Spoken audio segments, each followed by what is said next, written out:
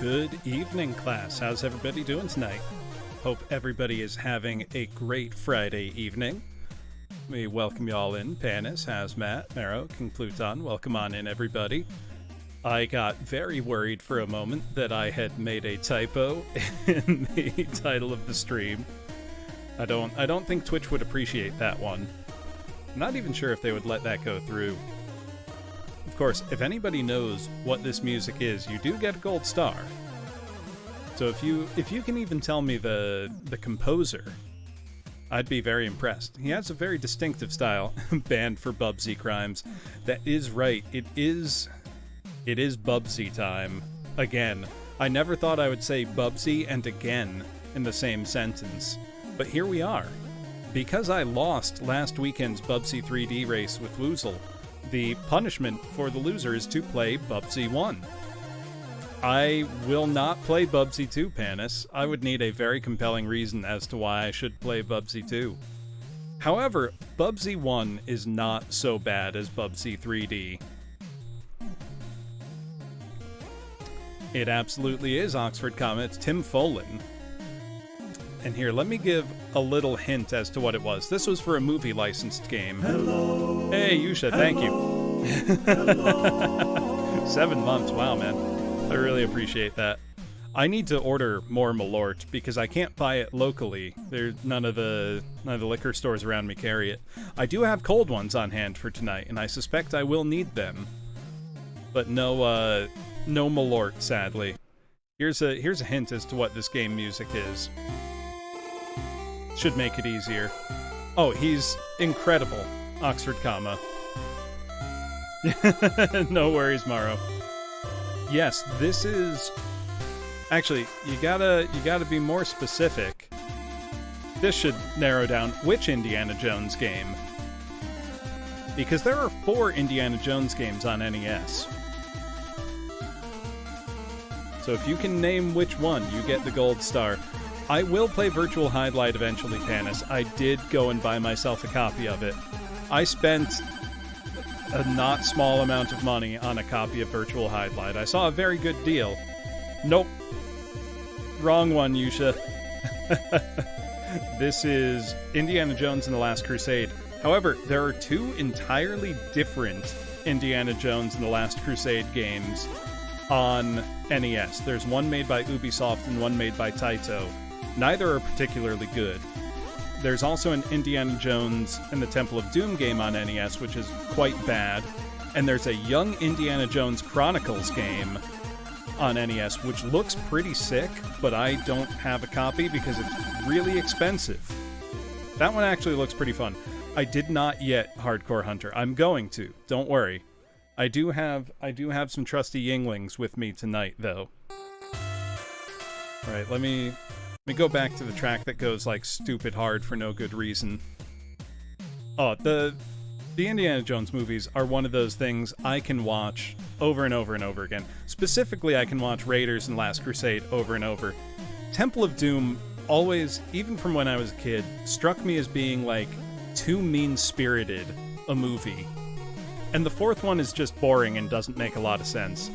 I'm scared for Indy 5 because they've finished filming it. Harrison Ford's damn near 80. I think he threw his back out filming it. Yeah, no, they have wrapped filming on Indy 5, and set photos that have leaked make me really concerned that the plot is going to involve time travel, which I can't imagine it possibly being good. He's too old. I love Harrison Ford. He's too old. He was too old for Crystal Skull, honestly. Well, no, he could have pulled it off if the movie had been better. But the movie wasn't good. The movie was like a bad cartoon. Yeah, that's a whole thing. I think it's slated to come out next summer. He did drink from the Holy Grail, but then you'd think he wouldn't look so damn old. Oh yeah, there's just that little bit, Kettle. Also, since we're playing Bubsy, I'm not just gonna launch myself right into it. You know, we gotta read the manual, and I've got to say, excuse me, the manual for Bubsy like, looks kind of sick. Like, it makes the game look really fun. He is hired to be himself. I mean, he can... You know, I feel like he's the kind of actor that always had more range than directors ever wanted out of him. You know, like, they didn't ever really want anything but roguish, charming, a little gruff, so he never really had the chance to do much more than that. I'm trying to... What was that rom-com he was in? He was pretty good. And he's very good in Blade Runner. Yeah. Who's scruffy looking? Hey, Italia Toka, how's it going? But let's... Okay, also, I've got to point out, this is the Super Nintendo manual for Bubsy. I'm playing the Sega Genesis version because that's the version that I have. I don't know if the manuals are the same. The only copy of the Genesis manual I could find online was in French. So we're not doing that. Skelegian, I am not playing Bubsy 3D again. Absolutely not. That game is every bit as bad as its reputation suggests. I was going into that day fully expecting it to not be as bad as people say it is, but it was worse. Bubsy in French. Le Bubsy. I do not have a good French accent. I am not going to insult the French speakers by attempting their language. Anytime I have to sing something in French, I end up having to write a lot of the pronunciation in IPA all over the sheet music, just to make sure I'm saying it right. Because I'm not used to having to nasalize vowels, which you have to do in French. So, like, I've sung... there's a famous work by Gabriel Fauré, the Cantique de Jean Racine, and it starts with a beautiful line from the basses and tenors. Bubsy 3D not only came out in 96, Panis, it came out 2 months after Mario 64. Imagine your game coming out after Mario 64 and being Bubsy. I would be suicidal. I would be so upset with myself. Yeah, if it was 94, sure. Also, the French lyrics are something like Verbe égal au tréau, notre unique espérance. So it's like I'm bad at French. Italian, easy. Latin, easy. German, easy. Even Russian, easier than that. The French, I'm so bad at. I'm terrible with it. But let's go through this manual, because I've got to say, the manual actually makes this look pretty fun. Also, we've got to point out everything in Bubsy is puns.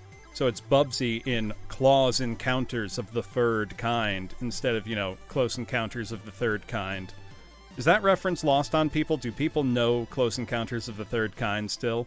Yeah. It's all puns. But it actually starts off with a little comic book, and it actually looks pretty sick. Yeah, UFO movie. Across the inky velvet reaches of space lie unknown terrors, strange worlds, and even stranger alien races. The thing that kills me with French grammar, Maro, is French counting. And the fact that to say 80, you're basically saying 420s, then 420s 1, 420s 2. Like, that kills me. That makes me laugh a lot. Not that numbers make sense in a lot of languages, but that one in particular makes me laugh. Yeah, I think it was only about a 10-year-old reference at the time, Hanabi. But yeah, they're getting that. They were trying so hard to be cool, because it was the Tood era, Yeah.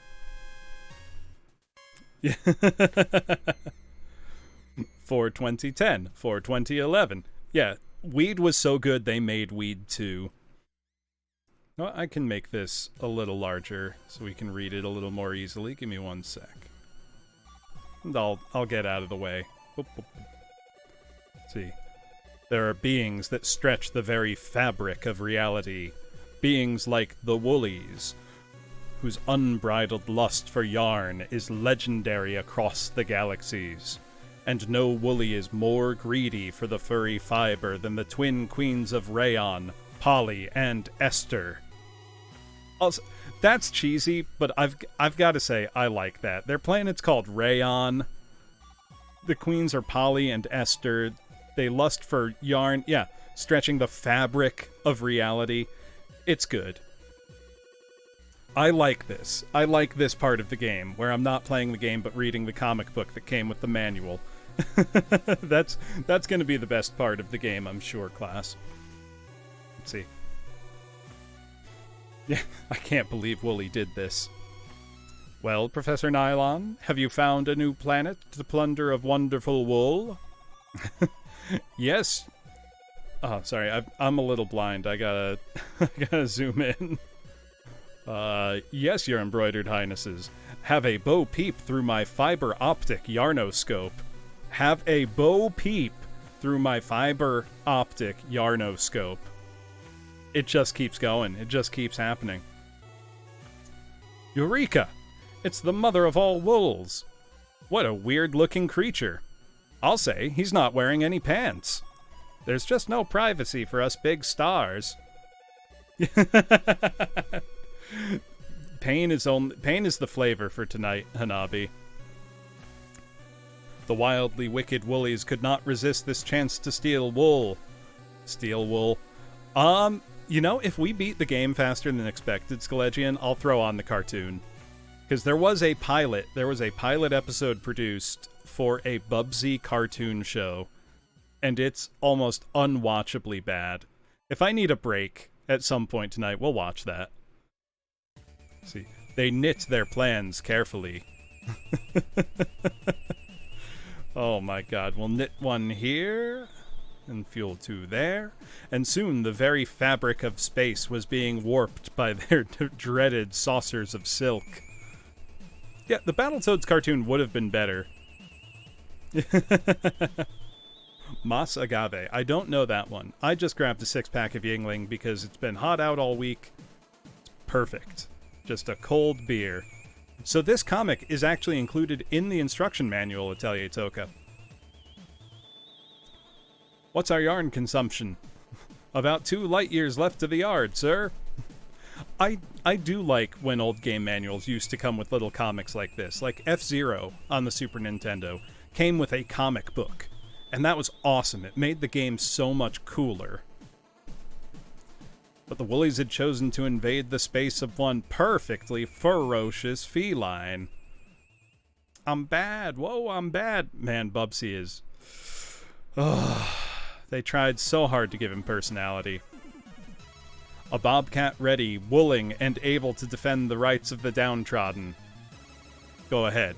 Make my day. Oh my god. Smite the evildoers. Some I smite, some I bite. It's a mood thing, really. Yeah. Ready, wooling, and able. Just. And to generally act in a heroic and politically correct manner. I regret that I have but 9 lives to give to my planet. Well, it could happen.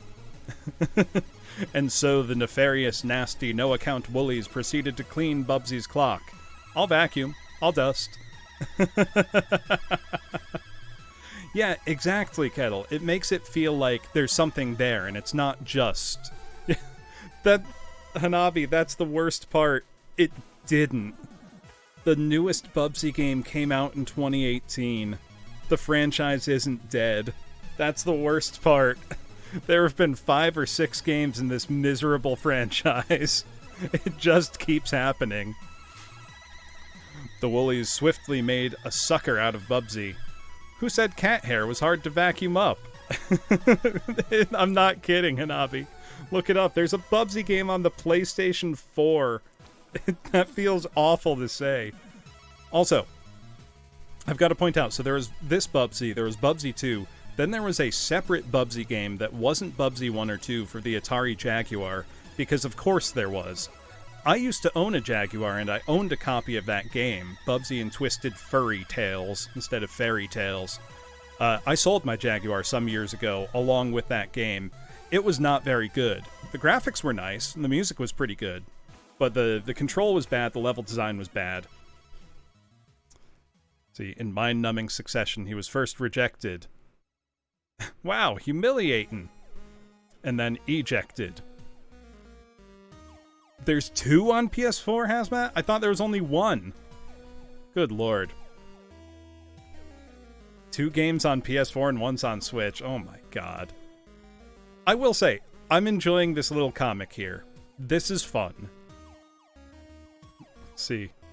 I'd like to remind the producer of this game that I am an endangered, repeat, endangered species. The woolies strike back and paws on fire. That's the worst thing I've heard all day, Hazmat. The woolies' unprovoked attack opened Bubsy's eyes. I see you have a lovely home here, Mrs. Gopher.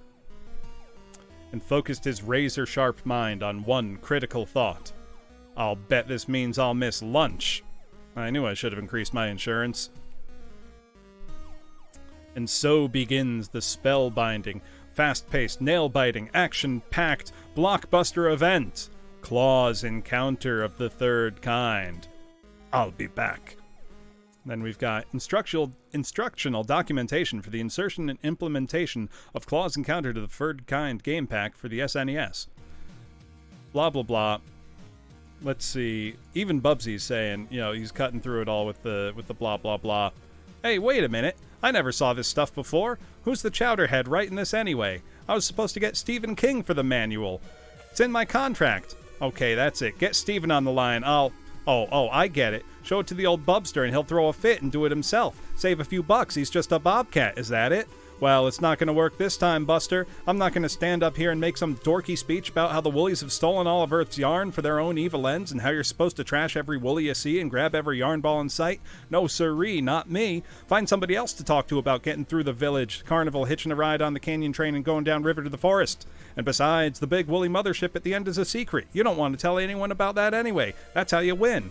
Yep, you have to get up pretty early in the morning to fool this bobcat. I'm not talking about any secret woolly warp caves full of yarn and stuff. Nope, not me. You guys try to get me to do everything around here. Sheesh, I mean, maybe you'd like me to take out the trash now? This is great. Knitting and farting. Knitting and darning, maybe. Let's see, let's get going, okay? Now that I've taken out the trash, I just can't wait to get into this. Collecting yarn balls, adventuring, and best of all, wiping out woolies. Ah, life is good. Yeah, that is... Awesome Possum is a lot worse than this. Here's what I do. First, I make sure the power switch is off. Then I stick my Bubsy game pack, the one with me flashing that great grin, into my Super Nintendo Entertainment System as described in the Nintendo System Manual. When I want to play with 2 players, if you and your friends want to wipe out woolies together, that's great. No, I'm not doing that. But let's see. So, this is not going to apply directly. I'm playing the Genesis version of the game, so it's a little different, but I like how the manual is written in character, though. Like, enter passcode. This is great. With passcodes, you and I can start where we left off, which means if you get, like, all the way to the desert or something, you don't have to start at the village next time you play. Each time you finish 3 chapters, you'll be given a passcode. Write it down! I mean it. To enter your 6-digit passcode, blah, blah, blah, blah, blah. And it's a control thing, really. I'm a control freak. So, lots of powerful mammals are. If I wasn't, this whole place would have the woolies pulled over its eyes. Now, to help me beat those woolly bullies, you've got to understand a few simple things about control. And here they are. So we have our glide, our normal jump, and that's it. It's a 2-button game. And we can look up, we can look down, we can look to the right and left, blah, blah, blah. Hey, Ranger, how's it going? Let's see. Anything else here? Nope. Nothing great. These controls are going to be a little different because I'm playing on Sega, not on Super Nintendo, but the game is the same between the versions. Let's see. On the screen, here's a quick rundown of the stuff you see on the screen, like the nifty numbers, flashing digits, and other stuff that, quite frankly, detracts from little old me. You probably figured this out anyway, but it's in my contract. Have you heard about my contract? So I have to tell you about it. So here it is. Overall score. I give you points, big ones, for all the woolies you eliminate. I get additional points for each enemy I bop in succession. Then I add in more points for special colored yarn balls. Yarn balls collected. Don't really need me to explain this one, do you? I do like that the whole manual is kind of sarcastic, self-aware, jokey. It's like they knew they had to rely on this kind of stuff because the game wasn't good enough otherwise. Mid-level markers. Congratulations! When I get to an exclamation point, I'm partway through a chapter. Make me hit it and it'll change to a spinning red yarn ball with my handsome face on one side. When I lose a life, I'll come back to the last mid-level marker I hit. A word about water. You know the old saying, you can lead a cat to water, but you can't make it sink. Okay, I know, they're wrong. You can make it sink, but don't do it.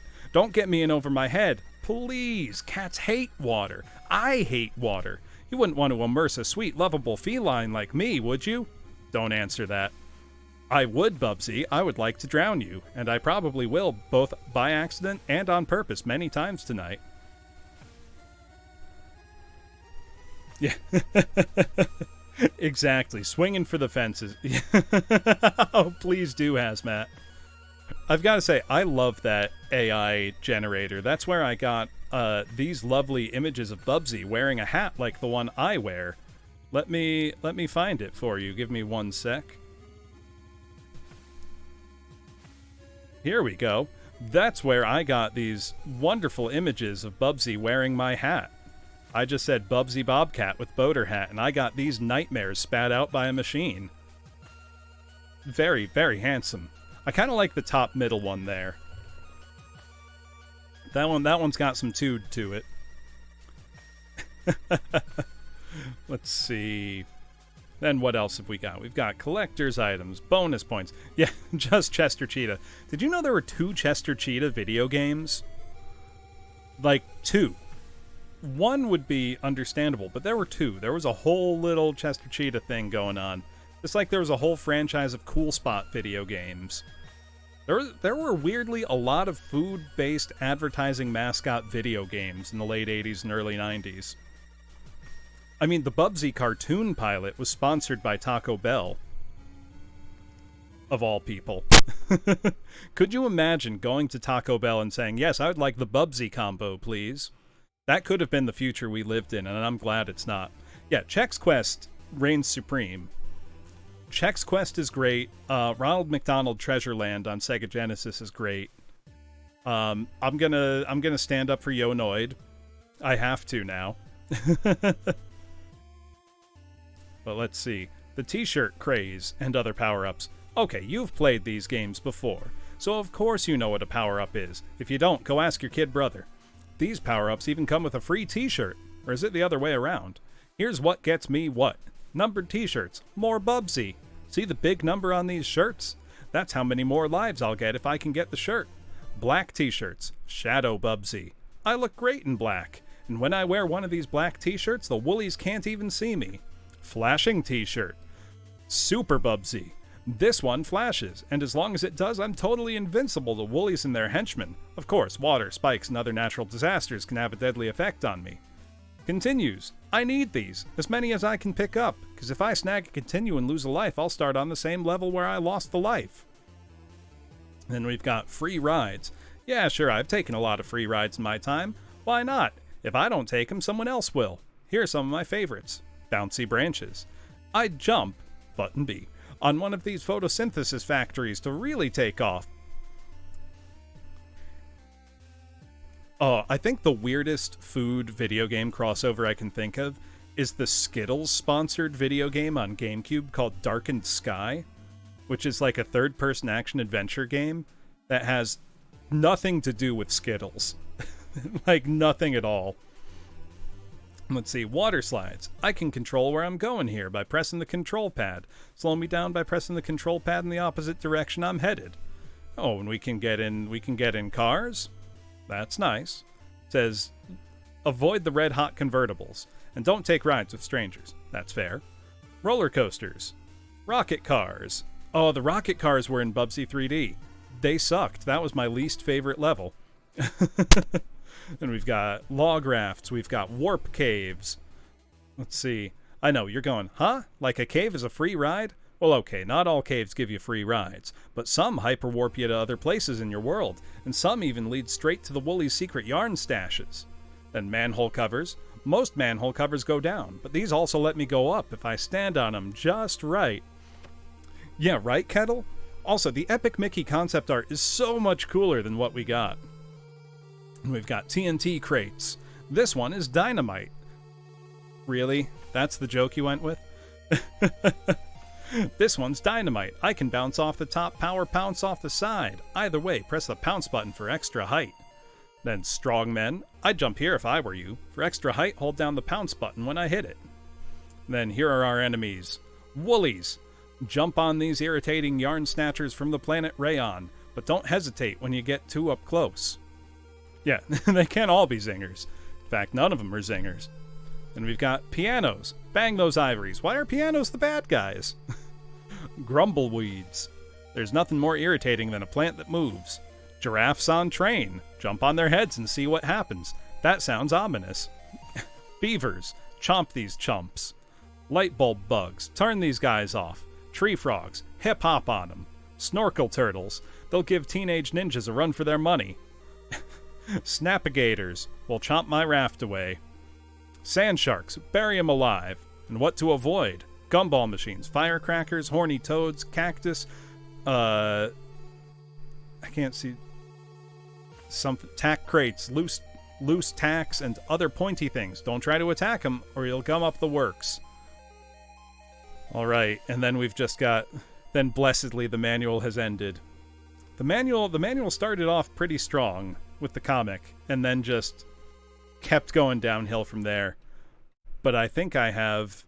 Yeah, Bubsy's responsible for Firefly extinction. I think I have delayed as much as I can, class, so let me get the TV out. Get the Sega hooked up. The Sega's already hooked up. And let's hop into Bubsy. Let me just... hold on. I'm gonna make sure... There's your cartridge-blowing ASMR for the night.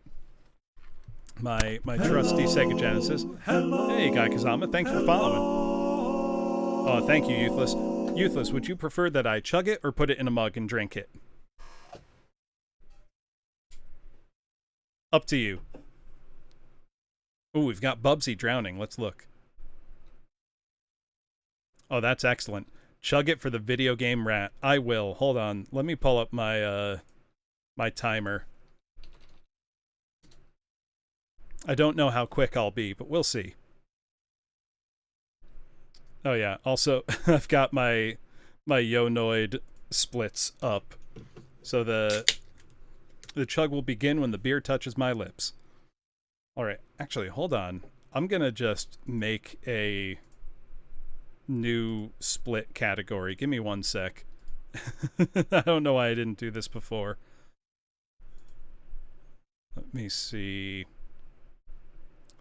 Oh, can I just make a new one?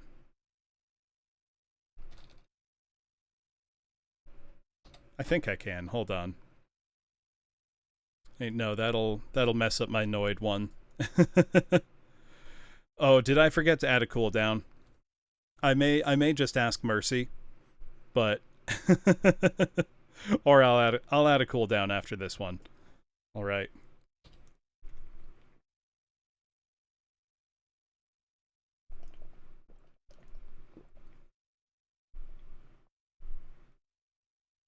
Whoops.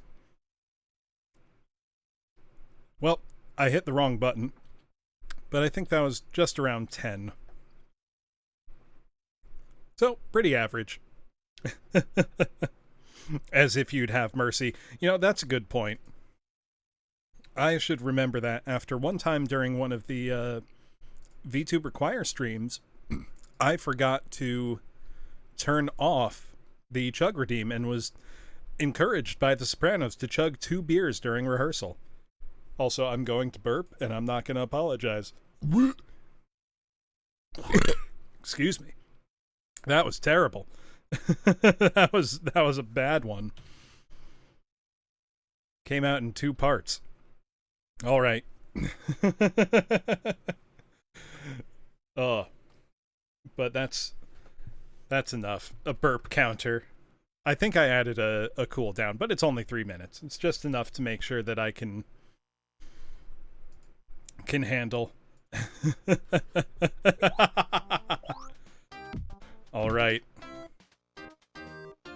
Legend, that's the way to go. You know what? Let's watch the game's attract screen. Let's see if it's got anything going for it.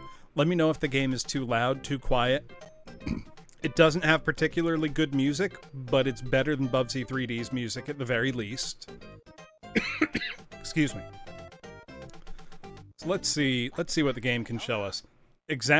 I'm gonna stall all I can, Panis, but I'm also gonna play this till either I beat it or it beats me. Oh, so it's got some narrated text saying, you know, press C in the joypad to look ahead. You know, I will say, jump on enemies. The game's graphics are totally fine. You know, they're pretty nice. I don't mind them. Look around frequently. It does seem like the kind of game with totally rambling level design, though. Where the desire to go through the game world quickly and to explore thoroughly are at odds with one another. That's not great. I don't think that's great design, but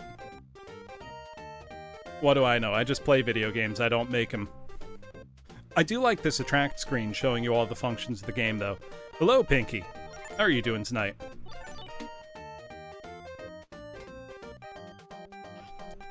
You know, this is kind of nice, though, just having a little demo to show you.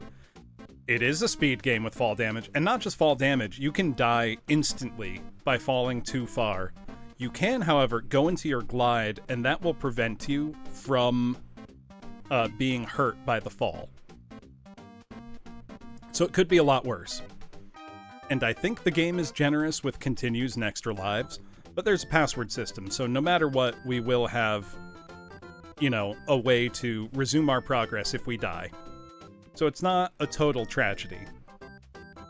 And you can go outrageously fast in this game, but if you run into an enemy, you're just dead. It's not like Sonic where you can ball up. Keep Bubsy out of deep water. Why would they put that there? Yeah. Yeah, you're right, Hanabi. Look, I'm trying to be charitable. I don't know why I'm trying to be charitable, but I am. You know, I want to approach this with as open a mind as I can. I have not started playing yet, Spurbus. I read the manual, which was had a comic book at the start and then was full of dreadful puns, and now we're just watching the attract screen of the game. But now's the time to actually get into it.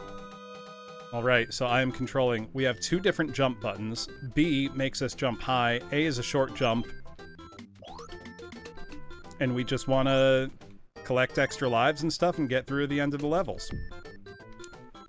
I don't know why he doesn't. But if we go, the two jump buttons thing was carried over into Bubsy 3D. Also, if you've started jumping one way and then try to change... I don't know why the tree branches are a super trampoline now. It's not great. Also, if you start jumping one way and then pull back the other, the game will keep pulling you the other way. So, like, I'm falling down this roof slope. I jump to the right, I let go, and it pulls me back to the left. It's very weird feeling to control. But, you know, so far I'm gonna say this is more or less completely average as far as 16-bit platformers go. So I've fallen on a banana. Oh, that killed me, apparently. Okay.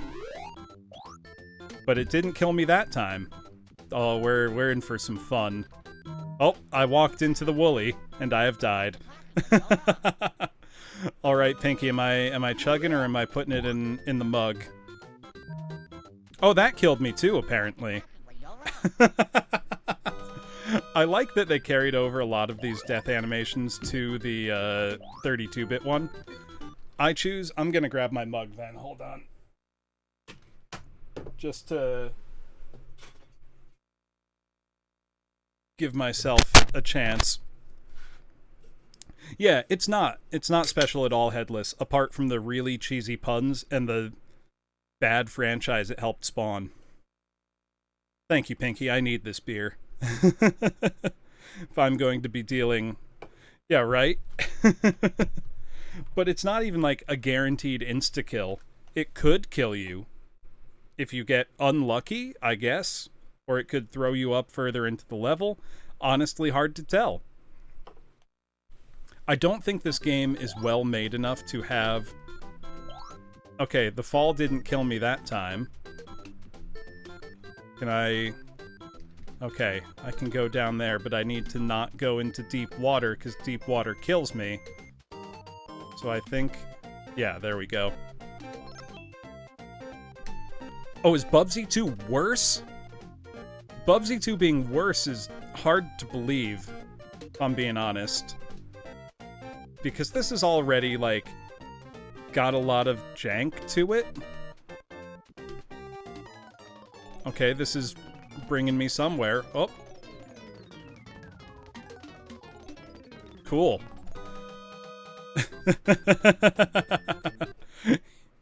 Well, I hope you've grabbed yourself a beer as well. You know, if anybody ever wants to, I don't know what they do. I don't know what they do at all. Spurbus, I think they're just the collectible because you need to have collectibles in a platform game.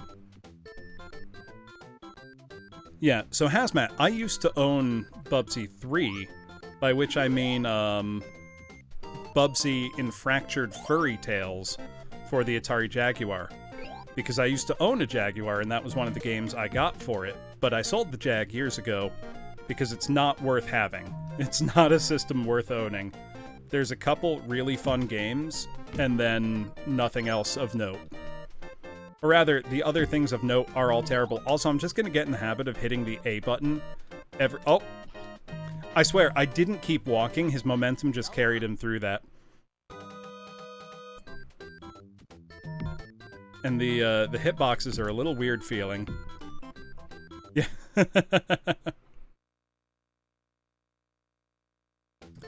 It really is, Al. I was fortunate, I guess, in that my Jag worked perfectly. Like, I never had any hardware issues with it. I did not... Hey, Math Raid! Welcome on in, Elliot. Good to see you. Sora, Laser, Alto, Cement. Welcome on in, everybody. Hello. Oh, thank you for shouting him out. And thank you for following, Alto. Hello. Action Productions, how's it going? Welcome on in, everybody. If you do not know, my name is Professor Bloom. I am a teacher. I do lots of singing. I organize the VTuber choir, and I play lots and lots of retro games.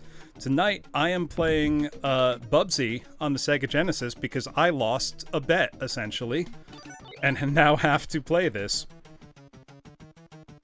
So, welcome on in, everybody. I hope you are all well. How did the rest of the math go, Elliot? Did you... Well... I did lose the race. I did. I mean, we both lost the race. In fairness, Woozle was allowed to use save states, and I was on real hardware, and we were, like, dead even until level 10. Which I lost. Pretty badly. What the hell is going on here? Why am I in... Is this blood? What is happening? What's going... Someone explain to me.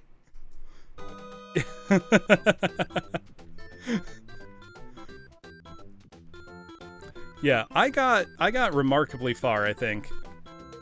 And the beginning of Bubsy 3D was almost fun. Almost fun.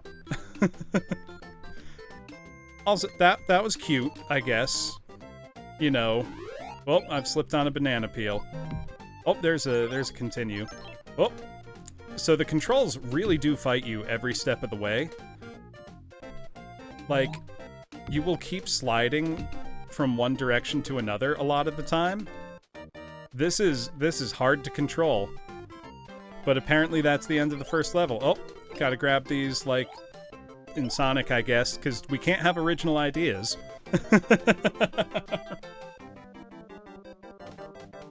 Yeah, just a glimpse of hell, no big. Press button. I sure will. Forbidden Plummet instead of Forbidden Planet. The puns in this game are out of control bad. So there are 16 stages to the game. Oh, okay. We're falling. Yeah, I love retro games, Kettle. Okay, no. I gotta defend Yo-Noid right now, Pinky. Yo-Noid on NES is like 2 gameplay tweaks away from being a 9 out of 10 game. As it is, I would give it like a 6 out of 10 on the grounds that it's got a really solid foundation, but needs just a few tweaks to be ready for the prime time. This is faster than Sonic, though, Skelegian, like, very genuinely. Okay, those little water slides are kind of nifty. Kind of neat. If I had... I'm just looking at the Noid, and I'm like, I can fix him. It's...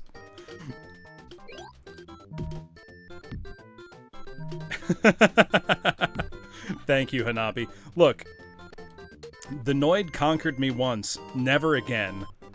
I have conquered the Noid. I fear no Noid anymore. So, Jeep, there are, I would say it is a little bit worse overall. The Japanese version of Yo-Noid was a Famicom game called Kamen no Ninja Hanamaru, which I think Yo-Noid was just a little bit more polished overall.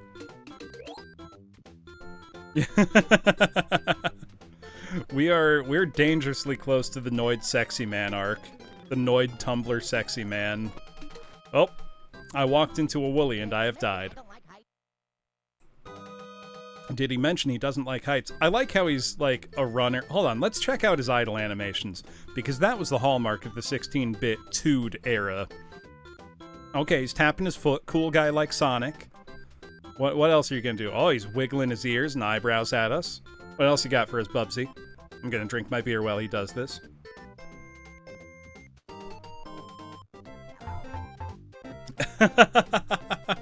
He knocked on the TV.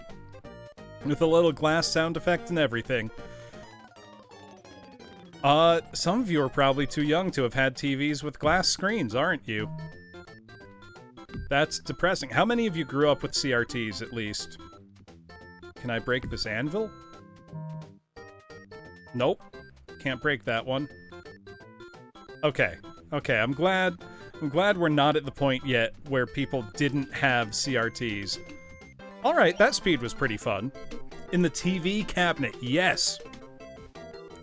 I still have a big-ass CRT. Yeah, also, I've got to say, when I was actually going fast there, that was pretty fun. Well, yeah, the good old RF modulator, Kettle.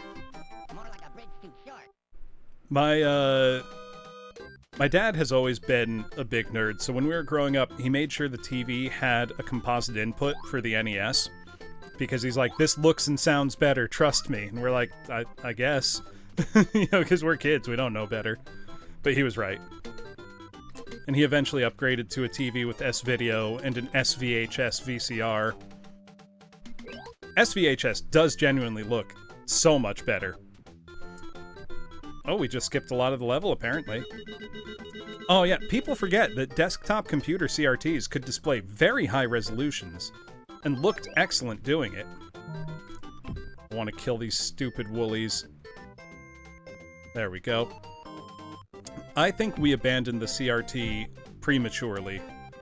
LCDs, when they kind of became dominant in the marketplace, were not ready for prime time yet, in my opinion. They had terrible contrast, they didn't look good, they had low resolution, low refresh rates. I managed to swerve. Oh, we've got Shadow Bubsy power up. These levels are big, but like, I feel almost no incentive to explore them. Oh, he's throwing a cheese wheel at me. I don't appreciate that. It was. We weren't ready yet. Yeah, and I remember around 2004, I upgraded my personal desktop from a CRT to a, it was a Sony made, when Sony still made computer monitors and TV equipment. It was a Sony made flat panel LCD that at the time looked amazing, I thought, but its maximum resolution was like 1280 by 1024. What is this? Well, okay, that made me go fast and die immediately. That was cool. But that, you know, I thought it looked great at the time. There's no rhyme or reason to anything, Hanabi. Just embrace the chaos. Like, nothing here is going to make sense. Why try to make sense of it? Yes, I think Izumikyo that they are completely identical as far as I understand it. Which is good, because this is the one that I have. I wasn't gonna go out of my way to buy the Super Nintendo version of this game when I already owned the Genesis one. Also, I haven't noticed, like, getting 1-ups per a certain number of yarn balls. I don't know if they have anything to do with what kind of ending we get. Do you want me to threaten you, Headless, or Bubsy, or... Let me know. Let me know to whom am I directing my ire.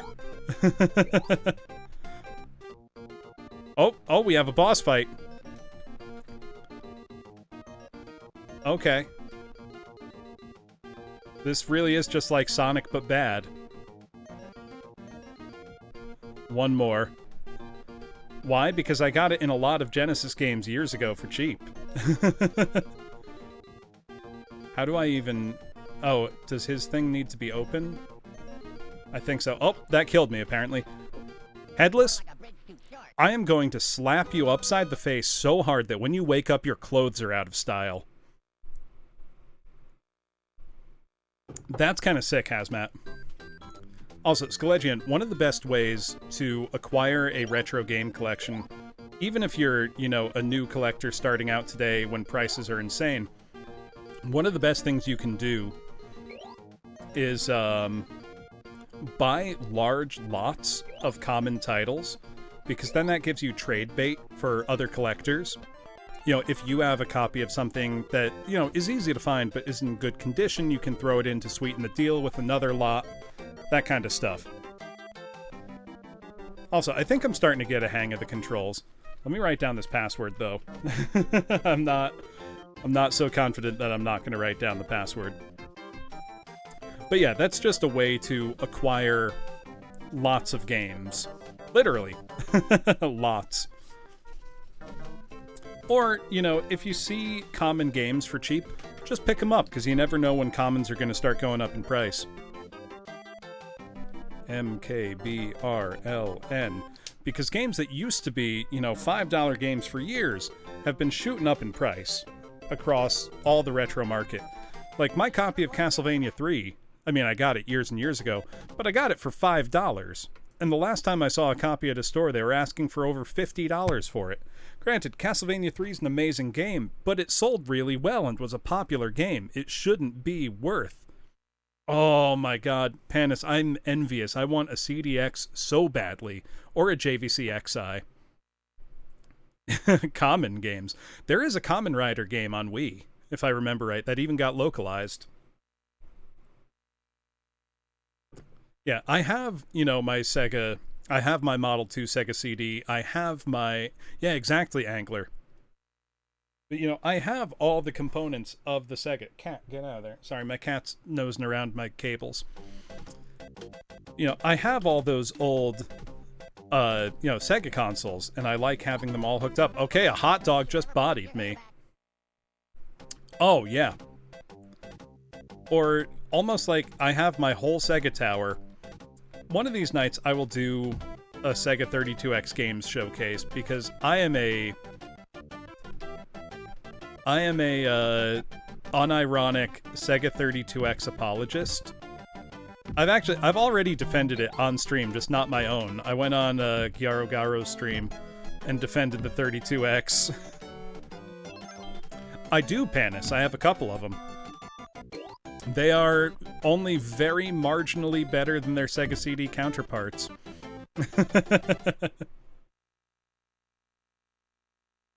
That sounds dope, Hanabi.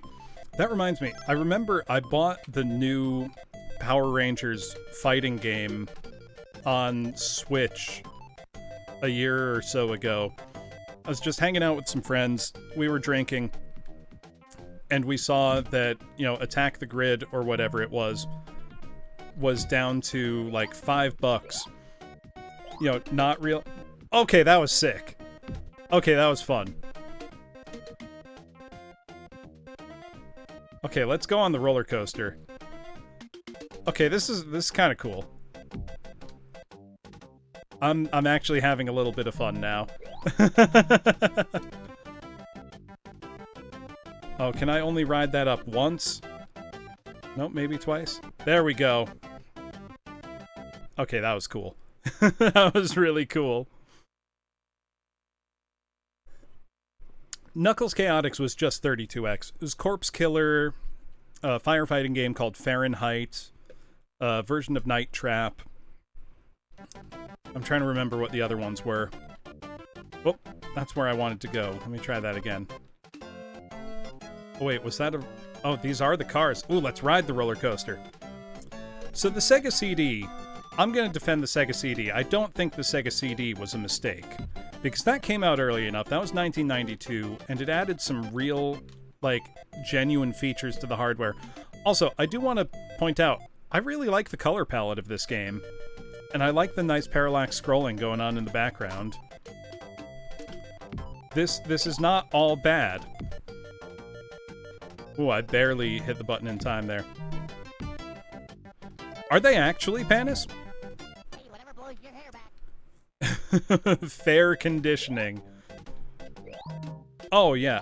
It looks crazy. Actually, this doesn't look nearly as bad as, say, So some of the other platformers that I had for Atari Jaguar, I had, yeah, the 32X was Sega of America and Sega of Japan having a messy divorce because neither were... Oh god, I just got pancaked. I am enjoying these death animations at least, though. Japan only. Well, I can just import it. I'm tempted to import the Game Gear Mini Jaguar. It's blame having lots of international friends, Spurbus. I hate the American way of saying Jaguar. Because it just feels right. It feels wrong, rather. Okay, loaded with CD games anyway. That's fine, though. Alright, now let's not get hit by this fool, this absolute clown. Let's hope it doesn't just put, like, a death trap. Oh, it put a death trap there. If you're gonna let me go fast in the level, don't kill me for going fast in the level. That seems hideously unfair. Whoa! What's up here?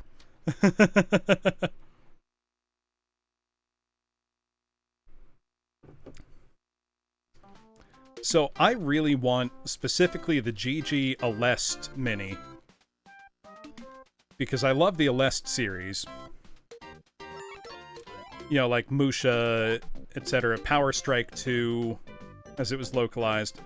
And they made a GG Aleste 3 exclusive to that, but it works within the confines of real Game Gear hardware, which I think is awesome. I would love if they were selling an actual Game Gear cartridge of it. Like, that would be super sick in my opinion. But they're not. Which is a bummer. Okay, we got through the level. Though I think you need to get through the levels in chunks of 3 to make progress. But I would love to get the Game Gear Mini just to play GG Aleste 3, but the last time I checked, importing specifically the Aleste one is like several $100s, and it's so small that, yeah, Hanabi, it feels like it must have been a joke. Night of the Bobcat. Oh, they really couldn't come up with better level names than this. Oh, I can put my hands up! I can put my hands up! So, I've played a lot of racing games, Pinky. I wouldn't say that I've ever been infected by the racing game bug, necessarily. But, some of my most played games on older systems were racing games. And going fast always feels good. Like, one of the best... Yeah, punished for having fun again. Oh, I can't go up that. Oh, and that... How's that kill me? Come on! One of my most played N64 games are the San Francisco Rush games, which are supremely fun racing games.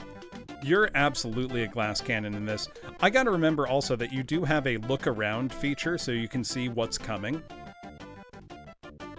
Thinking of racing games though, like the... Oh god. The San Francisco Rush games on the N64 are some of my favorite.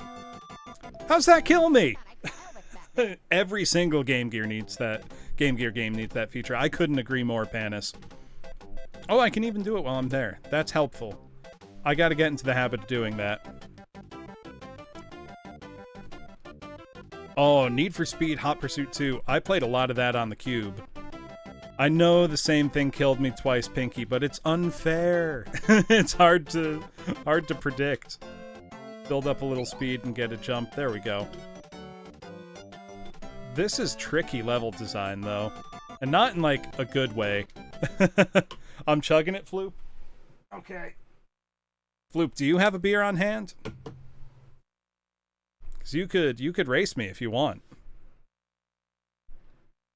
If you're foolish. This is a case where experience will beat youth, Floop. Trust me. All right, the timer will start. Right, Panis? All right, tell me when you've got your beer, Floop. I will start the timer when the beer touches my lips. I mean, you think it, but you got to do it to know, right? Oh, there's a continue, but I guess I can only warp into there. Are those bad guys? I guess. I'm dead.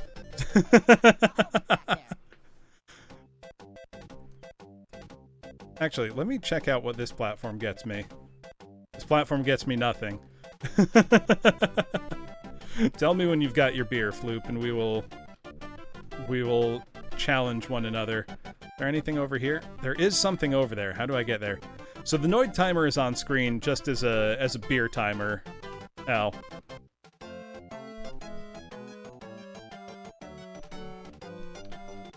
Did Animal Crossing?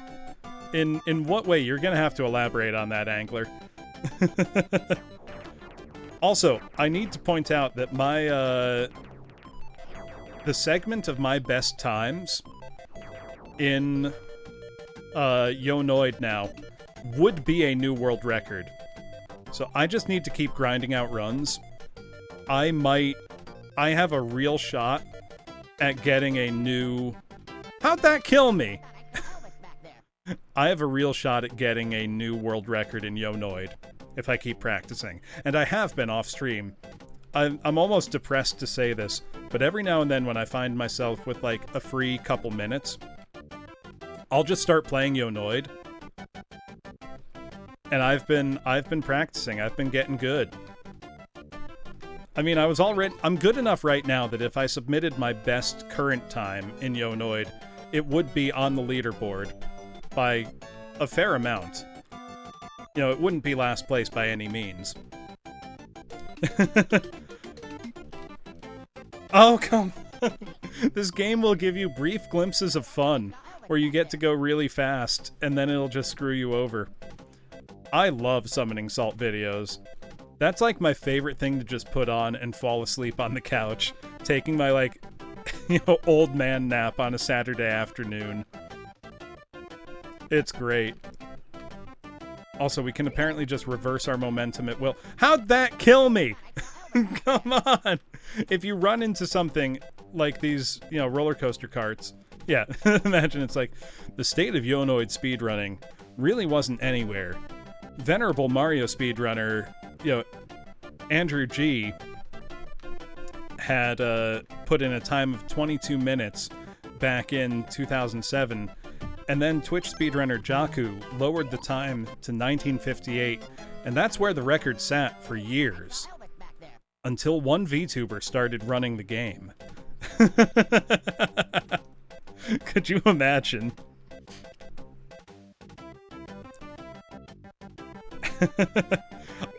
Angler, I'm gonna say I genuinely think Yonoid on NES is a... Wait until Matt Turk hears about it. Please, I can't stand up to Matt Turk. Nobody can. He's too powerful. The fact that Matt Turk's records in Punch-Out were apparently all completely legitimate is mind-boggling. That, like, he had some of the games solved all those years ago. Also, like... Oh, yeah, let's go. We're going fast. I think that's the end of the level. Sweet. Okay. When you actually start, like, going fast... The levels get pretty fun, and you have that nice scrolling with the stars in the background. You got that nice sunset. I'm having fun. You know, if I had rented this game as a kid... Oh, yeah, you're right. If I had rented this game as a kid, I would have been frustrated with it and kind of annoyed that this is what I rented, but I would have kept playing it the whole weekend. You know, like, I wouldn't have put it away. No, I wouldn't say... I wouldn't go that far, Kettle. Like, who remembers, you know, going to Blockbuster or your local video store and renting games? You know, specifically in, like, the Sega Genesis, Super Nintendo era. Well, I got lucky there. Because you would often have games that were, like... 3 beers in, Bubsy starts being fine. I don't know what you're talking about. It's great. Oh!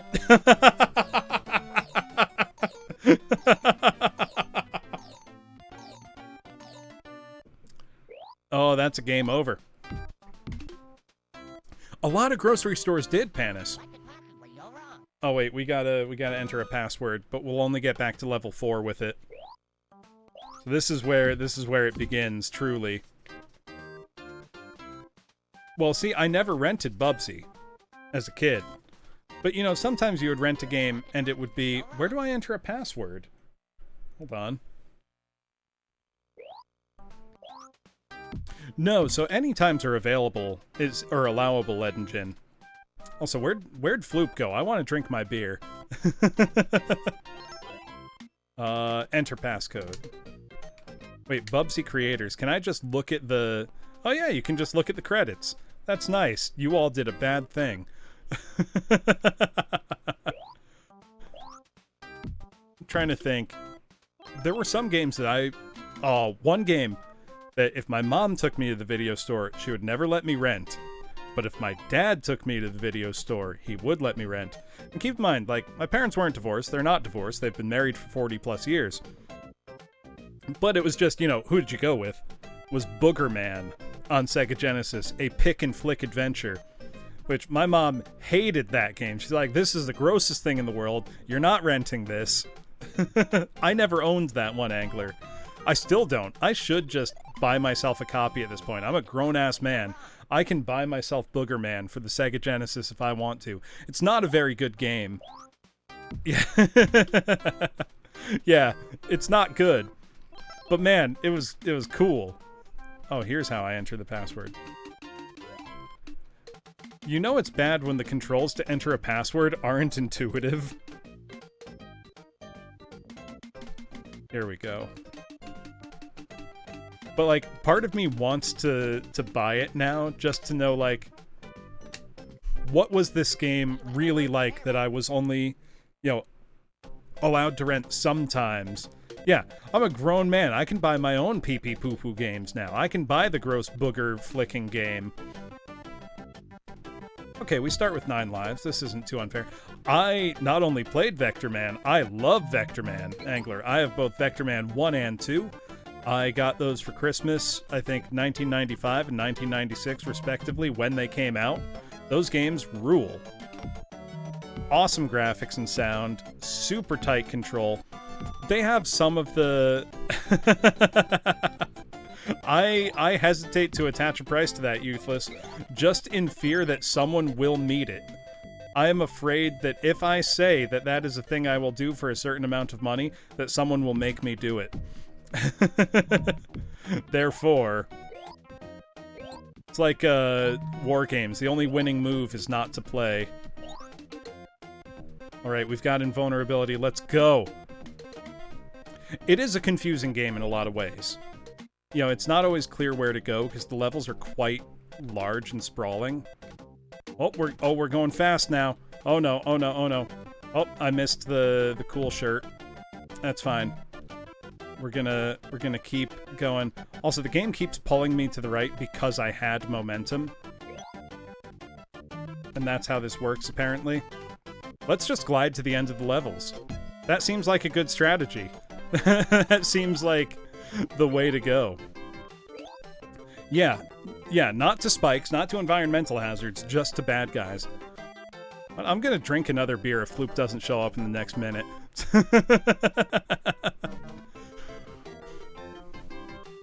Yeah, no, I've had Conkers for a long time now, Al. So let's see, by the time Conkers came out... When did Conkers come out? 2001? It was either when I was just finishing middle school or just starting high school, so by that point it wasn't really a big deal. Good evening, Chaos Ryan. Yeah, that was the point by which it was like, okay, you know, you're old enough. you can play what you want. You know the difference between fantasy and reality.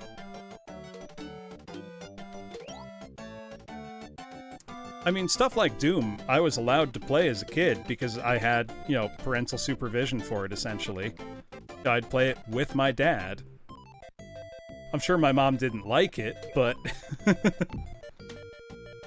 Oh, here we go. Let's get to a high point and jump off the top and then fly to the end of the level.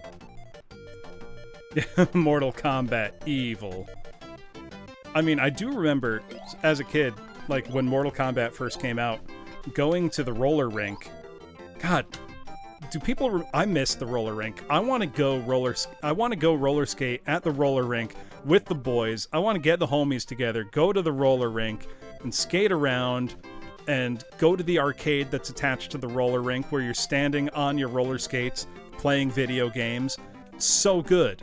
Why did they go away? They were so much fun. There are ice rinks, and whenever it's winter, you know, there's just pond skating around here.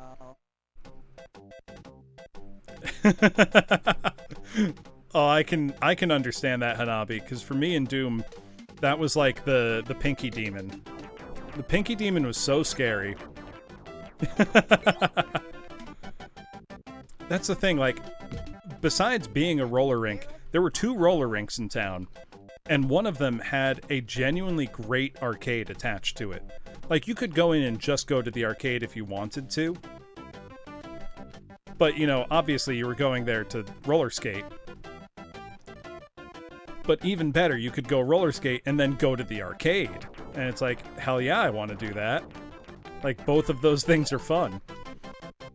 And I remember they had Mortal Kombat when that was, like, the new game. And I was playing it, and my mother was horrified. Just absolutely like, this is too much. Like, why is this in here? Which, like, you know, my parents are not prudes by any means. But I can understand that reaction to Mortal Kombat. Because in 1992, seeing a video game where someone gets his whole spine ripped out, that was pretty extreme. You know? Especially because they were, you know, digitized actors rather than cartoons. You know, obviously it's fantasy violence, but it didn't look as fantasy as something like, you know, even violent video games that had come before, like Narc. You know, Narc obviously was, you know, cartoonish. Or Smash TV. You know, Smash TV was still cartoonish. It was satire. It was like RoboCop. You know, I'd buy that for $1. I mean, that's straight just lifted from RoboCop. Turok 2 was a good one. By the time the N64 came out, you know, and was really coming to prominence, my older brother was old enough that it was like, okay, we were gonna have, you know, violent games. Like, we got GoldenEye. I would buy it. I'd say, oh, nope.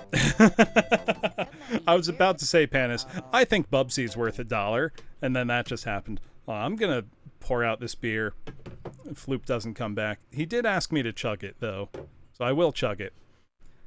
Yeah, I don't know what I paid for my Genesis copy because it was years ago and it was part of a larger lot. But let's see.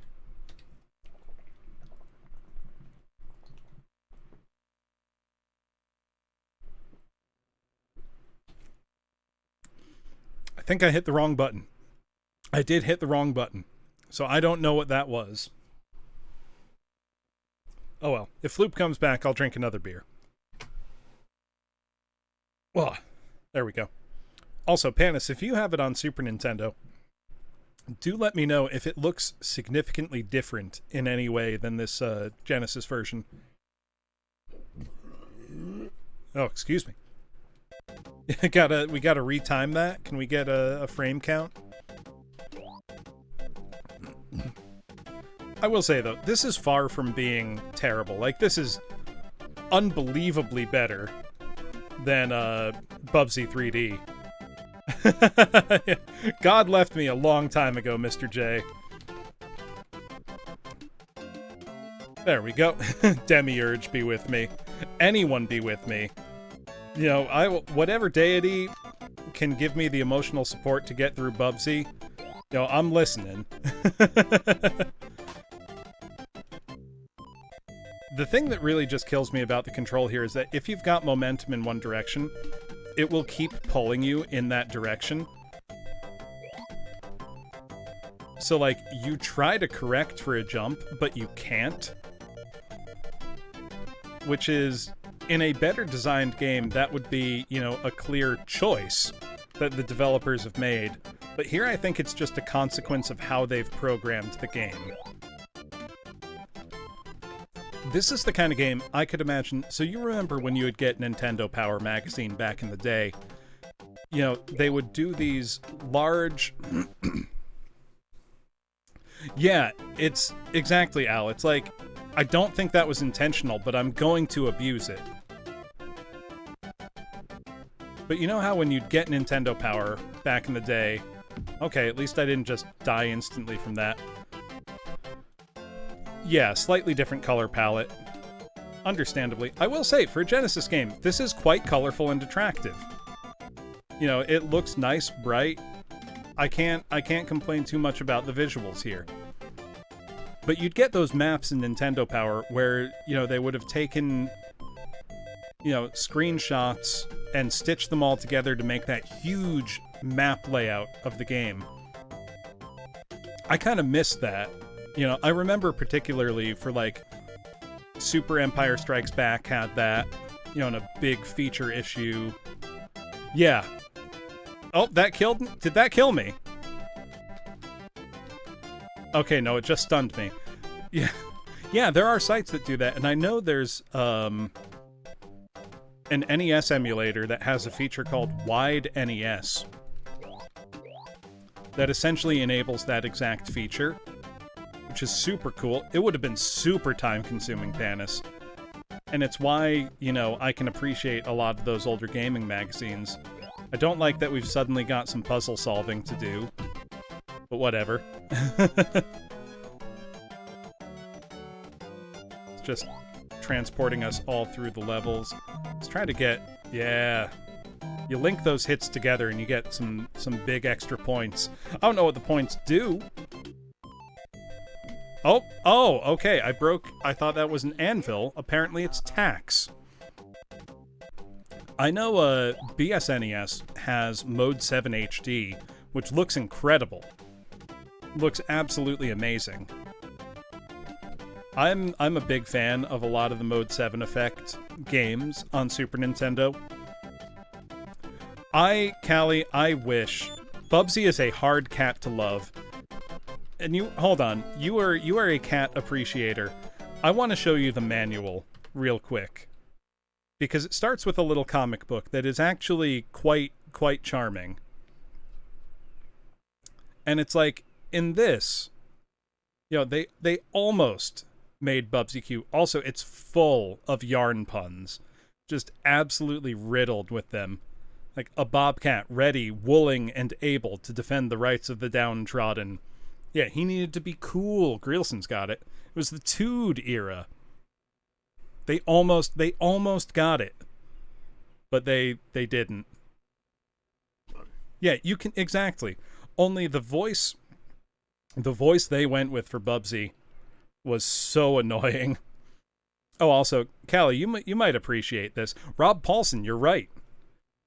I ran Bubsy through their AI image generator to get Bubsy with my boater hat on, and we sure did get some results.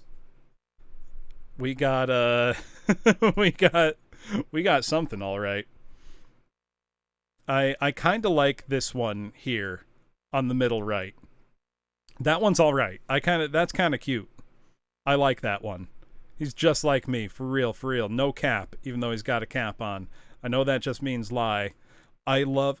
Can I tell you one of the great pleasures of being a teacher, class? Is knowingly misusing slang. Like, knowing what something means and using it wrong. I'm doing. I'm doing, Greelson. I'm drinking beer. I'm playing Bubsy. This is a good Friday. If you would like to make me drink more beer, there is a redeem for it. Though I do only have 6 beers. I love isn't it great? Like, you get to watch them just, like, cringe themselves inside out. Oh, thank you, Spurbus. Spurbus, is this going to be in the mug or chugged? I promise I'll get the button right on the live split. Okay. Not only have I gone, sheesh to them, I have recorded the, like, multiple harmony part sheesh and played it for them and watched them, like, on one hand say, that was really cool, and on the other be like, this is the cringiest shit I've ever seen in my life. Yeah, you keep using that word. I don't think it means what you think it means. Ask him if the ride to school was bussin'. I mean, it was. They were on the bus. God, it's so good. There's no end to the fun you can have with that. Also, I will get the timer button right this time. I do actually have a TikTok account, Skelegian, but I almost never use it because I don't know how to use TikTok, and video editing is work, and I'm bad at video editing. I should try to upload more on that, because stuff like the, barbershop quartets I do, or I could do one of those, duets. I sing one part, you sing the other part. I feel like that might get some traction, but it was just more work than I was willing to do for, no gain. Also, I don't use TikTok in my normal life. I don't know how it works. It's confusing to me. The interface is strange. I barely use social media at all in general. Twitter was pretty new to me when I started VTubing. I have a Twitter that I just used to follow things, and that was it. Like, I'm new to tweeting. Oh, how'd you like it, Furrow? And which one? Because I adore the F-Zero series. Also, time to chug this beer. Thank you, Spurbus.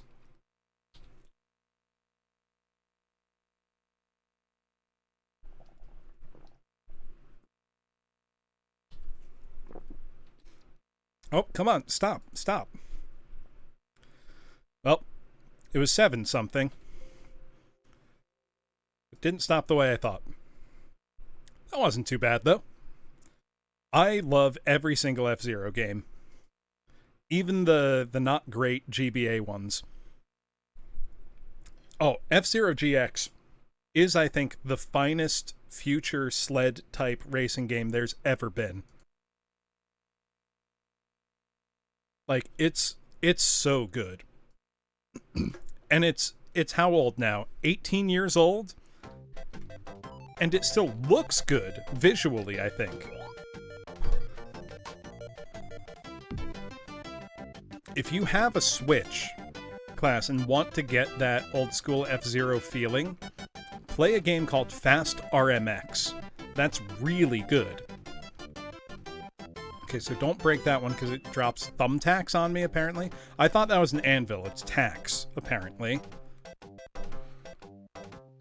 Okay, where am I? How do I get anywhere? The fact that there are 2 different jump buttons in this game is really, really perplexing. And apparently we do have to go through a maze to get to the end of this level. I don't know Omega Pilot. Yeah, if you're a Wipeout player, F-Zero is going to be a huge, huge difference because it's much twitchier. Chugging or mugging, Al? Up to you.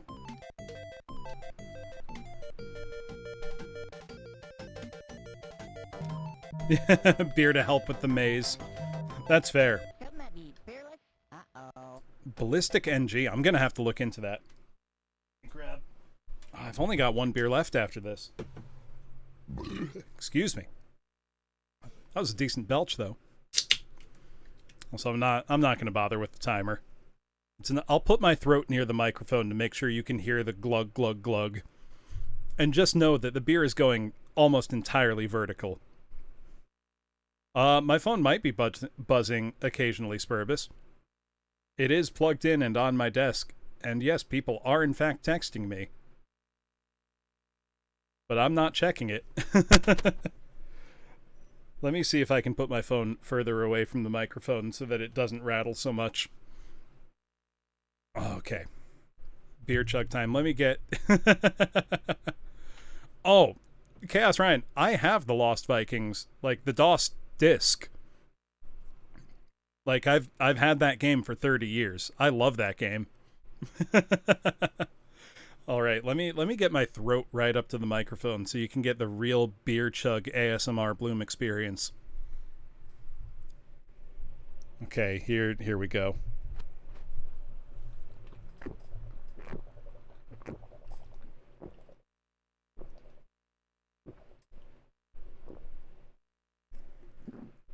There we go.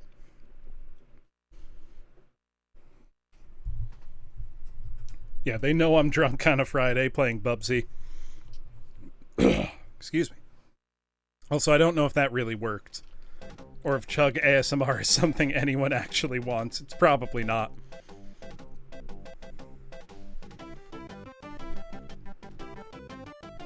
Yeah, no, generally, you know, if there's anything important enough that someone really needs to get in touch with me, they'll just call.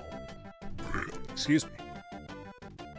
And if it's not important enough to get in touch with me, by any means other than the text, it's not important enough for me to read until I'm done streaming. Excuse me. That's how I feel about it, at least.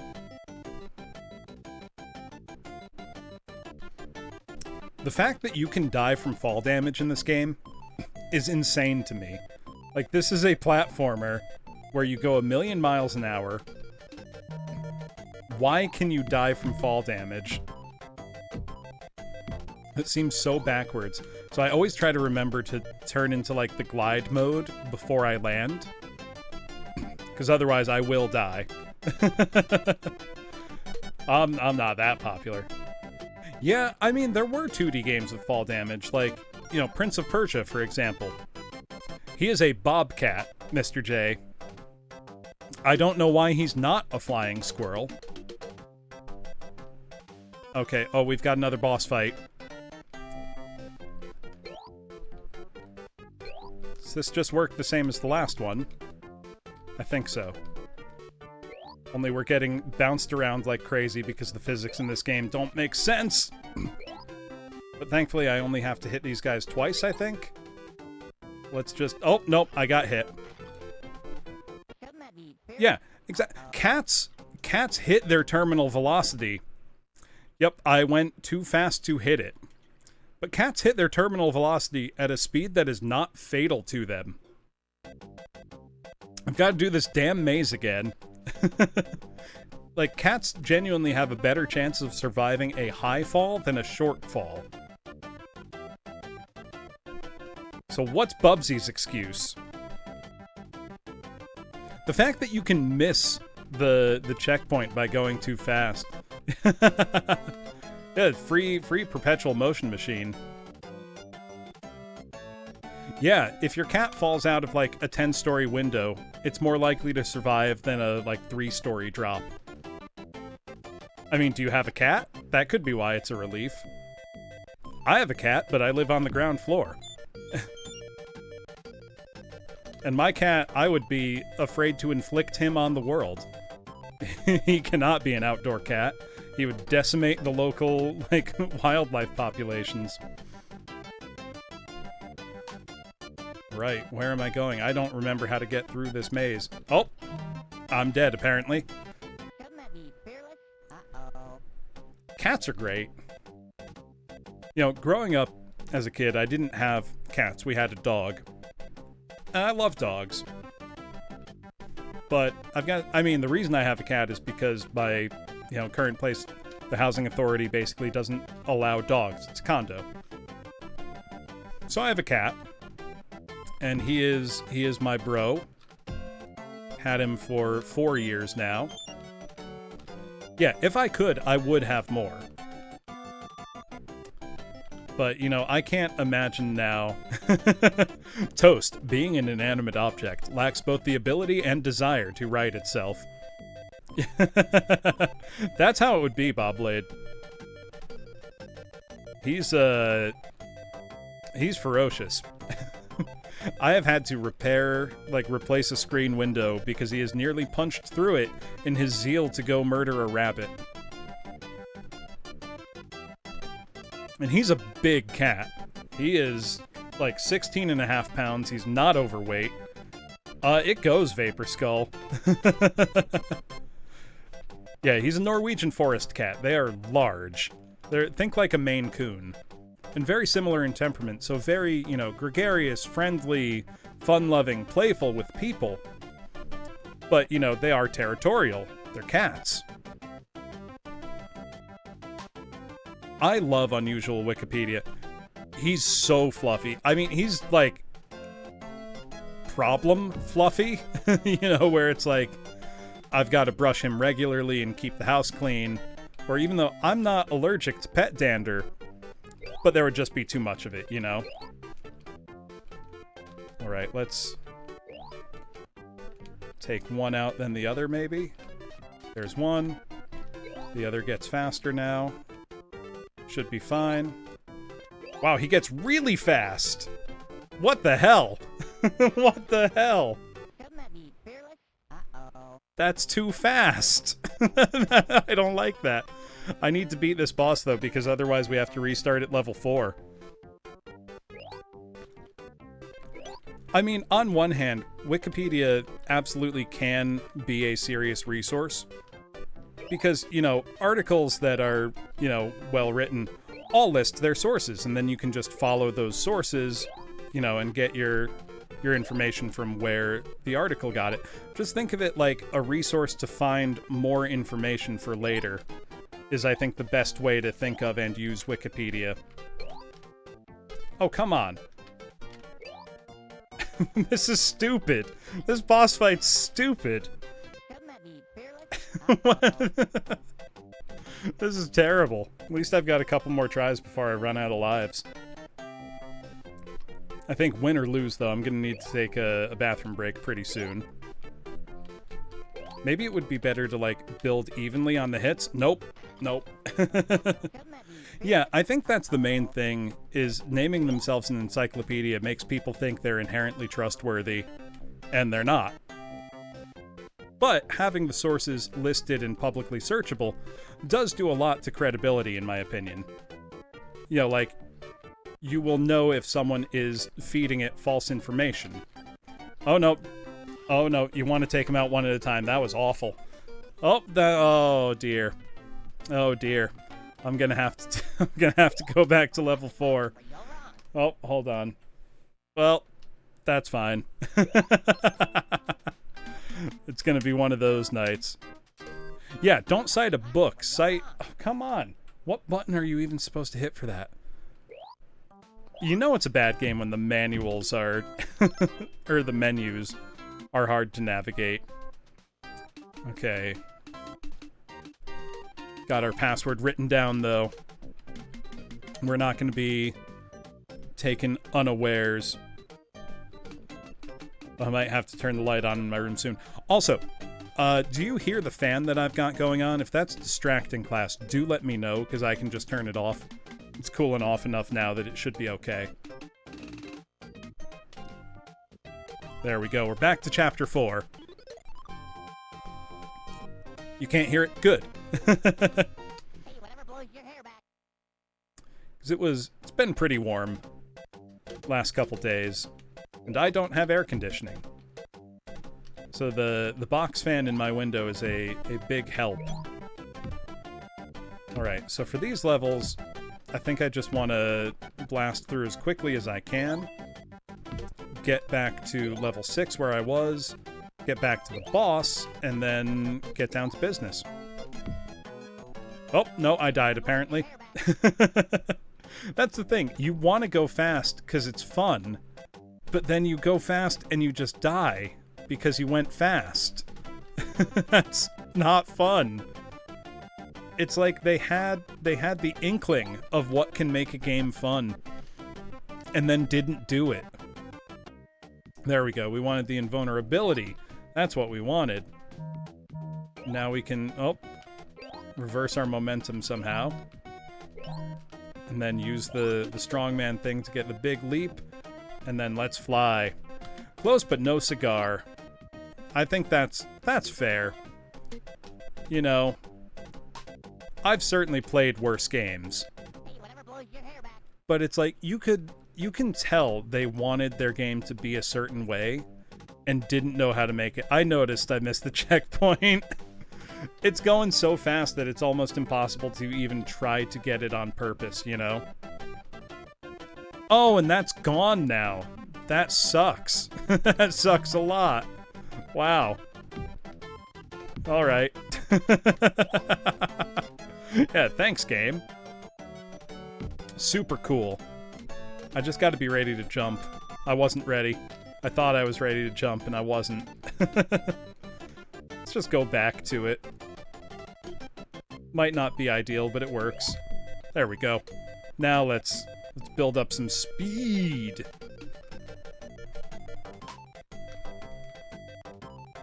Hey, whatever blows your hair back. Gel ice packs, put them in the freezer and switch them out when they lose their coldness. What do I need gel ice pack freezers for? Oh, just to, like, combat heat in general? I mean, it's not so bad. When it gets into the 90s, then it'll start to be bad, but... Yeah, Bubsy really does need to go to rehab. Pun rehab in general. Okay, we found a secret room here, which is apparently filled with blood? I don't understand what this room is about. Is it just to get me more yarn? What's the purpose of the yarn? For my forehead. Yeah, I need to get those, like, you know, as featured on Game Center CX, like, cooling strips. Yeah, I don't know. Bubsy is irony poisoned. He's got, like, pun Tourette's. You know, if there's a pun, Bubsy can't help but make it. Alright, we got something. Also, I've got to say, one of the best things about Bubsy class is, oh, that's a good idea then, Flamebird Phoenix. I'm gonna look into that. One of the best things about Bubsy is the review for it on GameFAQs, written by Ulalalia.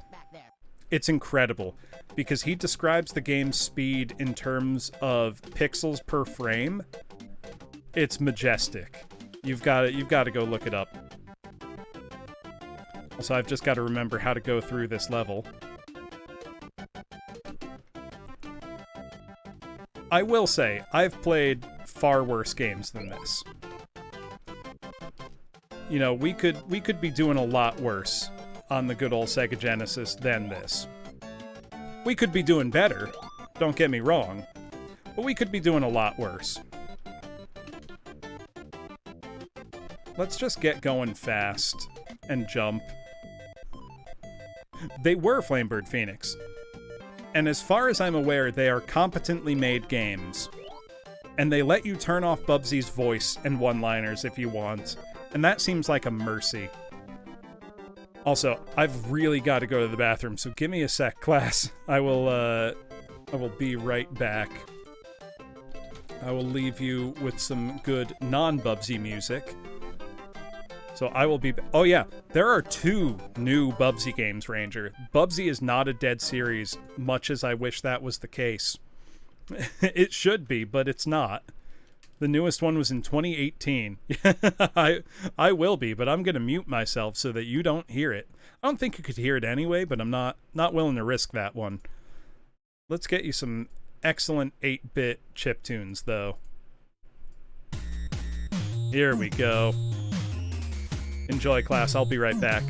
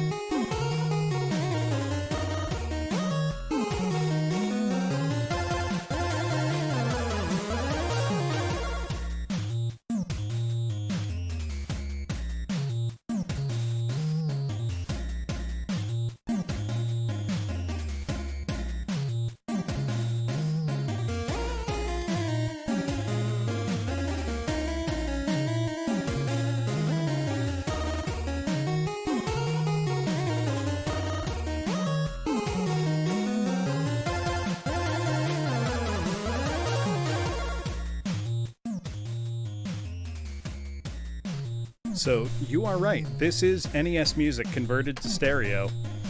But it is by a composer who did do quite a lot of work on the Commodore 64 and ZX Spectrum and other British 8-bit microcomputers.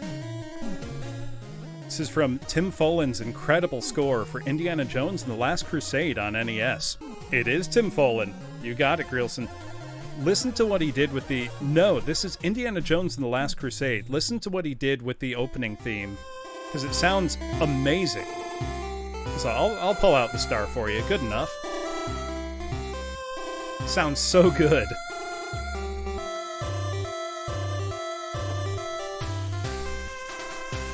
Yeah, I mean, in fairness, Hanabi, I play a lot of Tim Follon.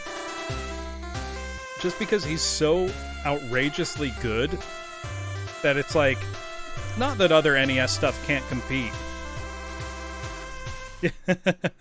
Wear it with pride. And then you've got, you know, the theme itself here from Last Crusade, and it sounds so sick. Like, it sounds so good. Also, I've got to say, the strongman here, you know, on screen in Bubsy, shares a remarkable likeness to Casey Green's dick butt. Like, it makes me wonder if Casey Green played Bubsy as a kid. Because he really does. I hope everybody knows what I mean. That I don't just sound like a crazy person. Alright, we're back to Bubsy. We're Bubsing out again. There's nothing unfortunate about knowing the excellent work of Casey Green. I love Casey Green.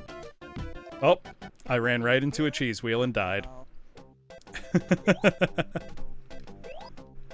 Casey Green made a music video, 2 music videos, for one of my favorite musical artists, Crud Bump. He did a video for a song called Der Arschersetzer, which means the ass replacer, and another for a song called Ohio Shape. Casey Green is a genius. I know I've gotten drunk on stream and played Casey Green for you before, so I'm not going to do that tonight. I'm tempted, mind you. Also, the fact that some of these yarn balls are moving makes me so afraid. So Hell Orbs is still just Casey Green. That's still a solo effort, I believe. But Casey Green has contributed to his music videos before. Hell Orbs is just a form of Crud Bump's musical expression, I suppose, is the way to put it. Also, this is... You get, like, no momentum trying to go up these super steep slopes.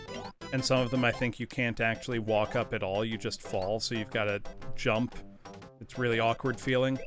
I could probably just run down the rest of the track, but I kind of want to see how far I can push this. I just want to explore the rest of the levels, you know? I'm just trying to have fun with Bubsy. It might be a fool's errand, but I've got to try. Oh, we've got an invulnerability shirt, though. Let's go. I think that's invulnerability. Please let me go super fast. Let me go super fast. Why won't you let me go super fast? I just want to go fast. Come on. Yeah, frame walking in Mario 64. That's something I should try again. Is all the, okay, we're back to the maze. Speedrunning Mario 64, doing those 16-star runs. When I did that race with Woozle and Shanaha, yes, I came in 4th place in a 3-person race, but it was still a lot of fun. And that was only just because I choked very badly and didn't save my game properly. Because I've since run it a few times just by myself for fun. No, you don't need to, Mr. J. You just won't... You don't have the single-mindedness to reach the top tier. I know I sure don't. Because the person that came in first beat it a second time before I beat it once, Grillson. Yeah. I mean, it's not pure copium, Arthur, because even Woozle has said that the only reason that he beat me is because I messed up. He claims no... I am not Ranger. Woozle claims no skill advantage in winning that race. He acknowledges that I messed up, and that is why... Oh, by Panenkoek, the Wizard of Mario. Half A button presses. Those videos are incredible. That man has mastered Mario in a way that no one else has mastered anything, ever. Also, how's it going, Arthur? Have you played Bubsy before, Arthur? Bismuth. Oh, interesting. A cheese board like the food? Otherwise, I'm not sure I know what you're talking about, Chaos Ryan. Okay, I think I should be right at the boss fight now. Yeah, no, cheese boards are good. It's just a charcuterie board. Alright, so let's kill one at a time. Because the second... Yeah, right? That guy is so good at what he does that it's mind-bending. Oh, this sucks. TJ, Henry, Yoshi. You can't live that comment down. That's the kind of thing that will haunt you for the rest of your life, and it should.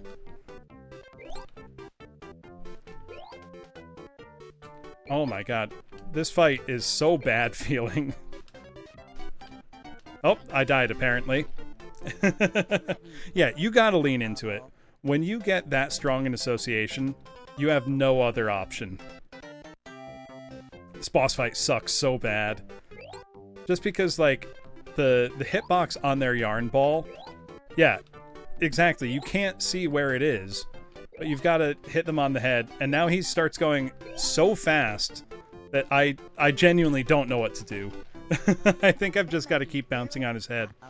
Only the problem is, if I die here, I have to go all the way back to level 4. So, let's hope I don't die. If I beat this, however, I do get the password and can continue on. Oh, this, oh, that was bad. It's, oh my god.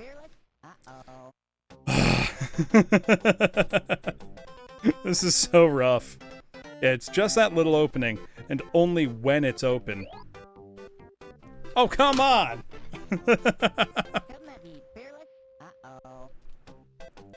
0 A presses, holy shit. That's amazing. I just love that level of dedication can exist at all. How does that count as hitting me? This is awful. Oh, that's funny, Grillson. I guess I've just got to stay bouncing on these things the whole time if I can. Keyword if.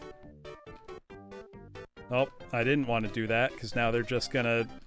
Oh, no, I just need one more hit and I win. I think. But how to get hit. There we go. Oh, thank God. That was awful. That boss fight sucked. And there's no sound effect either. Unless it's only in the left channel. It might be, because I've got my left earphone half off. Just so that it's easier to stream. STGRTN. There we go. One step closer. I think it is just bad design. If you're not hearing a sound, I'm not hearing a sound. The good, the bad, and the woolies. Oh, we got a train level class. Okay, it's just not there. Oh, look at this. Got a train level. At least there's some nice parallax scrolling. Yo, this game's a lot of things, but it's not... Oh, that kills me, apparently. I was gonna say, this game is a lot of things, but it's not ugly. I can't believe blood ripped off Bubsy. Well, it's a good thing we just got a password. There we go. Also, an overall beer update class. I have one beer left.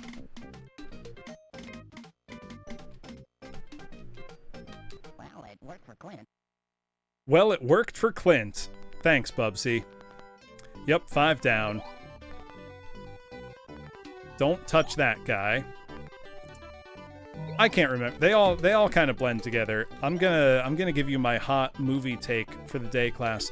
The best Western movie, and it's not even a contest in my opinion, is Once Upon a Time in the West.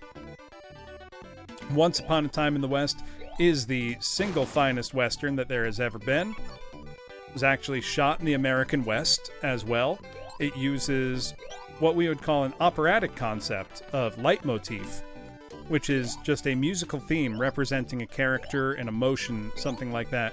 Uses it extraordinarily well with characters like Harmonica and, you know, the main bad guy. I hate that movie, Skelegian. Tombstone's good. I have ridden a horse headless. Tombstone is good, if only just for the massive meme potential of half of the lines. I had a friend who was obsessed with, like, lines in that, like, you skin that smoke wagon, boy, you see what happens.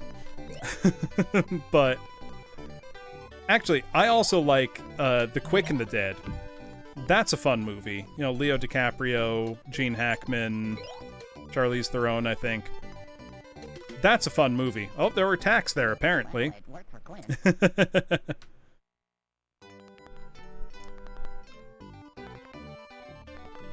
So oh god. I can see what they're going for with this level, but boy, they did it bad. This sucks. This is not fun. Just because you can't possibly see the things that are going to kill you. Take issue with the title, thinking that something good can happen. Fair. Though honestly, just the, like, running along the top of the train, oh my god! More than anything, reminds me of the intro of Indiana Jones and the Last Crusade, where, you know, you've got young... Oh, okay, the draft can kill me. Where you've got young Joaquin Phoenix, Indy, you know, running along the top of a train, going through all the different train cars, trying to get away. That's a fun and exciting scene in a good movie. And boy, I wish this game had anything like that.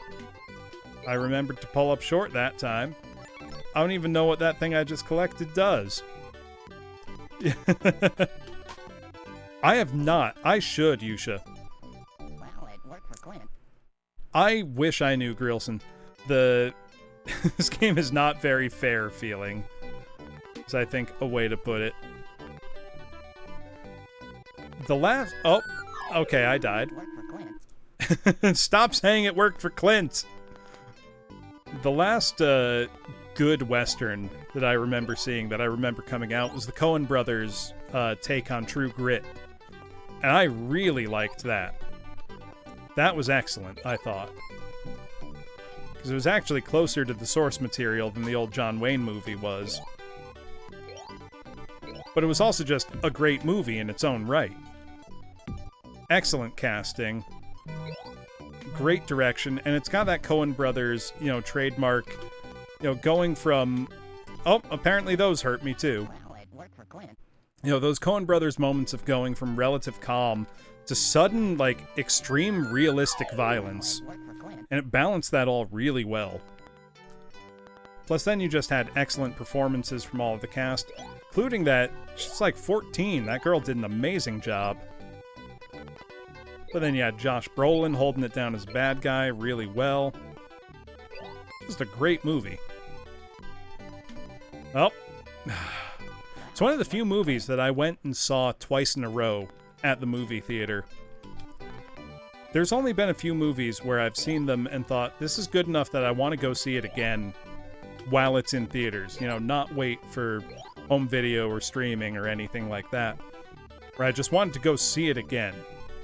I think the only recent movies that applies to that I saw more than once in theater, I can't really call True Grit recent, can I? That was 2010.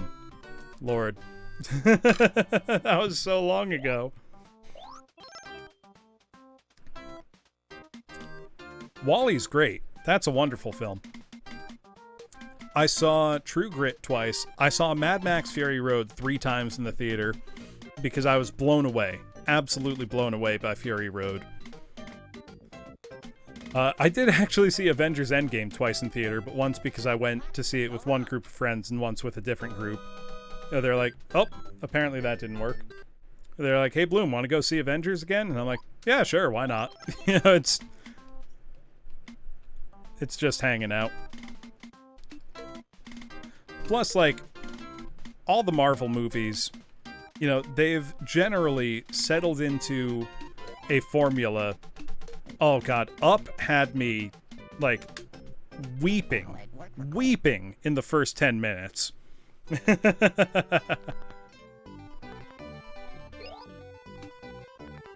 Up is an excellent film. Also, I can't wait for Mickey Mouse to finally be genuinely in the public domain. I'm hoping that when whatever bullshit excuse Disney comes up with to keep him out of the public domain this time, that the courts don't listen and they're like, no, it's been long enough, Mickey Mouse is public domain now. Because I can't wait for all the just degenerate shit people are going to do with Mickey Mouse once they legally can. Because Disney deserves it. They deserve it. Man, I managed to fall in the only... I mean, they've changed copyright law, twice already for it? I'm just hoping. Yeah, the mouse ruined copyright law. However, Winnie the Pooh, in the original, illustrated form, is now public domain. Shit. Well, it worked for Clint. Exactly, Skeledrian. I was just about to say. I can't wait for that to finally happen. And I say this as someone who likes Mickey Mouse. Specifically Mickey Mouse. Mickey Mouse films, I think, are genuinely pretty fun. I love a lot of the old cartoons with Mickey Mouse. Fuck it. It's bullshit. He shouldn't be public domain. Exactly. It's wrong. It's wrong that he's still, legally protected. When you put art out into the world, it stops belonging to you. It stops being yours. At some point. How many other things does Disney have to hang its hat on now? Sure, they're the house that the mouse built, but they haven't been the House of Mouse for a very long time, and everybody knows it.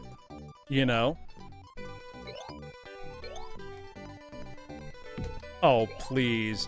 When's the last time Disney did anything worthwhile with Mickey Mouse? Yeah, I think this time they might just let it be.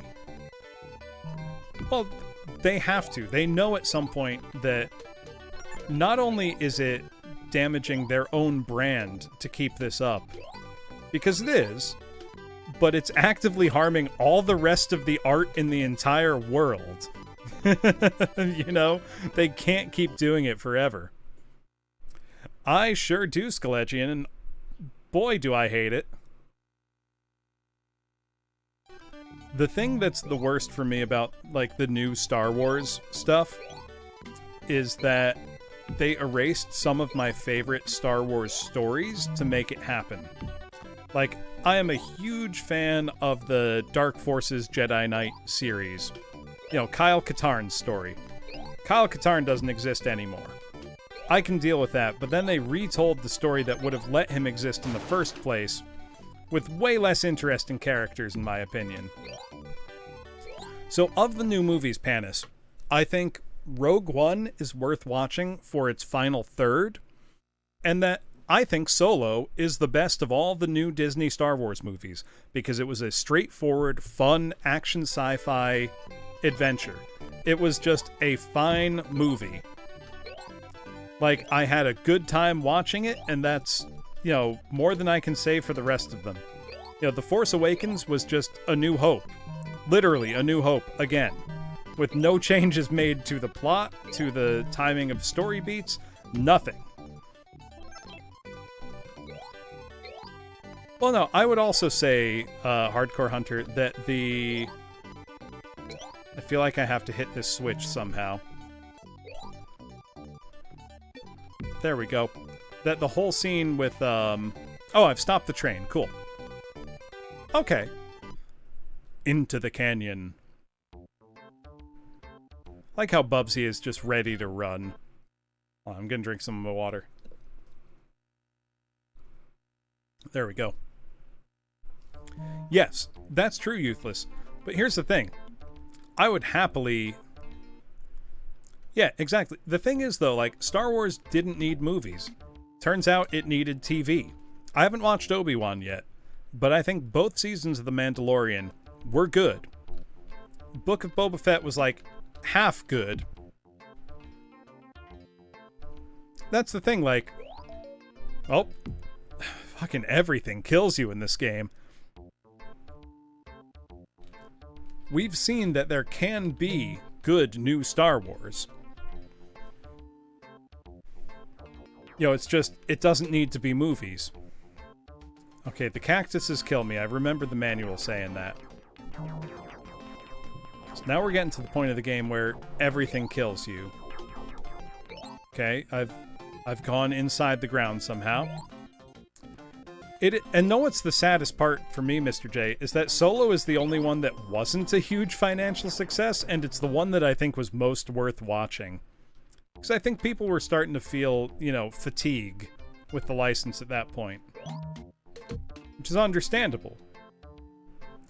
But you skipped the only good movie they made.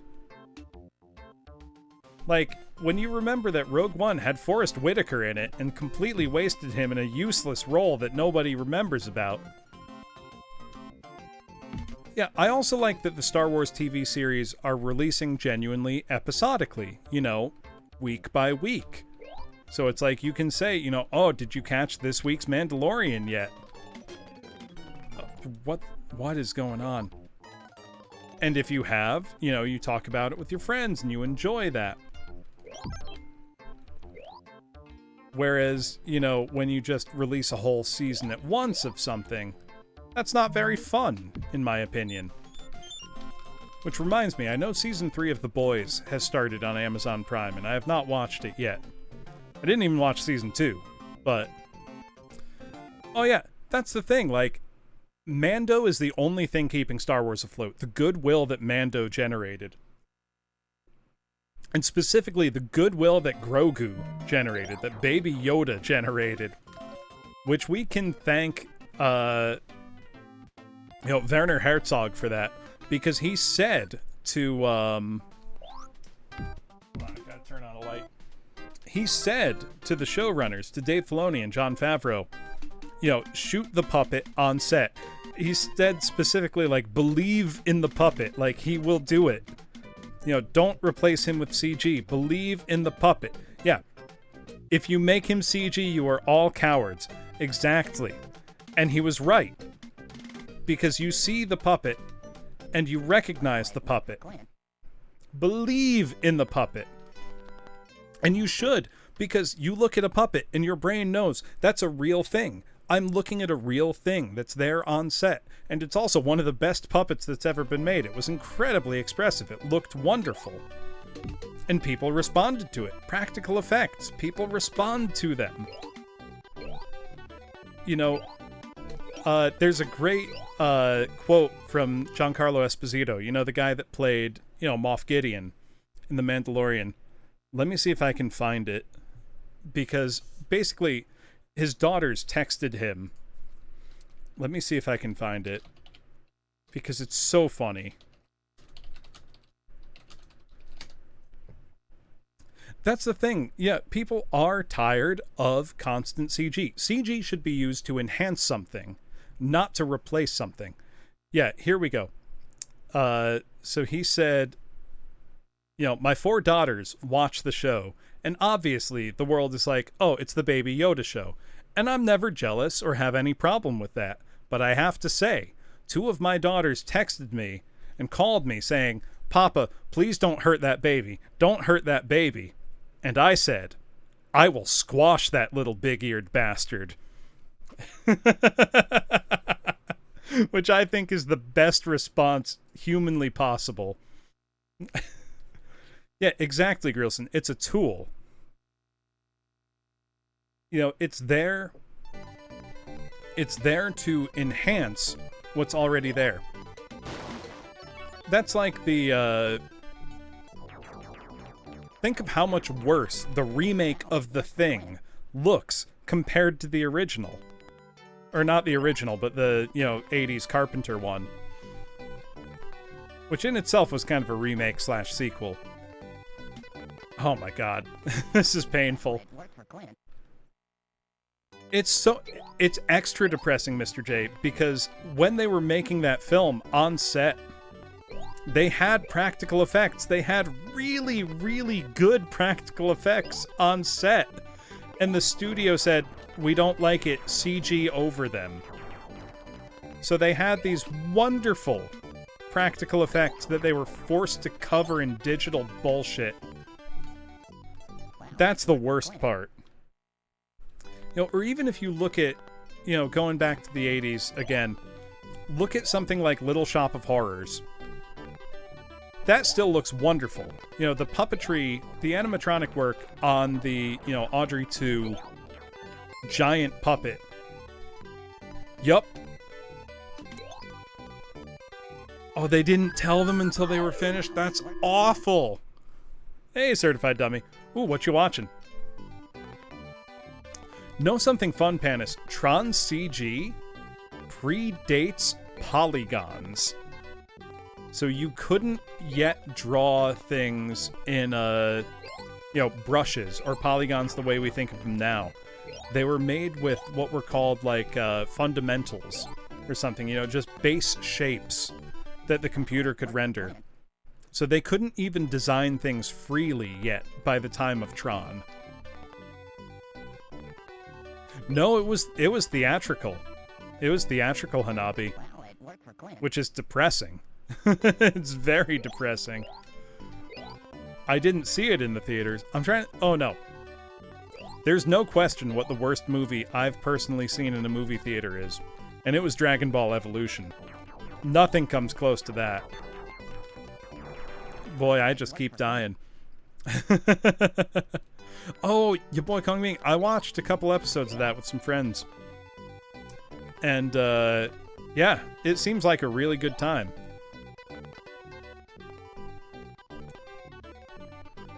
Oh, see, Troy I can live with. Dragon Ball Evolution was so bad that I walked out of the theater. I've never done that before. I've never walked out of a movie that I paid money to go see. I went to see it because, one, I've been a huge Dragon Ball fan my whole life. Or ever since it started, airing on American TV, basically. And I thought, it looks bad, but I need to see it. I need to see how bad will it really be. And the answer is worse than I could have possibly imagined. Genuinely so terrible that I had to leave the theater. Also, I don't know if this level's hard or I'm just drunk now. Could be both.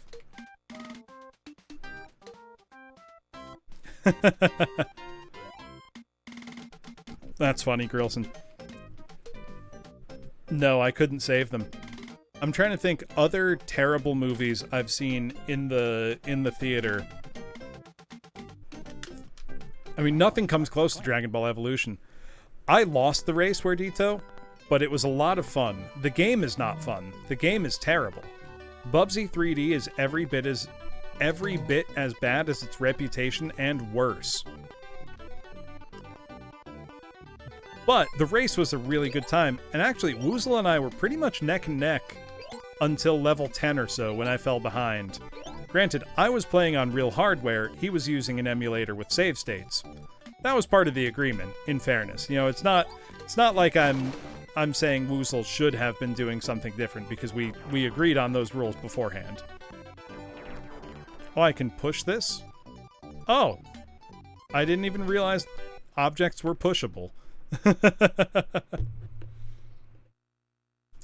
I mean, it's not the worst movie, Hanabi, but it's pretty bad.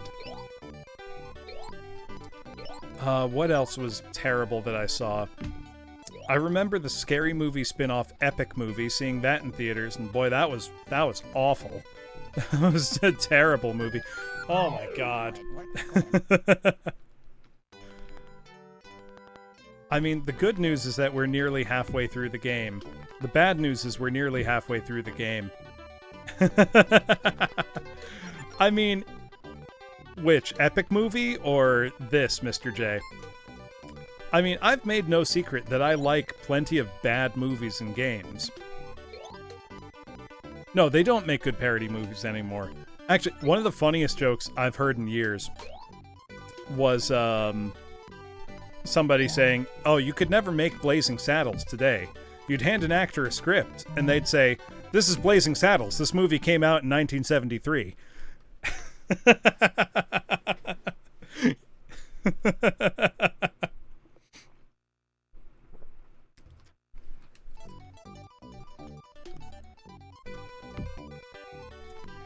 That cracks me up way too much. Blazing Saddles, great movie.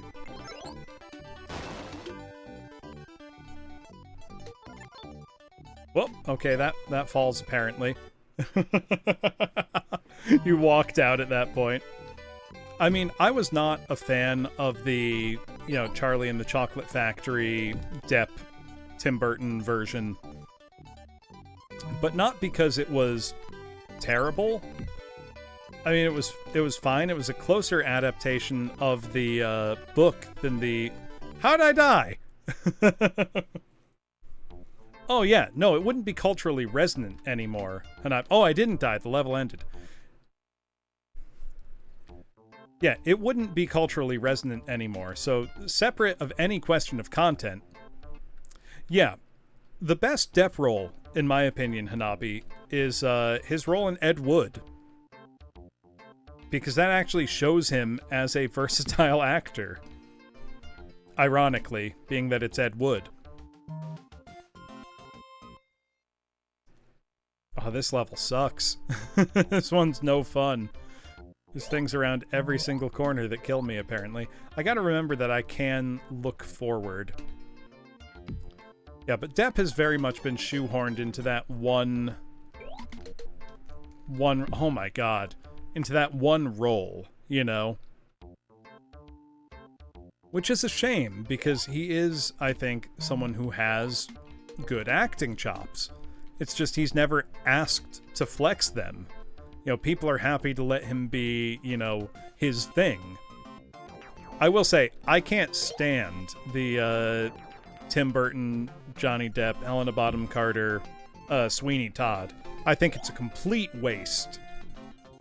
Bad. I have strong opinions on musical to movie adaptations, and that one sucks. That one's bad. Why? Why would you let me go fast and punish me for it immediately?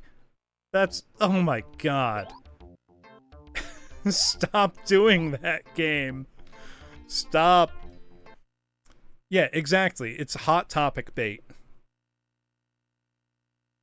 And I say this as somebody who enjoys Sweeney Todd as a musical.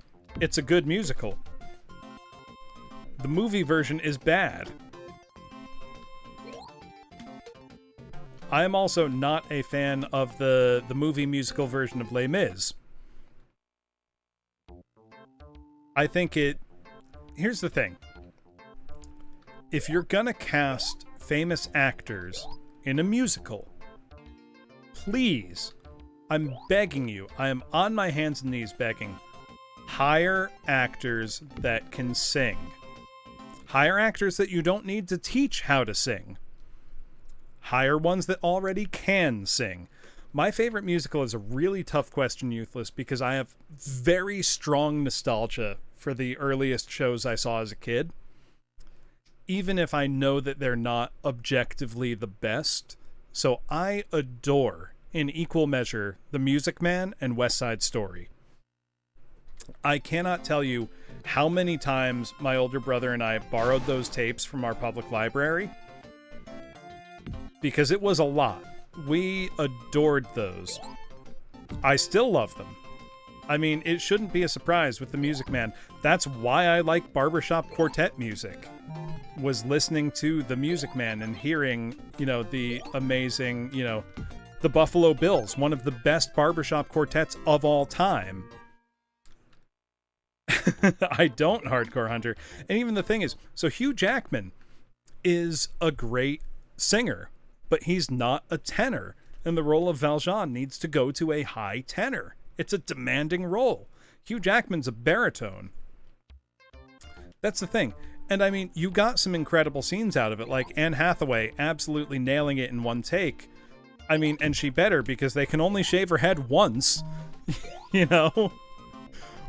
But then you had, all the rest of the movie, and it's like, why?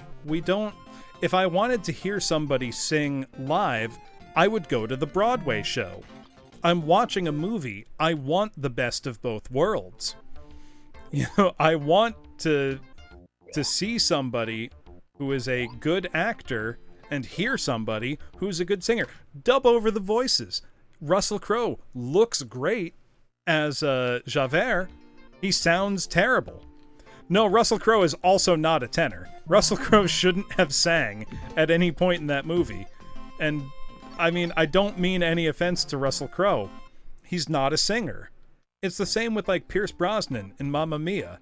Like, he did his best, but he's not a singer. You can only do so much. Anybody can learn how to sing. I believe that very firmly. But when you're making a movie that has, a time budget and a shooting schedule, and you're trying to have people sing on camera, hire singers. There's no shortage of us.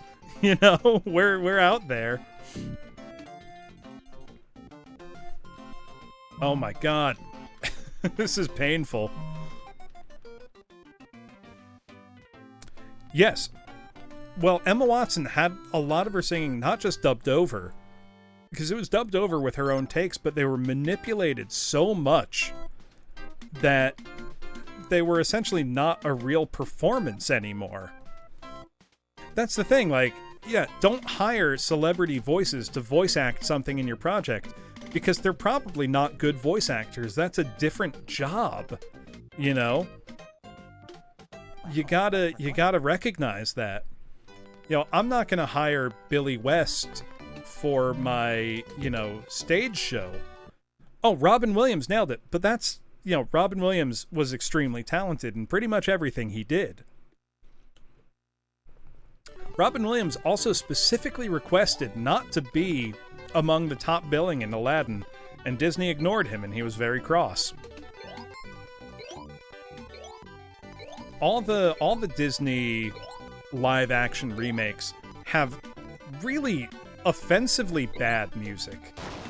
Like, they did such a bad job that it's like they don't understand what made those films beloved in the first place. So, like, I remember distinctly as a kid seeing Aladdin and seeing Lion King in the movie theater. And it was, I will say, among the most scared I had been in my life up to that point when I saw Aladdin was watching the Cave of Wonders rear out from, the desert sands, roaring. That was terrifying. I mean, I was a little kid, but still. Shit, I forgot how this level goes already. The new one captures none of that. And the music lacks a lot of its charm. There's still a lot of triple threats out there, though, Hardcore Hunter. I mean, a great modern example. So, think back to Seinfeld.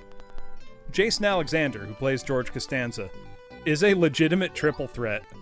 He is a genuinely great singer and dancer. He got to star in a made-for-TV movie version of Bye Bye Birdie, which is another classic show that I have a lot of fondness for. But he played, I'm forgetting the character's name already. But basically the guy who cocked up the whole scheme to, send Conrad Birdie off to war and write the song and have them, basically raffle off a kiss to a fan. He played that character. The one that Dick Van Dyke played in the 60s movie version. And he's extraordinarily charismatic. He's better than Dick Van Dyke in that role. And that's not something you can say lightly. I just keep hurling myself into the abyss. Holy shit.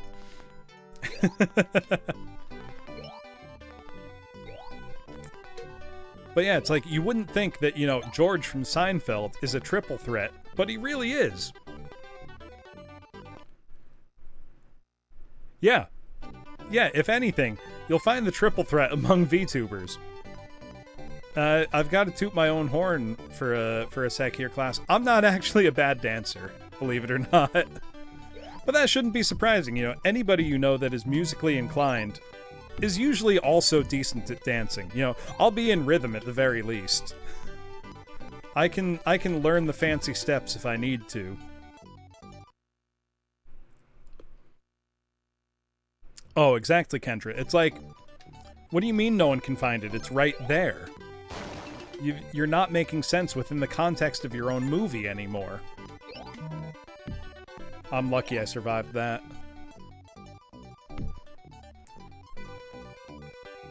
Dick Van Dyke is an incredible entertainer. And the fact that he's still going, he's 95.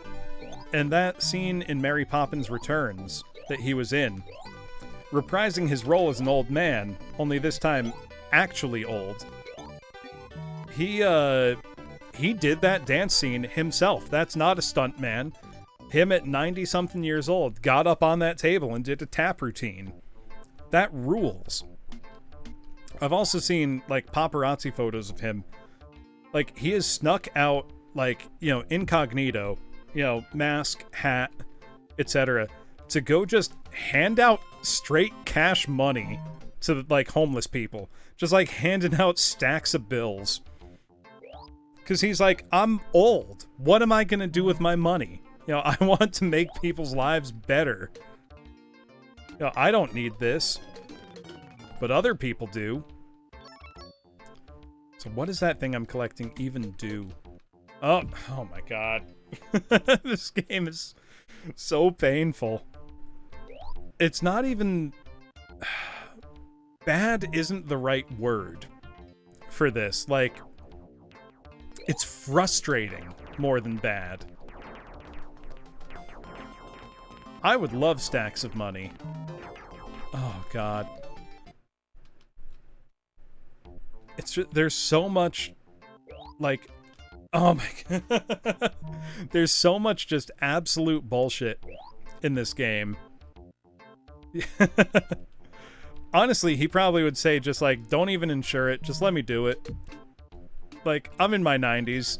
Let me do what I want to do. That's how I would feel about it if I was him. Let me just try to get high up in the level and glide across as much of it as I... Jesus Christ. Alright, I'm gonna look up if there are cheat codes to choose levels more specifically than just that. Everybody wants fat stacks of cash. Is there just a code? Can I go straight to level 7? Okay, enter the font. Oh, I need to plug in a second controller. Can I do... No. Hold on. I think I have a second Genesis controller nearby. Oh, thank you, Rattle My Bones. It really does, Hardcore Hunter. No, we'll stay legit. We're not gonna cheat yet. Yet. Keyword yet. The sad thing is, class, I have no plans at all tomorrow. You know, it's the rare Saturday where I've got nothing at all going on in my life. I didn't have a stream planned. So I am willing to stay up as long... I didn't Epsilon Eagle. I really want to, though. I think it's already on home video. But I've got nothing going on tomorrow, so I have no excuse not to just keep playing until I win. It's on YouTube for rent. Shit. Well, it worked for Quinn. Sure did, Rattle My Bones. Also good to see you. Oh, let me get that stretch in. There we go. This is why I'm glad I have neck tracking. Alright. The worst part is we haven't even gotten to the last level in this pair of 3 yet. And that's the only way the game advances. Is every, like, set of 3. And there's always a boss fight. For a second I was worried that that didn't actually block that guy off. You know, I was gonna say that this game is close to being good, but it's not. It's got so many things wrong with it that I can't be charitable about it. It's mostly just the, like... So, Pexitoris, I'm gonna say it's aggressively average. Is the nicest thing I can say about it. It's quite bad. Well, the graphics are fine, the sound is fine. It's just the level design is so frustrating that it's the kind of game where if you don't know what's coming, there's no possible way to anticipate it. So you will just die over and over and over again. Which obviously is not very fun. Shit! Shit! Shit! Well, it worked for Quinn. Yeah. No, there's definitely a lot in this game that just feels bad to play. Like that. Worked for Quinn. The game wants you to be able to go really fast, but punishes you for going really fast at every possible junction. So it's like, the gameplay mechanics themselves would feel fine if the level design better accommodated the actual gameplay mechanics. Like, I'm dying over and over here, partially because I'm not very good at the game yet, but mostly because the controls fight you kind of every step of the way. I guess I can just go along the bottom there? Like, it kept pulling me to the right there because I had momentum built up. So it doesn't feel very good to play in the way that a lot of other 8 and 16-bit platformers feel good to play.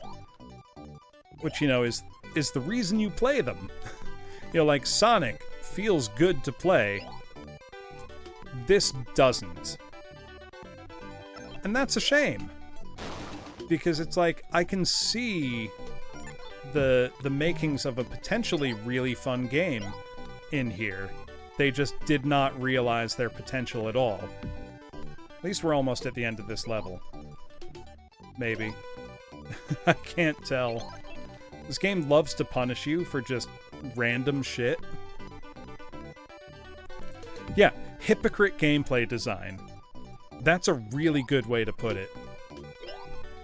Because the things that the game's mechanics seem to say you should be doing, they don't let you do. And that's dumb. You know, that's objectively not very fun. You know, from a surface level, it's like, okay, the graphics are pretty good, the animations are nice, the music and sound are You know, they could be better, but they're not bad. You know, there's a lot of things that could be better. I'm also going to look at the strategy guide and see what it says to do. I don't know that that's going to be helpful at all. Nope.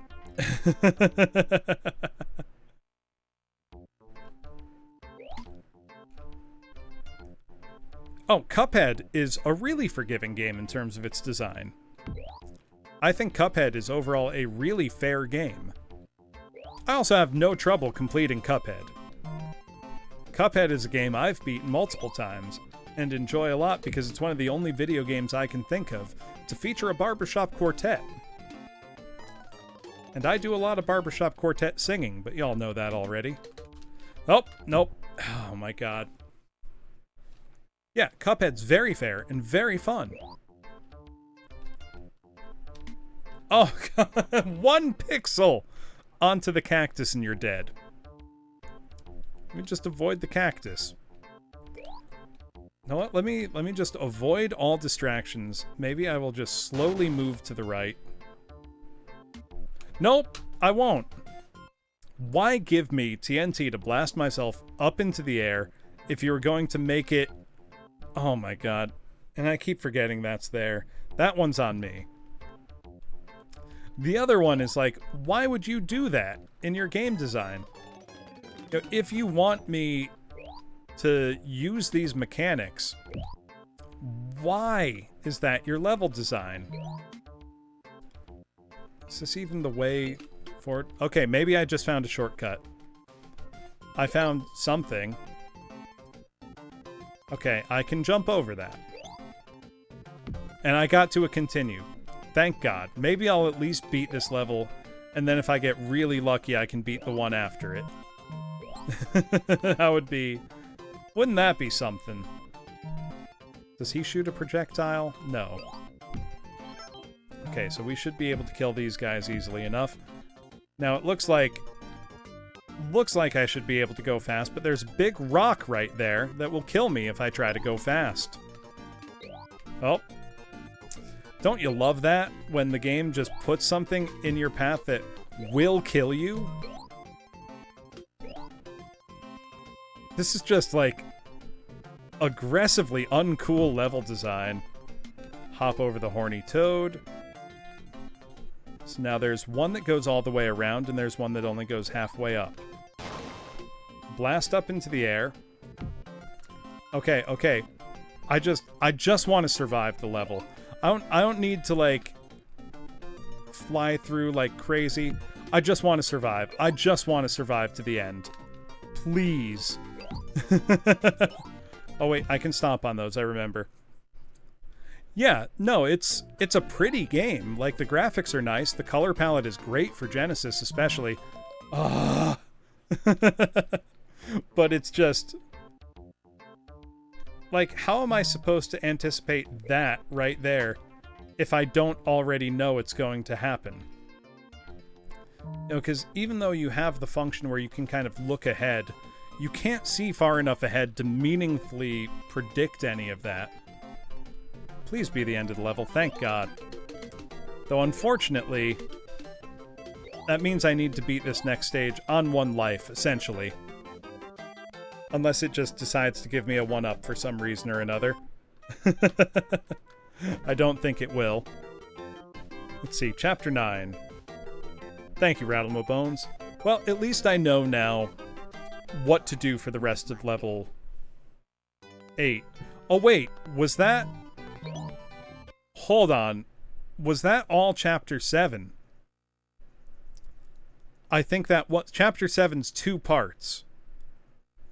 Come on. Oh, that's awful. That's terrible. I thought that was... Oh my god. I thought that was the next level. Oh my god. That's ruthless. Well, don't you what could possibly go wrong me, Bubsy. Well, back to level 7, I guess. Okay.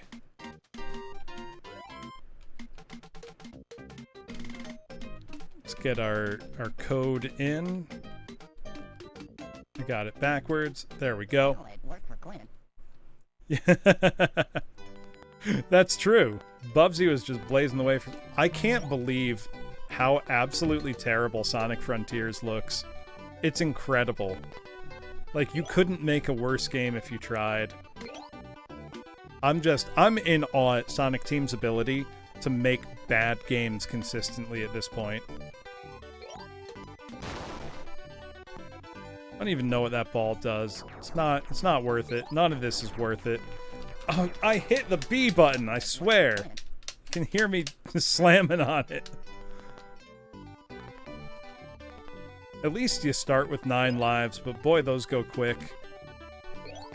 I still have no idea what the yarn does, other than just give me points that seem to mean nothing. My cat just scared me badly by bumping up against my legs. Cat, what do you want? Your food bowl is full. I know it is. I filled it before I started stream. And so is your water dish.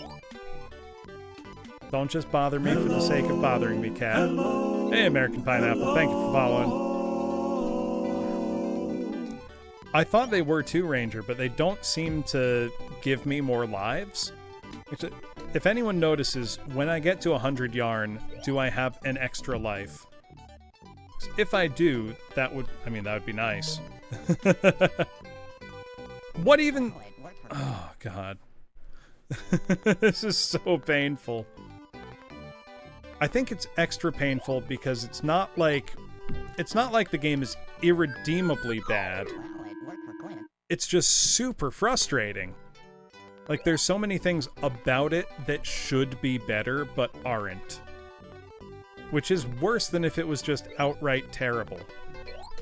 Like, the fact that there's potential here is more frustrating than if it was just bad. Because if it was just bad, then you can, learn it well enough to just beat it, I guess. Okay, no, that got me to 126, and that did not grant me an extra life. Shit! I didn't mean to walk.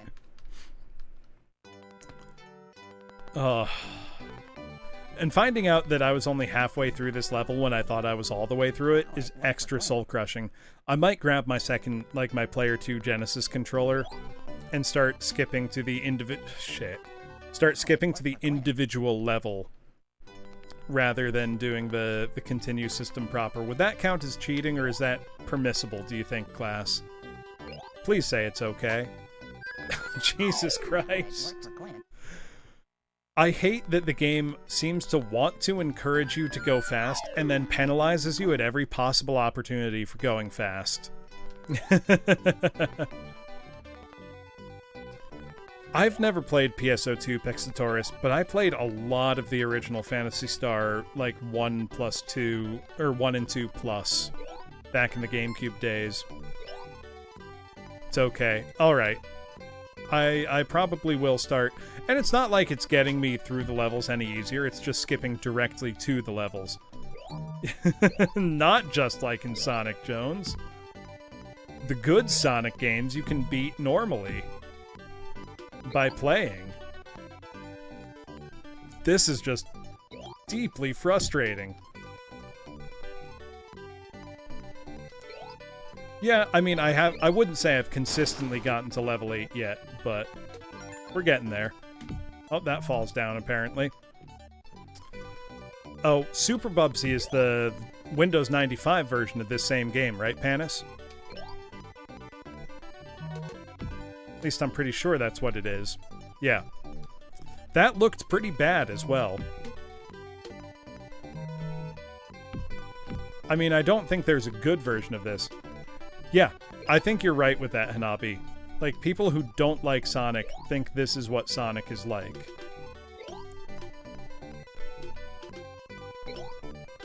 They improved the graphics, which were already fine, and improved nothing else. God, the fact that this is only halfway through the level makes me so upset. Like, none of the other levels do this. Why does this one? Why did this level need to be double length? I guess I'm just gonna very carefully work my way through it.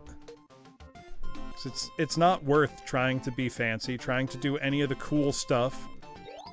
It just gets you dead. Oh, come on! I even was holding left. I hate this. This level in particular is just like a brick wall for me compared to the others. Because I think it's where the game's mechanics being bad are really all coming home to roost. This might be the fastest way. I think this is the way I went when I was successful the other time. So let's do that. And then there's going to be a guy shooting a projectile up here that I have no way to possibly see. So if you just keep running to the right, he will kill you. Okay. There we go. There we go. What does the yarn do, for the love of God? Oh. This is so frustrating. There's just no, like, consistent way. If it's just points, yeah, it makes funny number go up, but does nothing. Like, at least when number go up in RPGs, it... Come on. At least when number goes up in RPGs, it means something. Hold on. I'm gonna take a quick bathroom break. I'm gonna grab myself some more water. I'm debating on if I want to bring the soju down. I do still have one beer left. I will be right back. I need more water one way or the other. Oh, see, I love the original Phantasy Star games, Pexitoris. Like, PSO 1, 2, and 4 are great. Phantasy Star 3 is okay. That one's a little janky. But let's leave you with some sick music. I'll be right back, class. I gotta grab some water and use the bathroom again.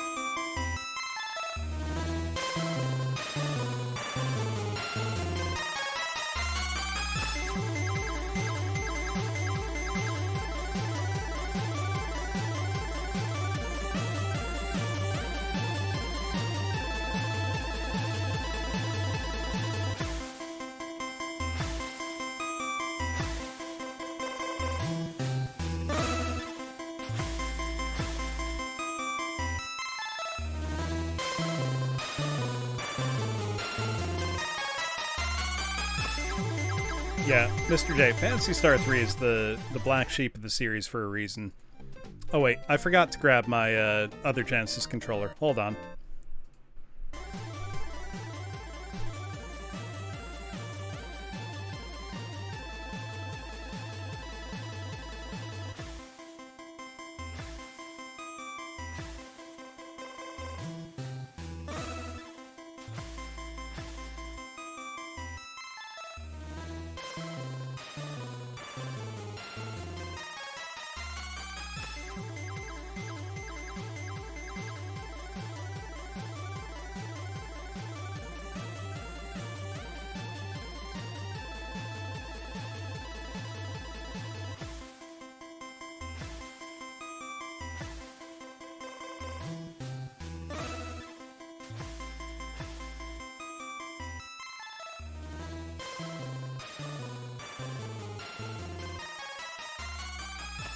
Honestly, Kendra, hearing that almost makes me feel better.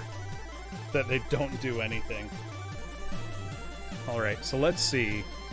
Our cheat code here says we're going to have to do something with controller 2, but that should allow us to skip straight to a level. So enter the following at the title screen on control pad 2. A, left, A, up, down, down, down, left, A, right, B, up, B. No audio or visual confirmation is given. When you've done this, entering one of the following on control pad 2. Okay, let's try this.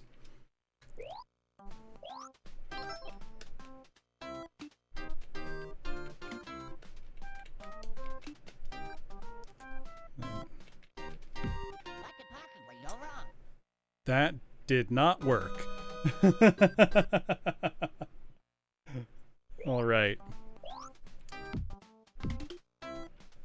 On control pad 2, A, left, A, up, down, down, down, left, A, right, B, up, B, and now hit right, up, start. That does not work. It did nothing.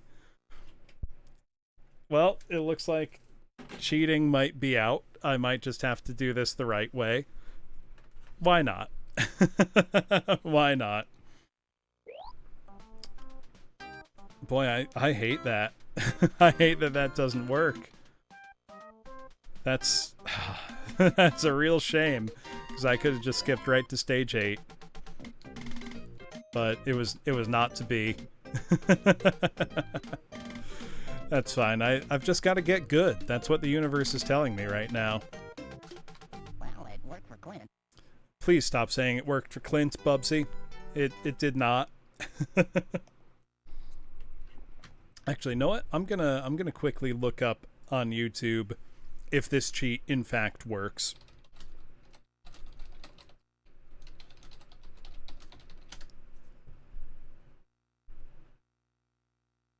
Nope, I searched that and it just gives me Sonic stuff. So that's helpful.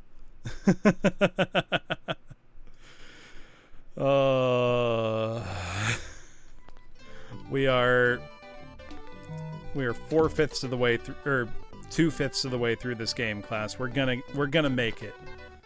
I have no time frame tonight. I can go as late as I want. It's just which will come first, my complete collapse of sanity or victory in Bubsy. Ha! The hitboxes are something special, let me tell you. In that they don't seem to work very good.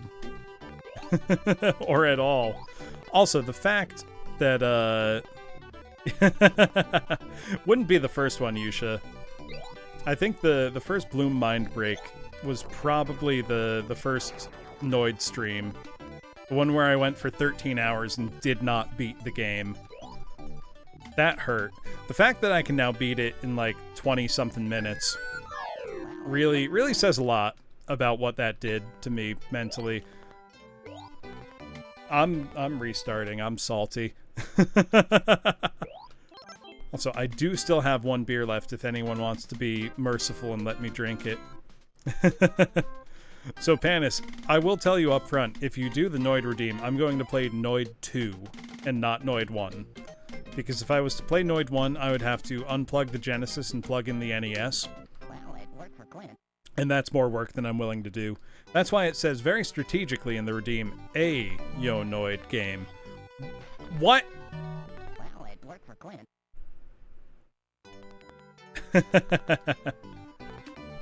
Also, I am considering... I might wait... I'll probably wait until at least 9 or 10 p.m. Oh wait, beer redeems are out? There should be one left. Hold on. Let me... Know what? This one's on the house. I got this one. Oh no, it says all rewards claimed. Whoops. Sorry about that. Here I was waiting with a cold one for no reason. I'm not gonna... Oh, should I... Hold on. I know the way to ask a question.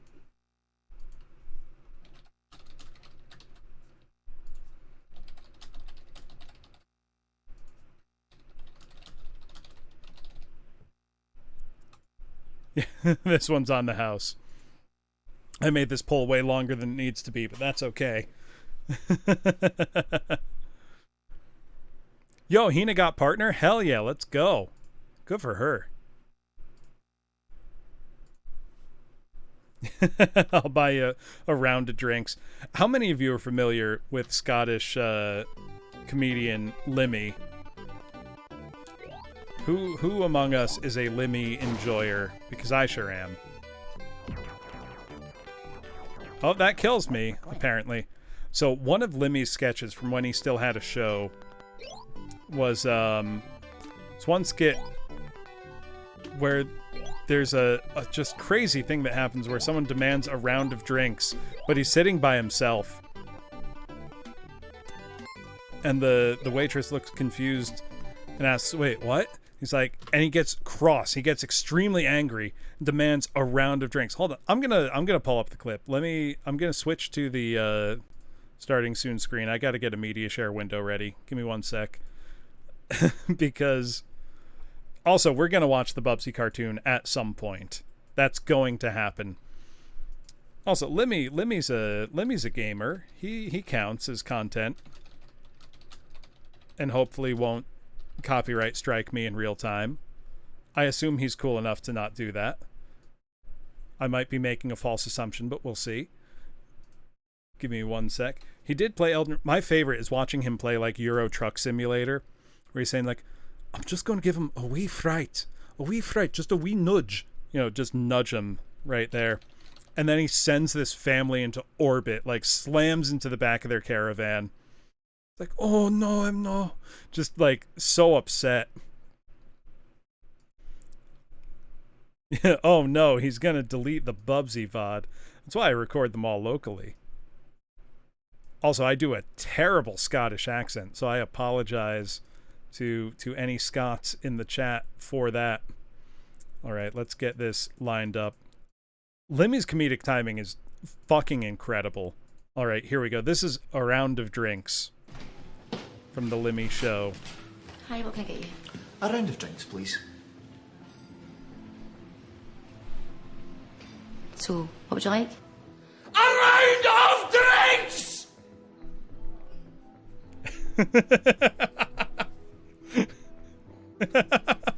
You in the computers? Are you in the computers, son? Do you work the computers? Aye. Well, you know how the letters are all laid out all over the place on the... Aye. Well, do you know that they managed to work out if we could go back thousands of years and change the alphabet so that it was in that order to begin with? Do you know what? What? See, by now, we would have had an extra finger.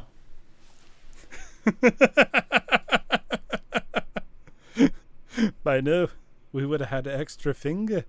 I just love the way it snaps from Limmy apparently in a fantasy scene, watching someone yell at a waitress for a round of drinks, to, are you into computers, son? Do you know how the keys are all laid out? The letters all over the place. Also, if this is hard to understand for Americans, I understand. I've spent enough time around Scots people to understand this, but it's a lot. It's not comprehensible. But Limmy is a treasure. Limmy's not just a national treasure. Limmy is a world treasure. Genius. So the funniest experience I ever had in the UK was I was in Wales. And I was just in like a suburb of Cardiff, so I wasn't like in deep countryside or anything. But even, you know, once you get outside of the city center, even in Cardiff, you start to encounter pretty heavy Welsh accents, or just Welsh speakers. I speak almost no Welsh. And by that I mean literally no Welsh. I can maybe pronounce a few things, you know, I've learned some Welsh pronunciation. Not much. It's a Why can the giraffe kill me? It's a complicated language. But I was in a bar in... Oh, I can drink at my leisure. That's nice. But I was in a bar in a suburb of Cardiff, basically. Because I was visiting a friend there.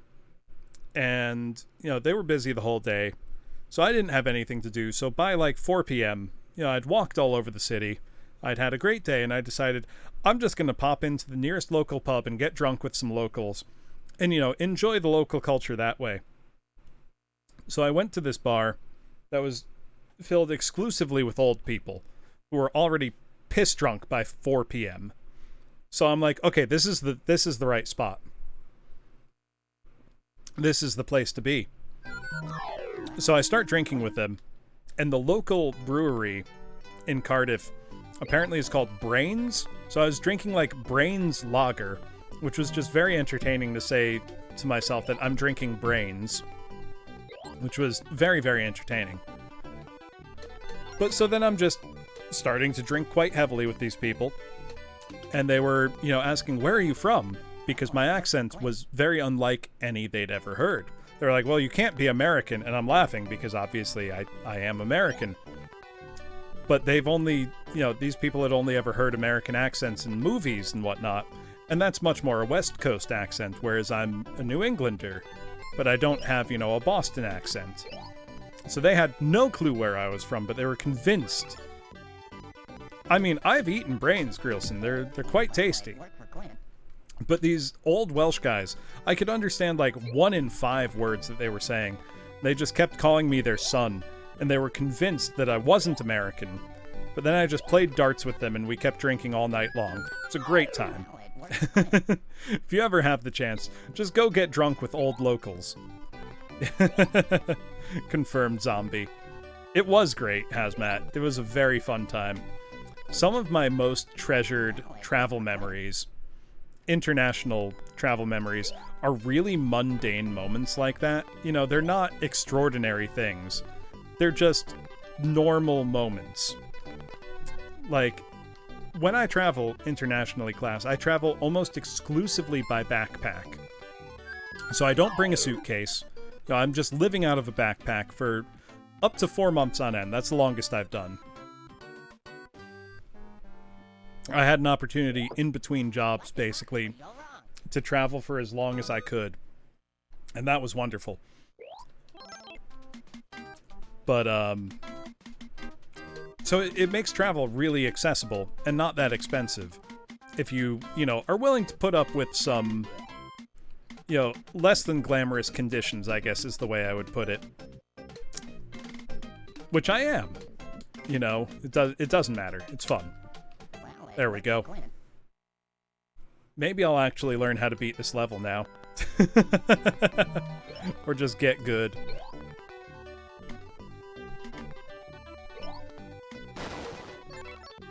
There we go. Oh, God. This game is... It's like they designed the levels, and we're like, okay, where are the natural places you would stop if you, did your glide move from here? Let's put something that kills you right there. That shit's evil. Oh yeah, but some of my favorite travel memories are really mundane things. Like the second time I went to Japan, I started in Fukuoka and ended in Osaka, visiting some friends. And, I'm traveling by backpack, so I can really only carry about 1 week's worth of clothing.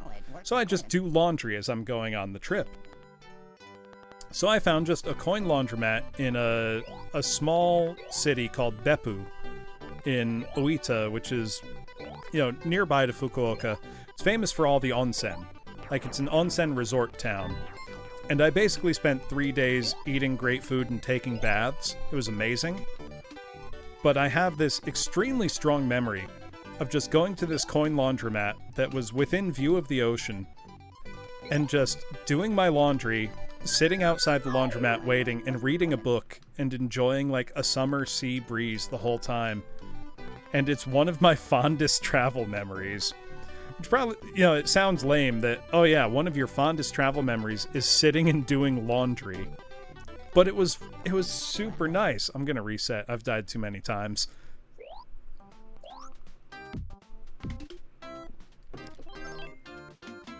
Maybe I'm just weird and enjoy, you know, mundane things. Yeah, exactly.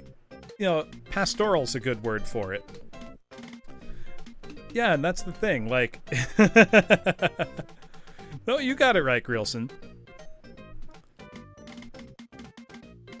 But yeah, it's just one of those things where it's like, you know, I feel bad for anybody that's staying in like a high-end hotel, which might sound like just pure copium, but it really isn't. It's like you miss out on pleasant moments like that. Not just like that, you know, I can't tell you the number of times in places I've been where I've had, you know, a local person basically say like, hey, do you want me to like show you this cool local thing that you wouldn't know about otherwise? And I'm like, absolutely I do. That sounds amazing. Or people just inviting me over for dinner, you know, that I met that afternoon even. Just nice stuff like that that doesn't happen if you're staying in, you know, fancy hotels and whatnot. Also, it's a hell of a lot cheaper. You know, that's not the main motivation, but it is nice to, you know, not have to spend much money on lodging. Which is also just an advantage of having friends internationally. Alright, we're off to a good start. You know, I can only take so much relaxation. I'm not built for relaxation. My idea of relaxation is just sitting back and reading a book somewhere. You know, I can't lounge at a hotel. Exactly, Boomgar. I've done that before. I've asked, like, hey, can you just show me, like, what are the spots? Where do I need to see? And that always works. I mean, it helps a lot if you can speak whatever language it is where you're going. So, like, for August, I'm planning a trip to South Korea. I speak Korean reasonably well. You know, I used to live there for several years. I would hope I could speak it. But, you know, it makes it a lot easier for me to travel in, you know, non-touristy areas, you know, in the countryside and be like, hey, you know, what's the spot? Where should I be checking out? And my Japanese is very, very rudimentary. But even then, you can get by, you know, you can communicate with people even if you only have a few words in common between your languages. Oh, that's awesome. Pexitaurus, if that's the case, I cannot recommend highly enough that you go to Cambodia at some point if you can. Because Angkor Wat is truly one of the most incredible places you'll see in your life. But directly outside of the Angkor Wat complex are lots of other smaller temples that are literally being completely subsumed by nature. And they're gorgeous. You know, they're all architectural marvels, but you're watching them being reclaimed in real time by nature, and it's absolutely incredible. Also, I managed to get through the first half of this level without dying. I feel pretty good. I'm learning, class. I hope I'm learning. I can't deal with having to play this level too much longer. If it gets really bad, I may just...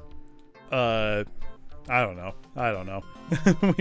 Maybe we'll take a break to watch the Bubsy cartoon. That sounds reasonable, right? How many of you have seen the Bubsy cartoon, actually? I'm curious, because it's bad. Like, it's almost unwatchably rough. All right, we're progressing. Yeah, that's the only one there is, Hazmat, thankfully. They were not allowed to progress. Yeah, more than that pilot would have been unbearable. God, let me go fast, game, please. I'm begging you. Stop throwing obstacles in the way the minute you give me the opportunity to be speedy. It's such a buzzkill. Like, unbelievably so. There we go.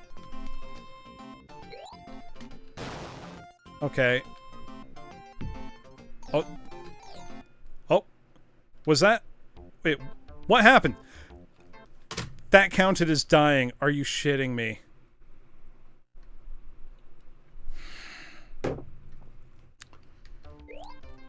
Oh, excellent, Pextatoris. I forgot to hit the glide button so that I wouldn't die from fall damage in a mascot platformer. I'm so upset. Fall damage in a mascot platformer. Come on. This game does have fall damage, Ranger, and you die instantly. That was awful. That was awful. Yeah, Ledenjin, it is a truly one-of-a-kind feeling. I'm just gonna run. I'm just gonna run and pray. Okay, we got further. Mario 64 has hit points, Jones.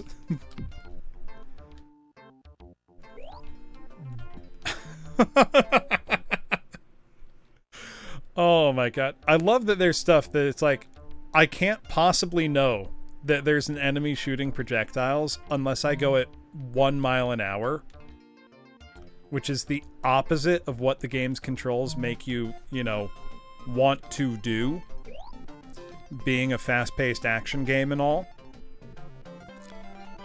Thank God.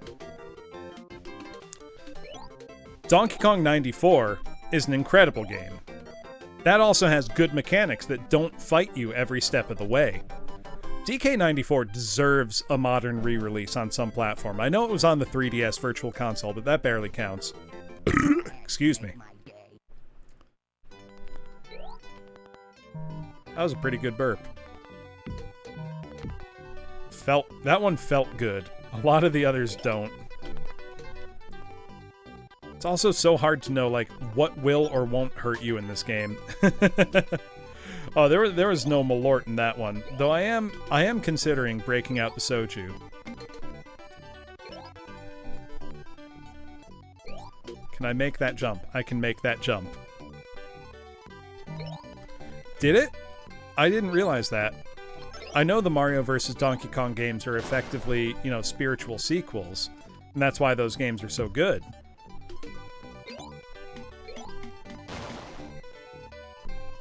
This game, however, has no excuse.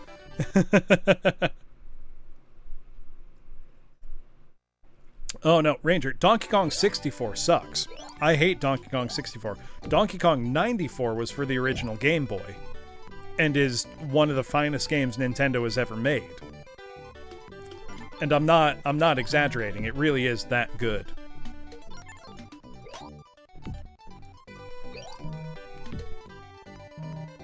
Right, this level's going okay so far. I've probably just spoken too soon. Whoop! Oh my god. I somehow didn't get hit by that. Okay, let's get... There we go. Nope, that's not the way. What is going on? Yeah, exactly, for the brick, the DMG-01.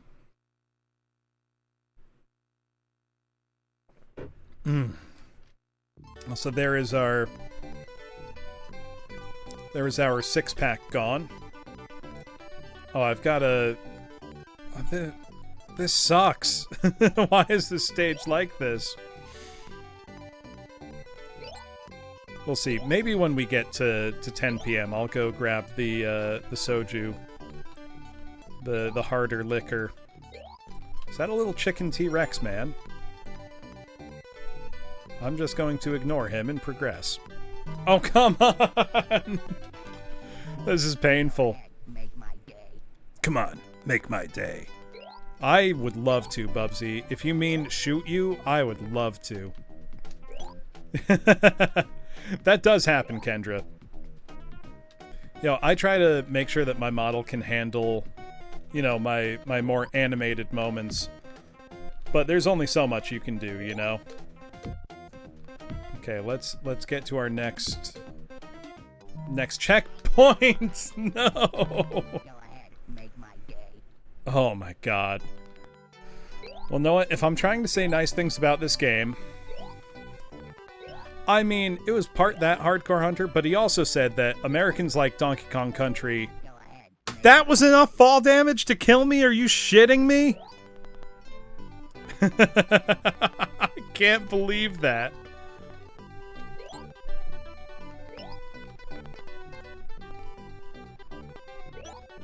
Oh, was that a giraffe death? Oh, Wooly walked into my head. I think it was the giraffe. It's hard to tell.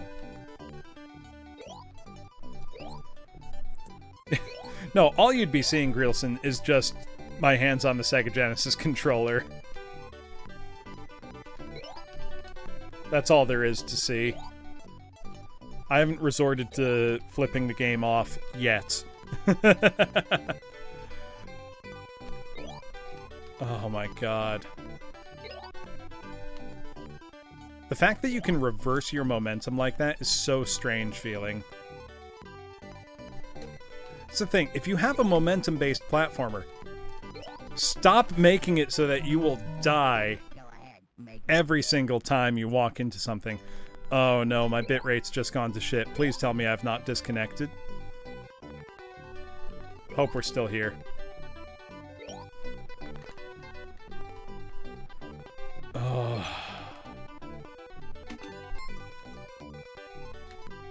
Let's just try to go, I guess, giraffe to giraffe. No DC yet. Okay. I'm seeing it like it cratered on my end. How did that count? How did that count? Even if I had any means of surviving a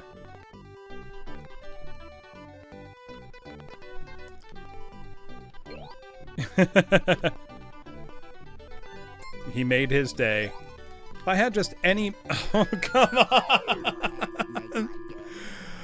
on! Any means of surviving one hit. Just one hit. Let me survive a single hit. Please. I'm begging. Alright. Let's just try to make progress. This is so just bad feeling. Let's be careful, I guess. Nope. We've got you can't even short hop. Okay, it's still coming through. Oh no, I've gone down to 0. I think I have disconnected. No, I see back slightly. I might have to check my connection in a sec. Hopefully I am still here. I'm just gonna try to persevere through the game for the time being. Oh, there we go. There we go. Look at this, we're making progress when no one can see it. No one will believe it's the truth. Am I still connected, class?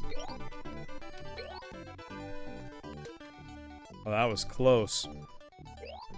That was perilous. Oh, please, please. Let this be the end of this accursed level. We're so close, we're so close. Still getting bits and pieces. Are they still coming through, Hazmat? Oh my god. If I die to this enemy, I'm gonna be so upset. Okay, I didn't die. Thank God.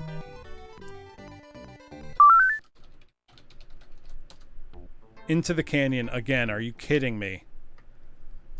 Oh my god.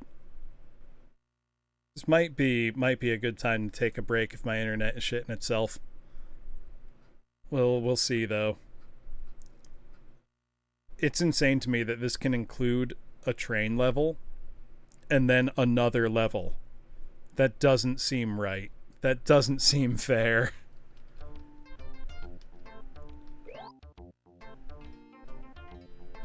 Oh! Cactus. Just trying to not walk into the things what kill me. Coming through crunchily? I'll take crunchily over not coming through at all. It's trying real hard.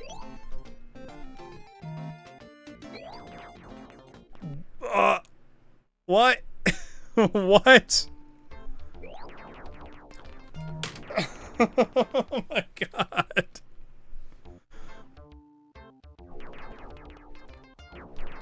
I'm so upset. I hate this game. This is awful. Let me check. My Steam's not even open right now. I don't think. Let me look. Hold on. I usually make sure everything like that's turned off before I even start a stream. Nope, nothing's updating. I think it might just be a bad internet kind of night. Let me try the cheat again.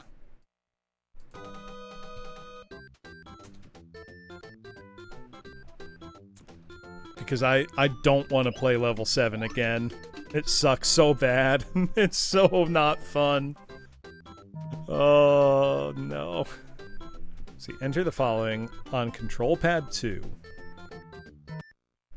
At the title screen. A, left, A, up, down, down, down, left, A, right, right, B, up, B. Nope, I did it wrong. Let's try this again.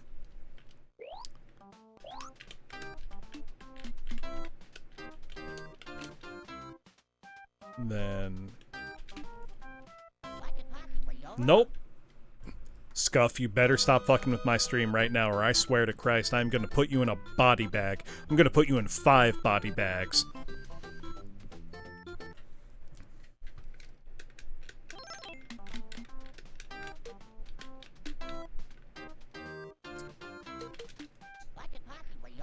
Nope. I don't know if the level select code even works. No, it is not. I have been in the red for like 5 minutes now, Hazmat, maybe more. It's really hurting me. Oh wait, hold on. Oh no. I'm a moron, never mind.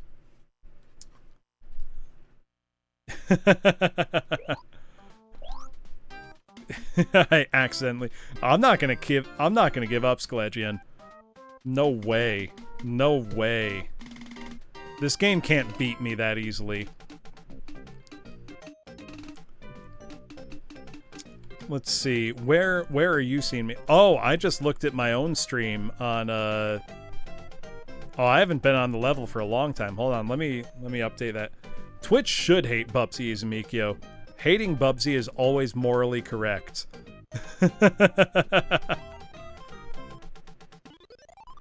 Okay, let me see. It looks like we should be reasonably caught up now. I'm just trying to see... like, monitor my own stream here. Also, I think I found passcodes that I can skip to where I was. Yes, I can! Okay, that's way better.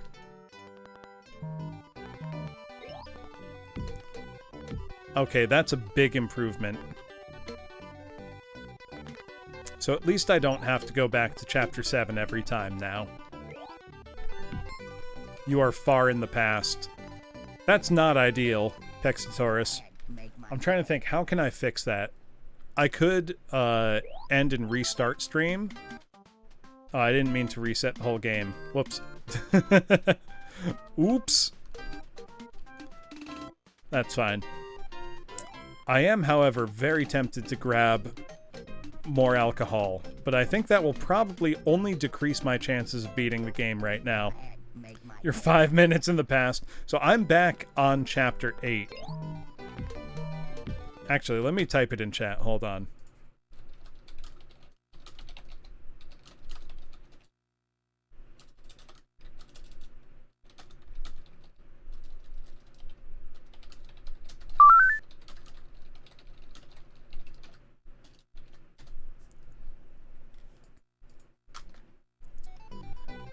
Just because if there's a super long gap, that makes it, I think, a little bit less fun overall. But I'll leave it up to all of you. make my day.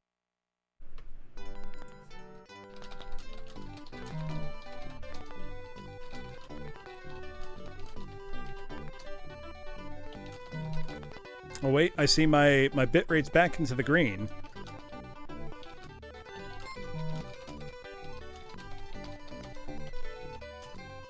Okay, I will be right back. Let's give it a second.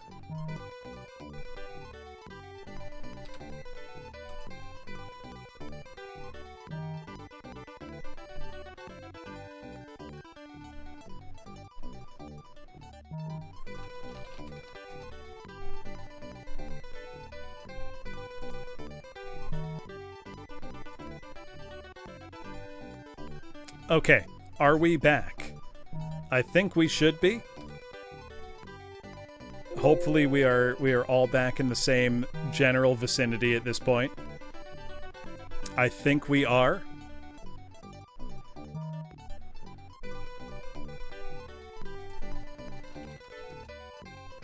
Okay, are we actually back?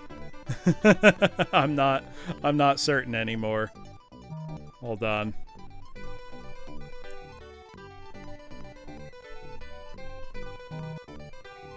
Okay, we're actually back.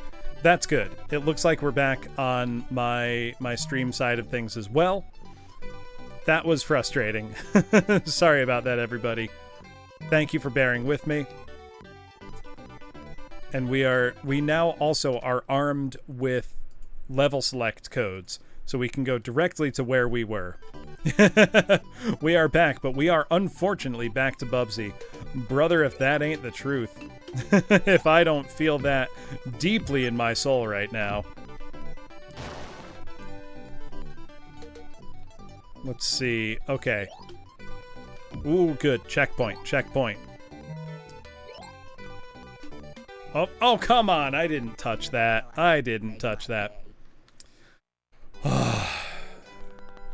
No, hold on. I have a question for people. Which is, I mean, I know what the answer is going to be, but I need to ask anyway.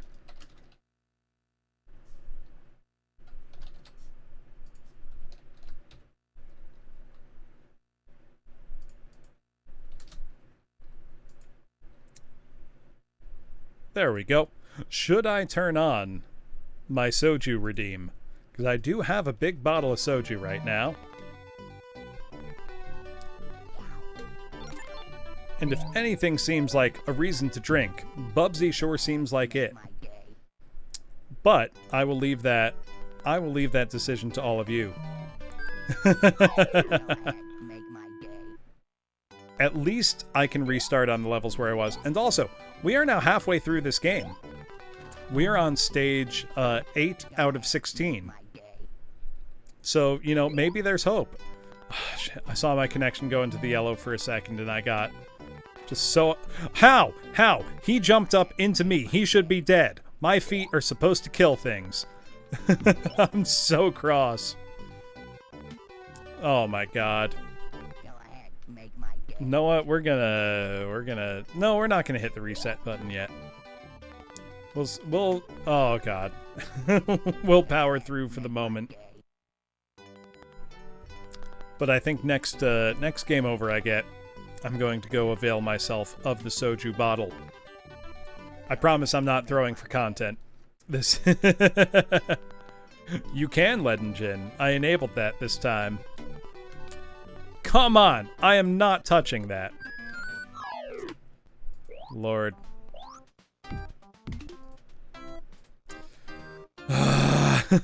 Okay, know what? Give me like 5 minutes, class. I will be right back. I want to let my internet connection hopefully sort itself out a bit. I'm gonna make a little tweet. I'm gonna take a quick break, grab myself the bottle of soju. We'll see. Hold on.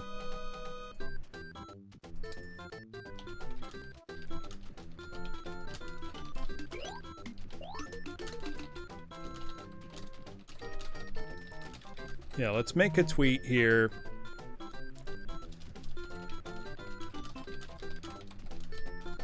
Bubsy, taking a quick break and grabbing some soju to deal with the horrors of Bubsy. And let's add a lovely picture of Bubsy as generated by an artificial intelligence. Because why not, you know? I will be back in just a few minutes, class. I'm gonna take a little break, hopefully let my internet connection sort itself out. I'm pretty frustrated by that, I've got to be honest.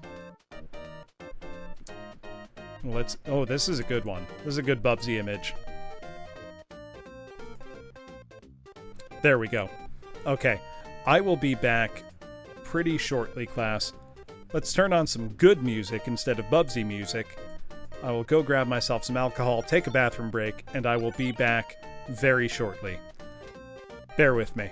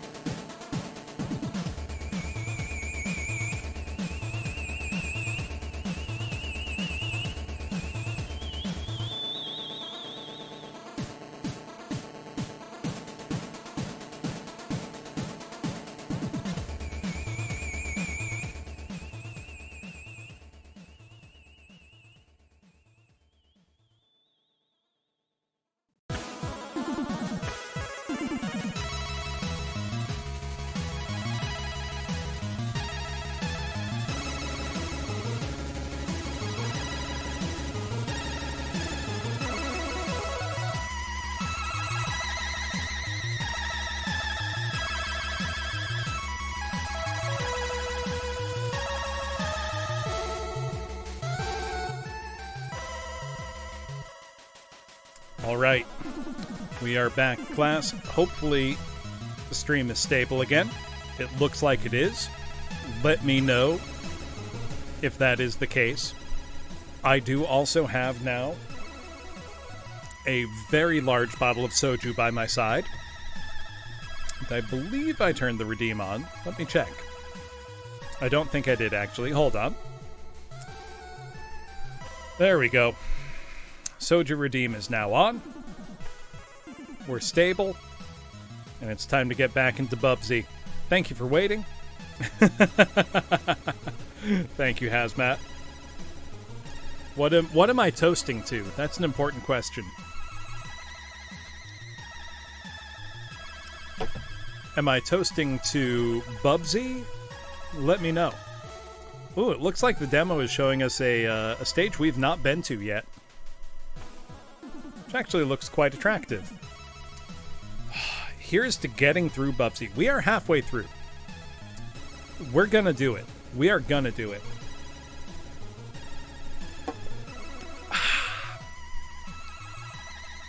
Man, I love soju. There we go. And I do still have water with me, so that's good. Alright. That's enough good video game music. To all the moments where I wasn't playing Bubsy, I miss those moments. They were near and dear to my heart.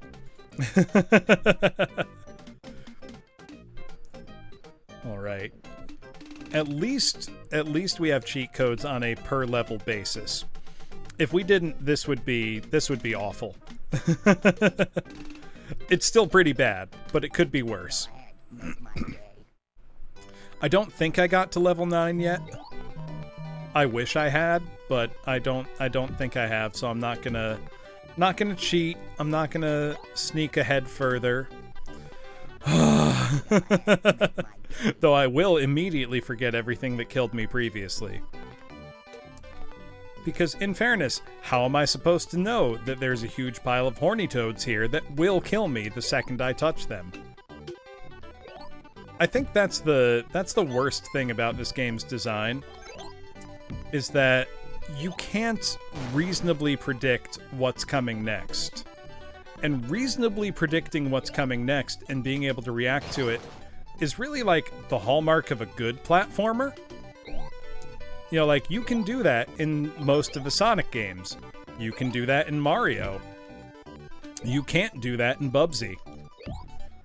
And I think that's the difference.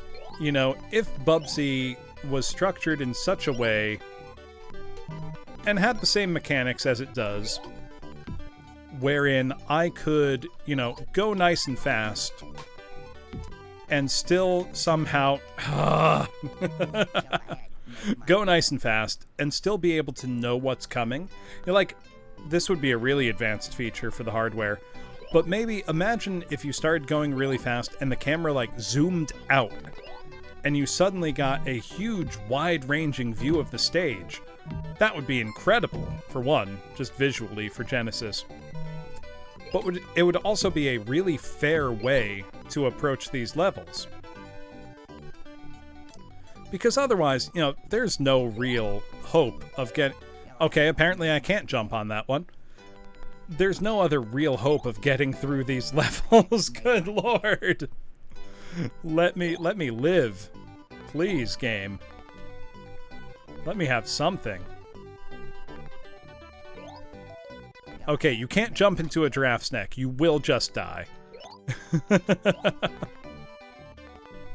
What a... Oh my... I didn't even try to jump high. Please. Please, I'm begging. There's too much bad about this game to be able to save it. At least I've got invulnerability for a second. Let's hope it lasts long enough to be useful. It probably won't. I just need to get to, like, the next exclamation point, which means checkpoint. Because if I can get to level 9, then I can use the code to get to level 9. That saves me a lot of grief. Okay, I just need to hit this switch. which is not an easy jump, apparently. Why? Why is this game like this? There we go. Okay. We should be in the second part of this stage now, into the canyon, because apparently you've got the train and then the canyon. Whoop! I think that was as close to dying as I could possibly have come. This is awful. There we go, checkpoint. Oh, we've... I know the manual warned me about land sharks, but good lord, man. They rise up so quickly out of nowhere. If you don't know they're there, I don't think it's possible to avoid them. And now I'm just cautiously looking around. That's not fun, you know? I'm trying to play Bubsy here. I'm trying to play a platformer where I go fast. Oh, this is agony. Oh my god. I need you to understand, class, that I swear I'm not just bad at this game. Exactly, Mike Sounders. Literally everything in this game kills you. There's a very small list of what doesn't kill you. The lives are very, very fast, Lead and Gin. Yeah, fall too fast, die. Run into a wall, die. Wait, die. Touch anything, even slightly, die. Okay, at least I got the checkpoint here. Oh, I barely brushed against that enemy, so I died. Okay, at least that time I... Nope, nope. Fall into a pit you can't see and die. I really hope that it's just these levels in particular that are extra shitty. There is a lot of character in the game, Mike Sounders. I will say that. That's all I can really say on its behalf, though. I mean, the scrolling is super fast. Fast scrolling is nice, you know.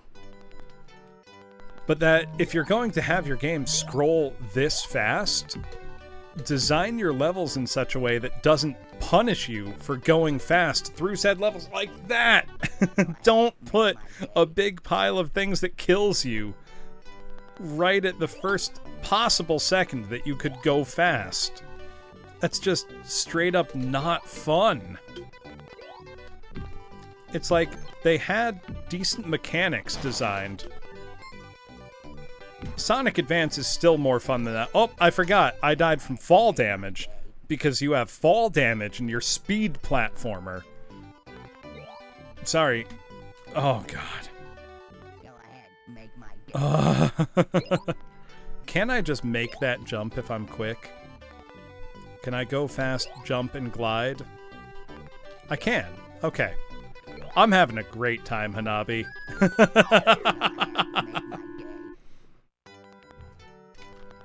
You know, there are two silver linings, Hanabi, and they are in order. Oh my God.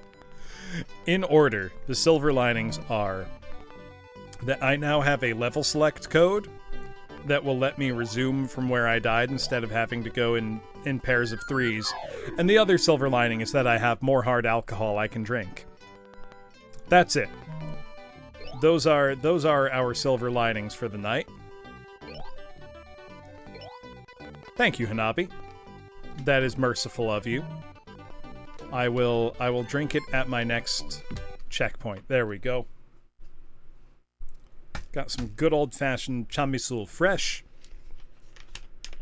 You know, the soju that I'm most familiar with. It's not the super high-quality soju that I can only get, like, from one shop imported specially. This is the average soju. And let's... what am I cheersing to, Hanabi? You know what? I'm going to update the description and say, give me something to cheers to. That seems fun, right?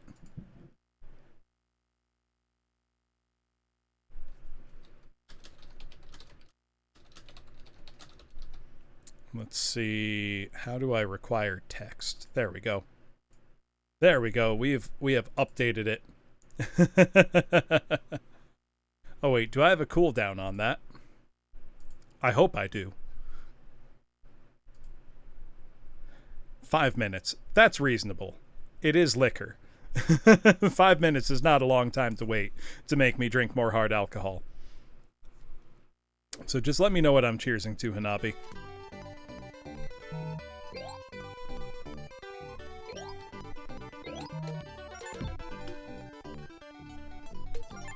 Oh, man.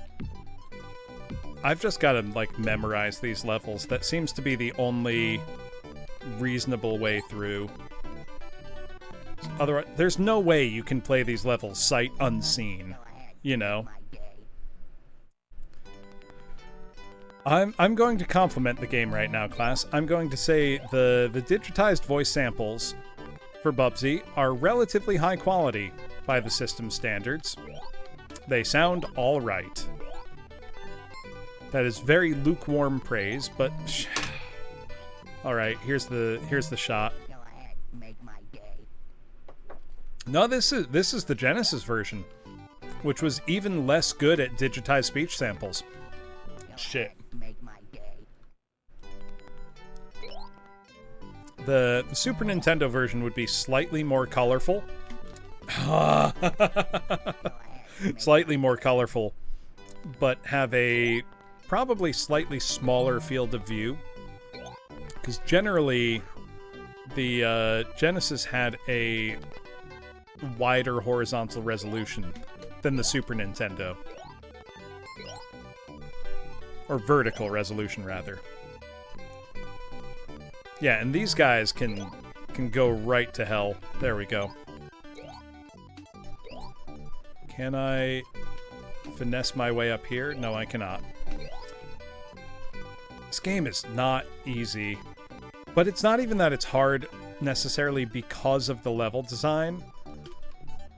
But it's hard because the control is bad. And that's so much worse. You know, if it was just hard because the levels were difficult, that's one thing.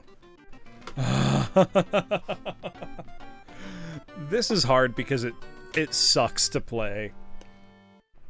How was this game a big enough hit to warrant a whole franchise? I mean, I remember liking plenty of subpar games in the 90s, but I don't think I liked any that were as bad as this.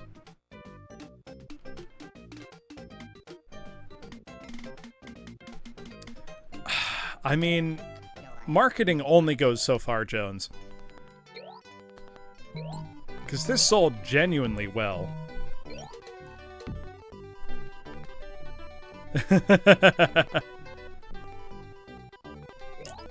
Mike Saunders, if you have tips on how to succeed, please let me know. Because the only thing that I can reasonably see working is just memorizing all of the stages. Okay. Well, I'm glad I'm at least doing at base average. Panis, the worst thing is that doesn't sound that far-fetched. I can completely imagine there being another Bubsy game next year. That definitely seems like the way it's gone so far, Mike Saunders. Like, the roller coaster levels weren't too bad because I was able to skip most of it. Oh, come on! Go ahead, make my day. That's extremely funny, Jones. I mean, kind of fucked up, but also very funny. Annapurna Bubsy coming soon. Give me the cinematic, story-driven Bubsy experience. Know what? Just give me... You can even take the level designs straight out of Bubsy 3D, but put them in a competent game engine. Port them over to the Yonoid 2 engine. Then we'll have a game. You do. The other thing, though, if you're,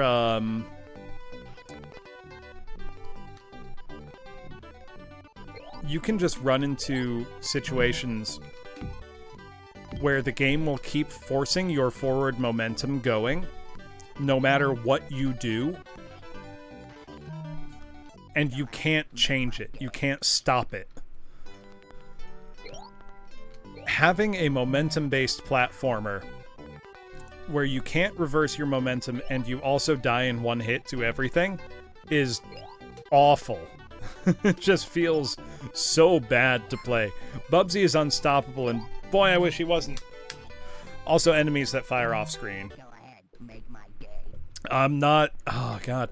I've been stuck on this level for like a whole ass hour. Not even progressing. The worst part is that... oh, come on! Suddenly the game's levels decide to become two-part around this time. Let me try that, Jones. Oh, that didn't work. Oh, God. Okay, I just clipped right through the platform there. That's cool. The momentum in this feels so distinctly wrong compared to other games I've played. Like, it actively fights you every step of the way. What am I doing wrong? Trying to have fun? Assuming that this is a game made to be enjoyed? That's true. I'm not playing it like it's Bubsy. The problem is playing it like it's Bubsy is very counterintuitive. I haven't done my Ulalalia reps enough to understand what playing something like Bubsy truly means on a spiritual level.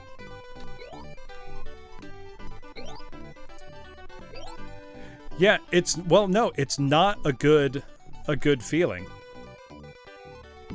Yeah, it's true. It's really true, Boomgar. Also, Ulalalia wrote a review for... Oh, come on! Ulalalia wrote a review for this game on Game FAQs 12 years ago. And it's incredible. It's an amazing review. There we go. Give me that invulnerability, baby. Let's go.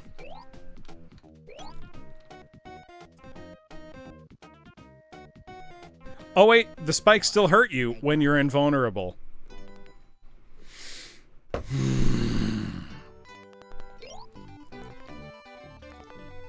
Because that makes sense. They only make you impervious to enemies, not... Oh, come on! What killed me? Oh. I will remember that. No, we're not playing two players. Let's get... At least we've got our codes now. There we go. I think the draft did kill me, Hazmat, but I'm upset about it. I reserve the right to be salty about my deaths in this game. Oh, shit, I forgot about the stack of horny toads that you can't see. You just need to know are there and jump over. Go ahead, make my day. Oh, it's... Honestly, it's comically bad level design. Though, I will say, in all fairness... Go ahead, make my day. No, I got nothing. I was gonna say I should just play better. But I'm gonna say, fuck that. Fuck that. This game doesn't deserve, in all fairness.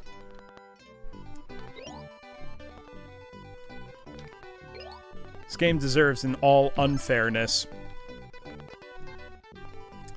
No, I don't think it would crack my bottom 10 either, Jones. But it's still bad. Like, the way the levels are laid out is just so actively antagonistic to the player and to its own mechanics. Fuck that, I'm resetting. Because, so when you actually get to go fast in this game, it feels really good. but then the game actively punishes you. Somari. Oh no, Somari's for the NES. But so the thing is, going fast in this game actually feels really fun and good. And then it actively makes it so that you can't go fast. That sucks. That's bad design. If you're gonna make a game where I can go ludicrously fast, and I mean faster than Sonic fast, yeah, I got lucky on that fall. But when you're making a game where I can scroll faster than Sonic, and you make it so that fucking everything kills me, you made a bad game.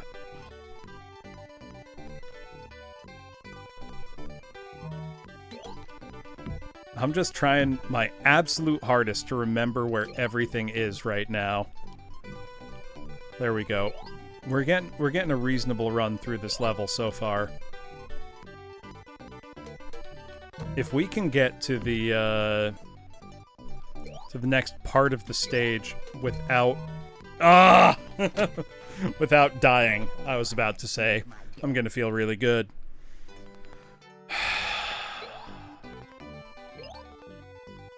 It's just, this is the most tiresome kind of platformer. Exactly, Hanabi. It's like, okay, Sonic is fast, but Sonic can back up his speed with branching level design that rewards learning, but doesn't punish exploration. That's the difference.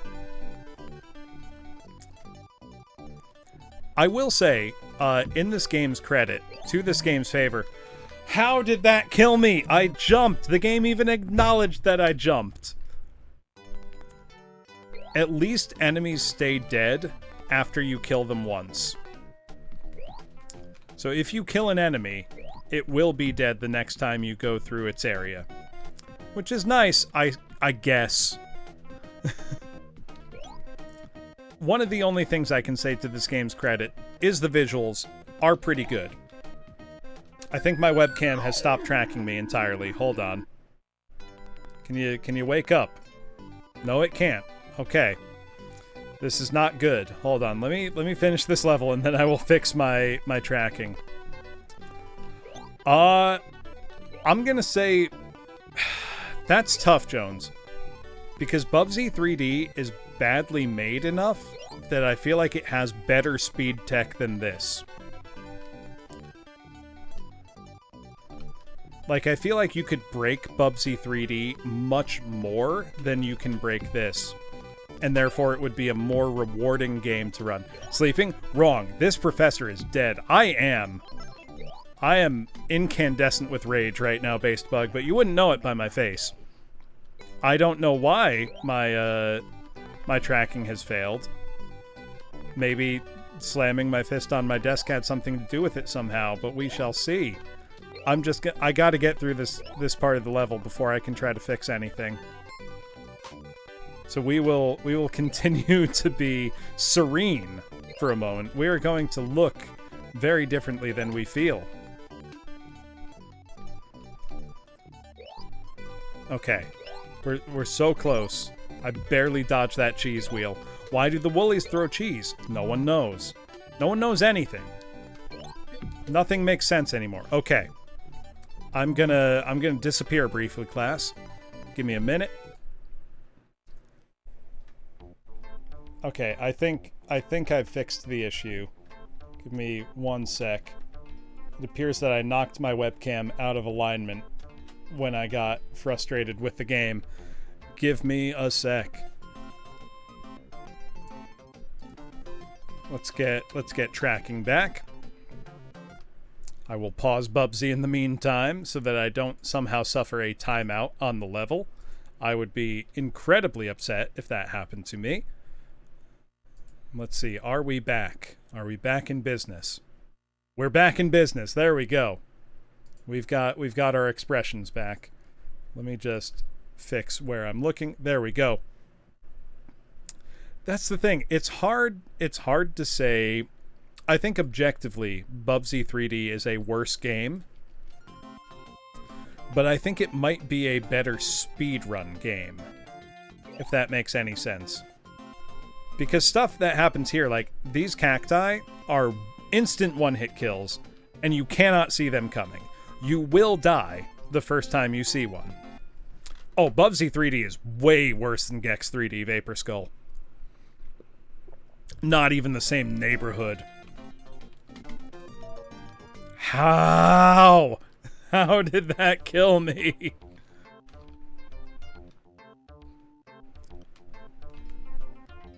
Let's just try... Nope, I'm dead now. If you had a life meter in this game, if you could just take even 2 or 3 hits before death, this game would immediately be much solidly better.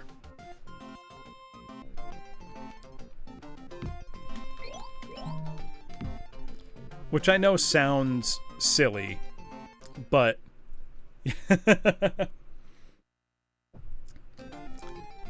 I'm gonna... Oh, nope, that kills me, apparently.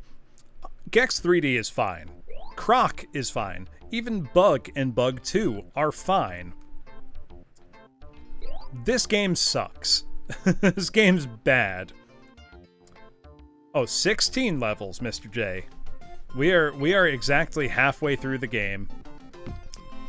Thank God I at least found a, Oh, nope. Oh, I hate it so much.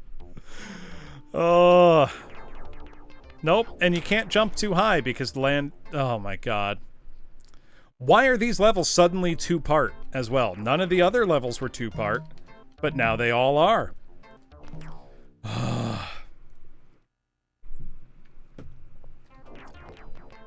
Yeah, no, that's because Rockman 4 minus Infinity, Jones, is coded by people who know what the fuck they're doing. By actual hardware wizards. And this game was made by Accolade. This game was made by chumps. This game was made by the not even good enough to run Activision side of the gaming industry. Literally, Accolade started as a spin-off from Activision. People that left Activision to go their own way in the games industry. Fuck you, Bananas. You almost made me die. I made myself die that time. This is awful. This is terrible. I'm tempted to cheat to skip this level, but I'm not going to yet. Yet. We'll see. Because my patience is running so thin with this game. Very genuinely. No, that's not the right code. There we go. Go ahead, make my day. See, I'm fine with them deviating a lot from the original game. Because I'm not a humongous Mega Man fan. So, you know, it's not a big deal to me if the game is different than, you know, Mega Man 4 or Rockman 4. That's whatever. Go ahead, make my I hate this. This level is awful. This level has no fun value whatsoever. Because anytime you think you might get to do something fun, the game just says, nope. You can't. You can't have that fun that you would like to have.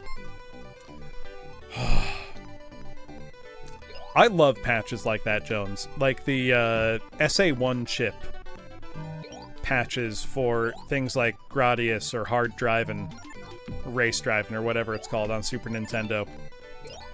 The SA1 chip patches are absolutely incredible. That's the thing. Accolade was a sometimes developer, sometimes publisher. As a publisher, they publish plenty of good games. As a developer, their track record is atrocious.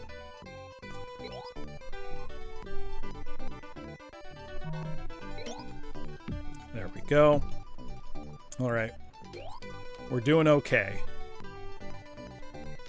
It just kills me that, like, movement in this game could be super fast and fun.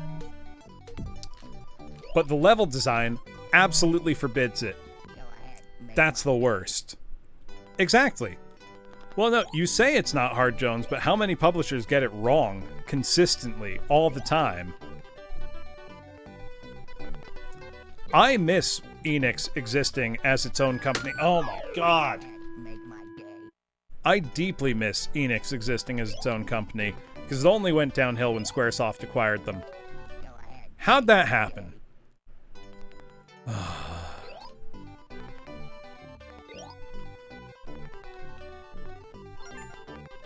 Yeah, no, I just clipped through the giraffe's neck. Completely.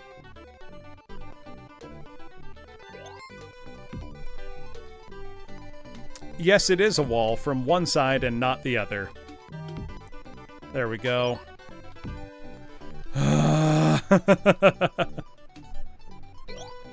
Kill this guy. Was it really? If they did, they fucked up. they got it wrong. You quickly learned why monopolies suck. Good lord. Okay, I just gotta get down here. Yeah, that's true. I wish I had gotten a chance to fly, unlike the MD, like DC-9 or DC-10 at some point. Yep, AOL Time Warner. I did not realize that it went that way around, Jones. That's very interesting, and that would actually explain a lot. I think the last game How? I landed on his head. I'm so mad. This game sucks. This game blows.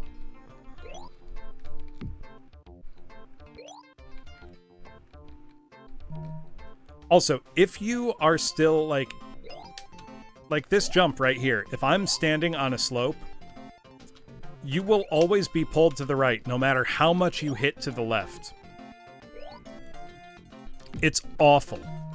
At least I've got a bunch of lives now to deal with this. I couldn't bring myself to do that, Mr. J, even with Bubsy. But I've thought about it. The thought has crossed my mind. Also, for a game all about speed, I'm now just like barely tapping to the right because I know before I stepped on these bananas and I fucking died. Ah! Come on! Nope. Don't jump. You'll die. This shit sucks. I'm just praying I can get to level 9.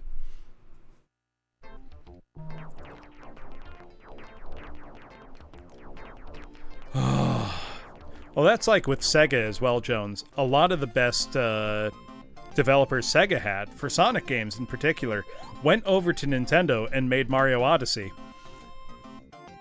Oh, let me sing something. That'll hopefully improve my mood a bit. Let me see. Oh, Fat by Weird Al. So, Certified Dummy, I don't have it on request. I just have it as I'll sing something I want. But I love Weird Al. So you're in luck.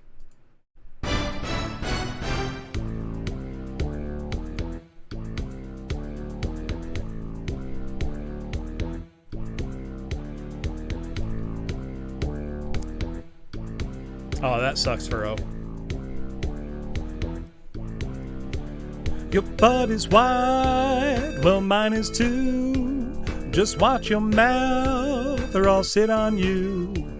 The word is out, better treat me right, 'cause I'm the king of cellulite. Ham on, ham on, ham on whole wheat, alright.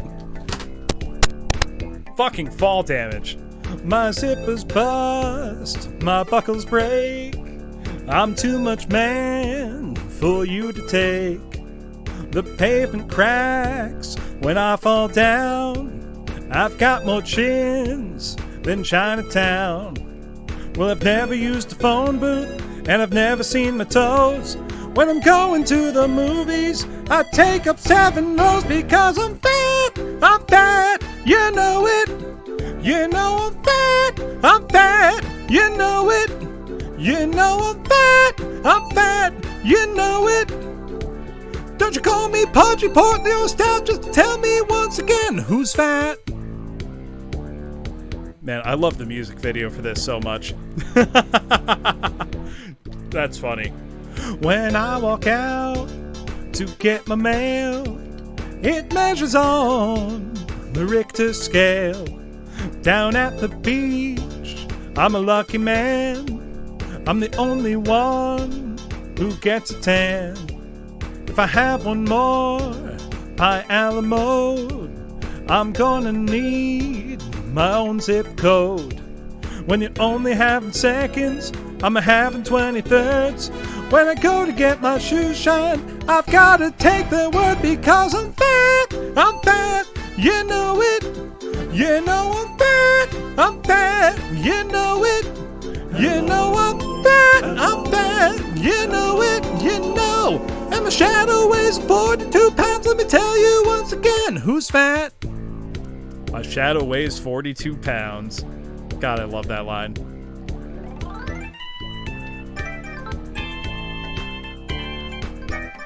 Oh, I thought I was gonna die there somehow.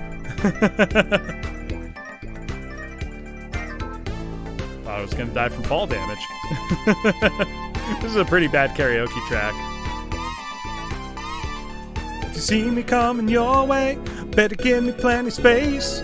If I tell you that I'm hungry, you feed my face because I'm fat, you know it. You know I'm fat, you know it. You know I'm fat, you know it, you know. When I sit around the house, I really sit around the house. You know I'm huge, I'm fat, you know it. You know I'm fat, you know it. You know I'm fat, you know it. Come on. And you know all by myself, I'm a crowd, let me tell you once again. You know I'm huge, I'm fat, you know it. You know I'm fat, you know it. You know I'm fat, you know it, you know. And the whole world knows I'm fat and I'm proud, let me tell you once again, who's fat? Oh, the song doesn't keep going, why does the track keep going? You know it, you know I'm huge, I'm fat, you know it, you know. And the whole world knows I'm fat and I'm proud, let me tell you once again, who's fat? Thank you, certified dummy. I love Weird Al. I am actually planning, class, at some point in the near future to do another... I did one, I think it was last October, an all Weird Al karaoke stream. However, my plan for doing it this time is to do... Not your 6/8 of a pizza devouring ass. So do another Weird Al karaoke. But instead of just doing a Weird Al karaoke... Oh, I'm sure it's going to be good, Izumikyo. I can't wait. If Al is signing off on it, I'm on board. I trust Al. But I think what I would like to do is sing the original and then sing the parody. Then throw in a bunch of Al originals in addition. And this is one I'm going to have to work on myself. I want to stitch together every single one of Weird Al's polka medleys into one song. And do that whole thing through karaoke. That would be about an hour 20 minutes of straight singing to, mix up all of his polka tracks as one long karaoke track. And it would literally cover from the 60s all the way up to the 2010s. Yeah, Don McLean has said when he's singing American Pie, he will sometimes have the lyrics to The Saga Begins pop into his head. Other artists that have commented specifically on Al's parodies, Mark Mothersbaugh, the lead singer of Devo. How? Fuck. I hate this.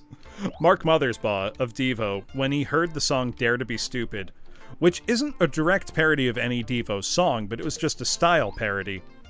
He said, "It was the most beautiful thing I'd ever heard, and I immediately hated Weird Al for it." He was so upset that Weird Al wrote a better Devo song than he did. Which is deeply funny. Also, I don't know if I thanked Dragonic Wolf. Thank you for following. That might have happened while I was singing. Weird Al, and I mean this without a shred of sarcasm, belongs in the Rock and Roll Hall of Fame.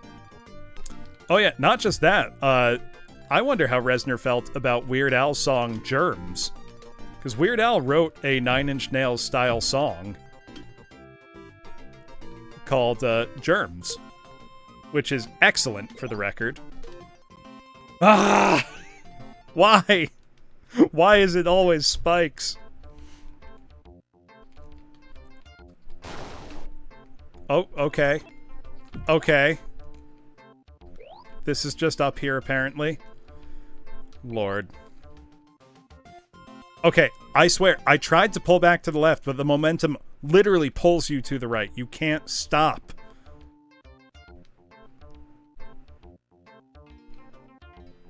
Oh, this is so frustrating.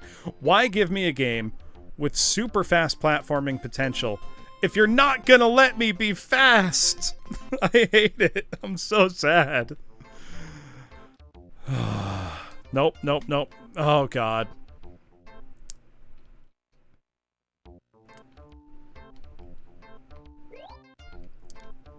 One of the other really funny Weird Al stories I can recall hearing is, it was in the 80s. Weird Al was at, a party with a bunch of other big-time, music industry, types. And, he saw Sir Paul McCartney. And he thought, well, I've got to go introduce myself to Paul McCartney, because obviously Weird Al's a huge fan. And before Weird Al got the chance, Paul McCartney pointed over to him and said, "Hey, that's Weird Al Yankovic." So Paul not only already knew who he was, but was excited to see him. Which I think is very, very sweet. Hell yeah, that's awesome, Vapor Skull. Can I look down? Oh my, this is terrible. I hate this. I hate this so much. Yep, if I hadn't looked up, I would have run right into that woolly.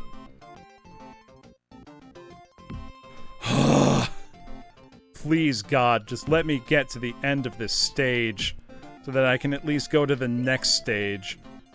Oh, we're there. We're finally there. Praises be. It's just wild to me. Oh, absolutely, Mr. J. Weird Al is cooler than anyone else Daniel Radcliffe has played by so much. By so much. Alright, we're on to Chapter 9, finally. Dances with Woolies. These titles are killing me.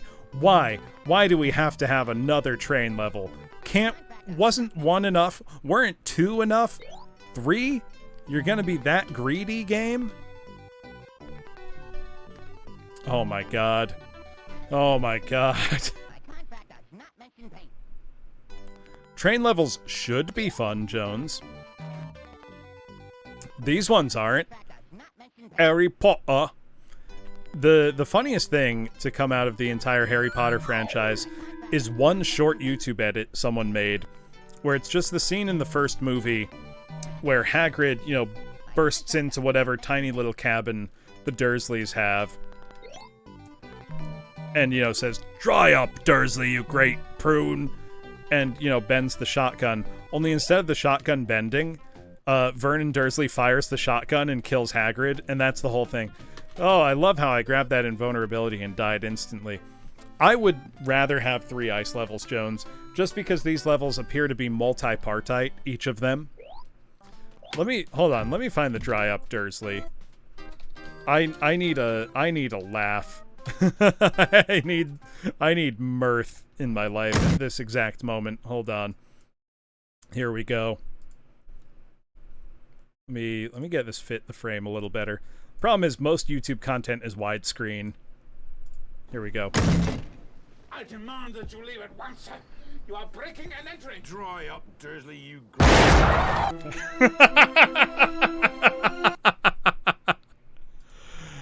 Oh, that's so much better. That's so much better than the Harry Potter movies.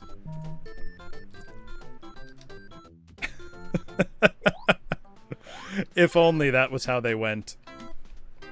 All right, what is our password for stage 9? DRKRRB. There we go. And just bogus passcode. You better be shitting me. Oh no, I read it wrong. I'm stupid. Yeah, I read the books. They're kids' books. They're fine. They're whatever. Please read another book. I'm begging you. Big Harry Potter fans, I'm begging you, read other books. Your brain will be blown wide open by the fact that other books exist and are very good. I'm begging. That's the thing. I mean, I had a very steady diet of fantasy and science fiction novels from when I was about 10 years old onward. So when I read Harry Potter, I'm like, this is fine. Like, this is average. I enjoy this well enough. And then I read, or then the movies started coming out, and I'm like, these are fine. No, here's the thing.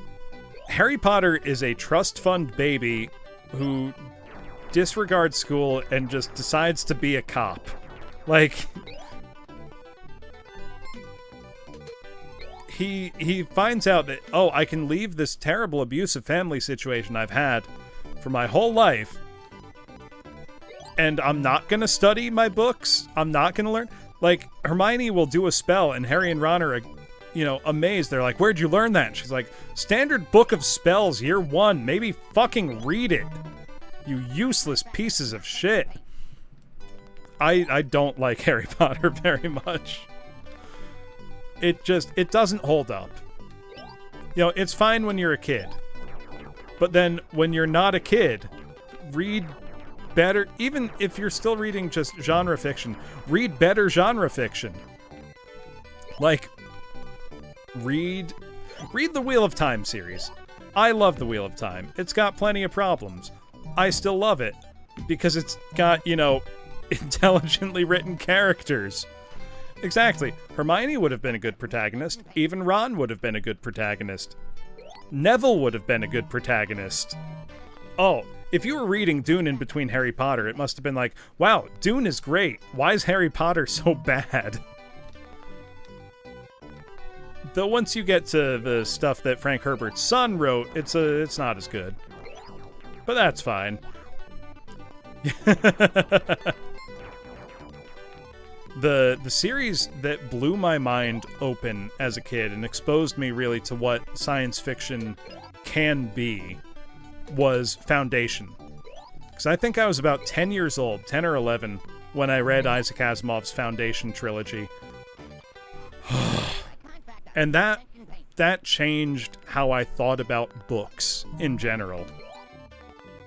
Because I was just amazed at the richness of the world and of the people, the expression, everything. The ideas in it were just so beyond anything else I had ever read.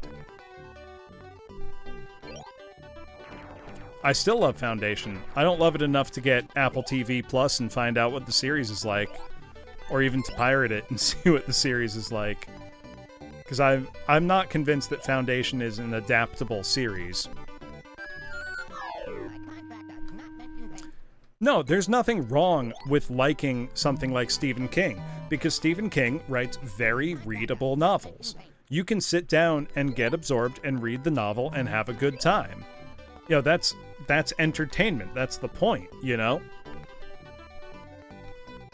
Yeah, when King goes to, a Green Mile or a Shawshank Redemption or a Dead Zone, I think that's where he really shines as an author. Versus, he always goes 10% too weird when he's trying to do horror. Yeah, I mean, Shawshank is a slice of life. It's a prison slice of life. Oh, let's get back to level 9, I guess. I swear, if this has another stage after the train, I'm gonna be just... I know it will, but I'm preemptively upset about it.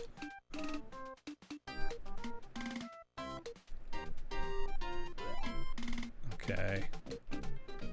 There we go. We're getting there. You know, I don't, Mr. J. That might just be me, but...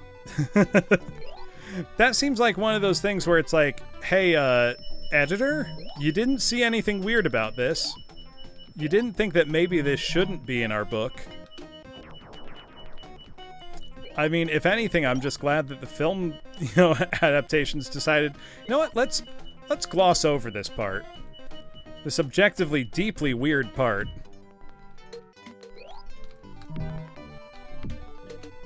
All right. Oh, come on! Your contract, Bubsy? Really? You're gonna keep bringing up your contract? Yeah, exactly, Vapor Skull. You're like, did I start reading a different book? Like, what's happening? Why is this happening? Why did you decide to write this? Like, because he had to sit down and decide, yes, this will be the scene in my book. To which all I can say is like, okay, but why? You didn't you didn't have to do that. Okay, there we go. There we go. Now let me get that. There was Oh, you're kidding me.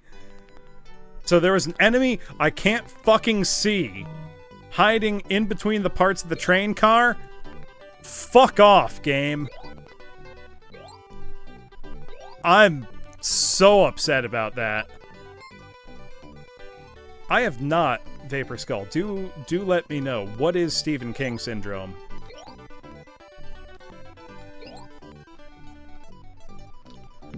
Fine, I'll go to your stupid checkpoint that way, game.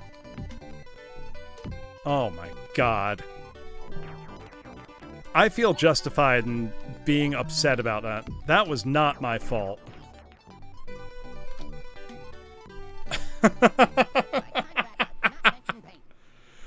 No, we're talking about Stephen King and his hit novel It, Pextatoris, which absolutely contains that. Which, yeah, it's weird.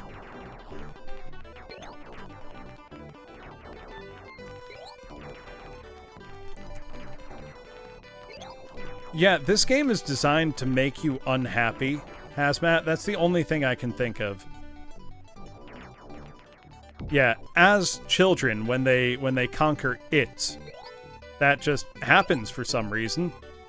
To counter the bad energy in the world or something. It's not very clear. It's like, hey Steve, we could have done without this one. Oh my, you're kidding me. You made me go all the way up there for that stupid thing. Yeah, no, they were very explicitly like 10 or 11. They were not teenagers yet. Which, like, yeah, it's a fraught subject writing about teenage romance because everyone remembers being a teenager and having those feelings, but it's uncomfortable for adults to write about. But they were kids. Yeah. No, I know what you mean, Mr. J. Like, that's a genuine difficult subject for authors to approach. And it's not always inappropriate, but, maybe a little sensitivity, Steve. Maybe reconsider. Maybe ask yourself, does this serve the plot in a way that I can easily explain to other people? God, I hate this game so much. I thought I made the jump and momentum said no. Also, there's something very funny to me about just calling Stephen King Steve. Like, I don't know why, but that makes me smile. Yeah, unfortunately, I do not have a puke emote for you, though I can understand why you would want one right now. I, generally speaking, would like one just because of how this game is making me feel.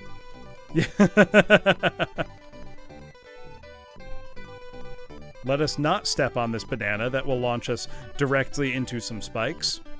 Or can I... There we go. This is just ridiculous. Okay, we're getting through. Please. No! Do not banana me right now, I swear. I'm so tense. I'm so cross right now. Okay, there is a horny toad right there that I cannot touch. I need to jump over him. Let me look carefully around.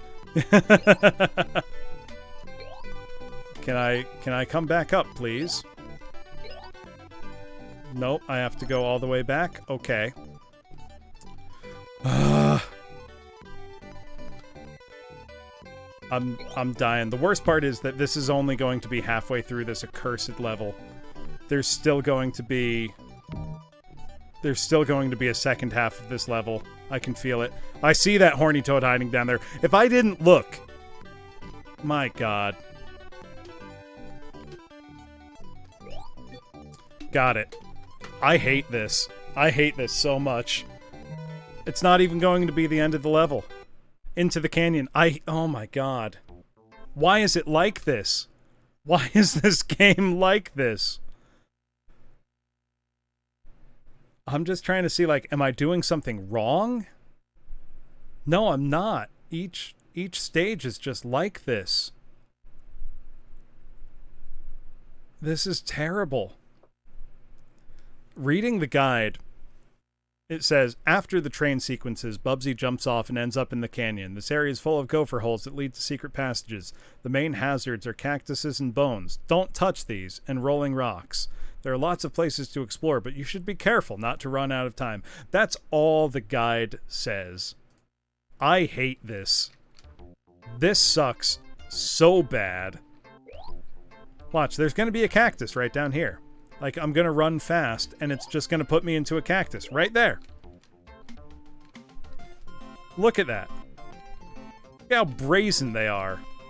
And just deciding, yes, we will put a cactus here where you have been going fast. Yeah, the guide. Just beat the level, stupid. Yeah, don't hold right. You will die instantly if you hold right. I hate it. Bubsy's death animations are at least entertaining, but they are only entertaining for so long. If you give me a game where half the fun is going fast, and then you immediately make it so that I can't go fast.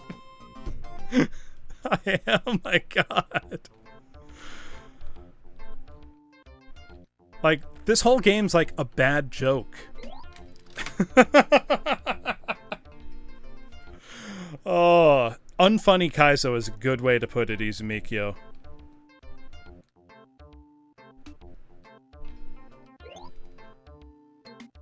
What if I just try to power through somehow? Nope. Oh. I have to go back to the goddamn train. This is awful. This is terrible. In a way, this is worse than Bubsy 3D. I don't want to say that lightly. But I wasn't... Oh, bogus passcode. Please. Please. Oh, I'm dying. There we go. Just having to go back to the train. Why are these levels two-part? None of the first 6 levels were two-part. I don't know. I don't know, Mr. J. I would like to know who lent them money to stay in business, because they did a bad thing. My only hope is to get through, like, the first half of this stage, the train part, without dying. Ugh! You can't see that! That one's better, Vapor Skull, and that one even got a sequel. Those are at least made by competent developers. This is not. How am I supposed to avoid that shit? How am I even supposed to know that's happening? You can't. The worst part is that watching a speedrun of this game must look absolutely ridiculous. It must be like the world's fastest game. But this is genuinely, like, torturous to play. Okay, spit your eggs. Ah, come on! How big are those hitboxes? Fucking Christ. I don't usually get this heated at games. But I've had a fair amount to drink, and this game's awful. Good old Ululalia traveling 96 pixels per frame. God bless him. Because I can't. Okay, avoid the stupid eggs. Please stand on that. Thank you. There we go. Okay. We've still got 7 lives. It's not the worst it could be.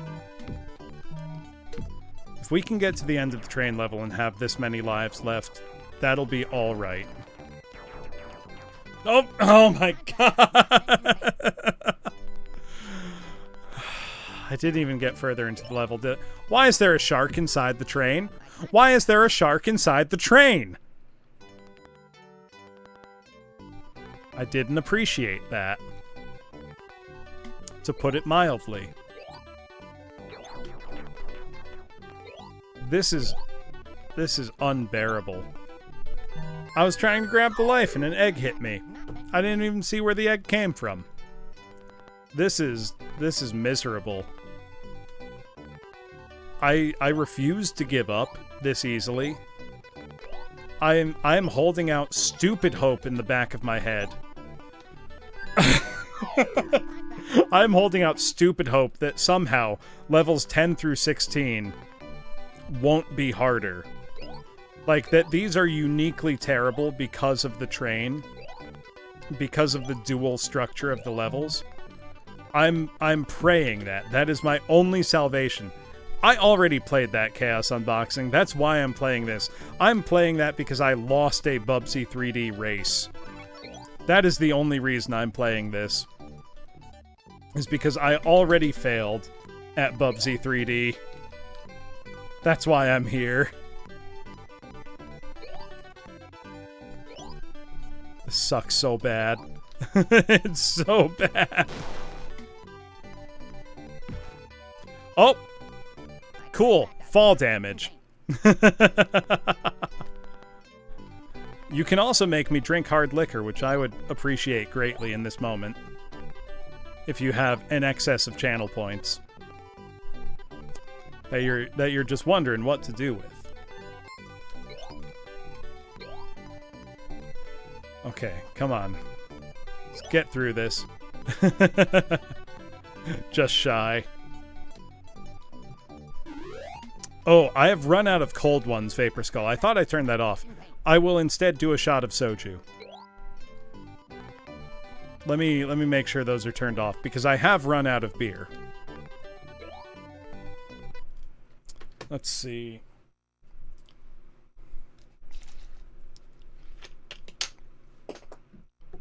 No. That shouldn't have been redeemable because I already finished all the beer I had on hand. Give me 1 sec. I dropped the lid to the soju bottle. There it is. Make sure cold ones are turned off. Because I am out of beer. I would love if I had more beer, but I didn't want to drink too much, so I only brought a 6-pack to stream with me. There we go. Cat, get out of here. My cat just came strolling into the room. Here we go. Cheers. Ah. 6-pack for Bubsy was not enough. Should have gone with the 12.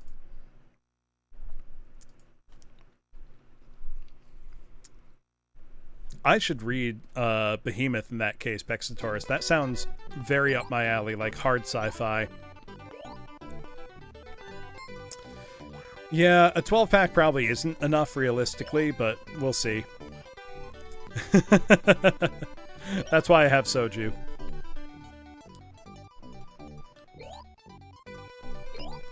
God, the momentum in this game is egregiously bad.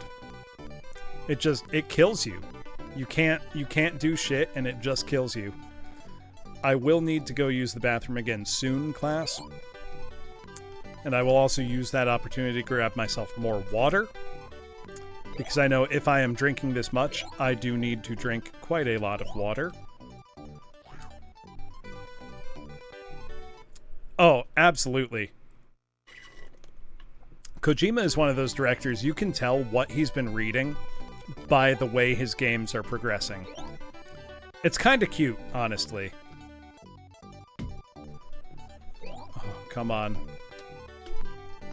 There we go. There we go. No cheese for me, thank you. I am lactose intolerant. Do not.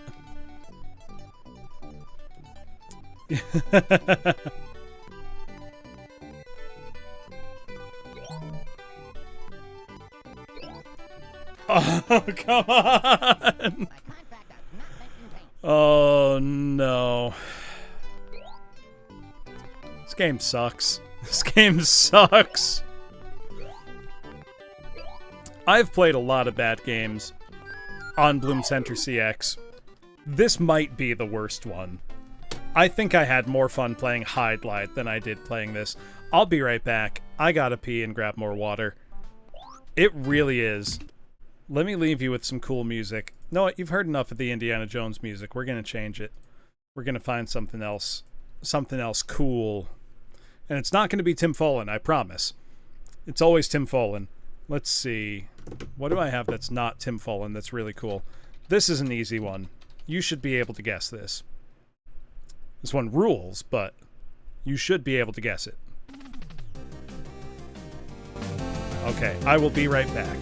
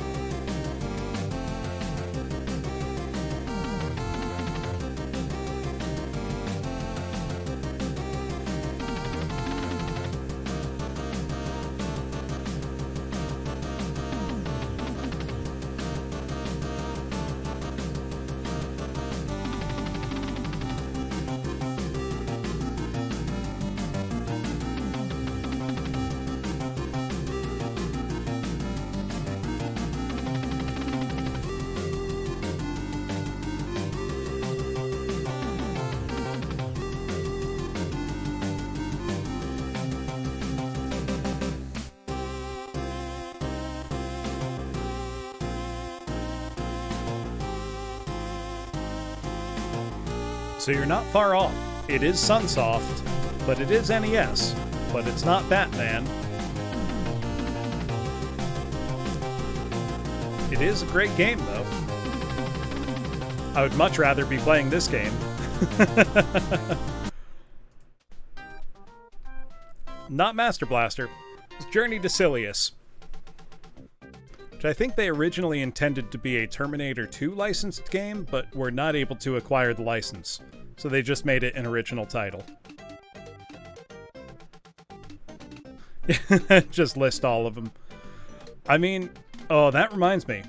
I have one Sunsoft game I could stream that I don't really want to stream, which is Atlantis no Nazo. Mystery of Atlantis. No, I'm salty enough about forgetting that. Yep, it is Atlantis. For the Famicom. I do own that game. And it's completely inscrutable.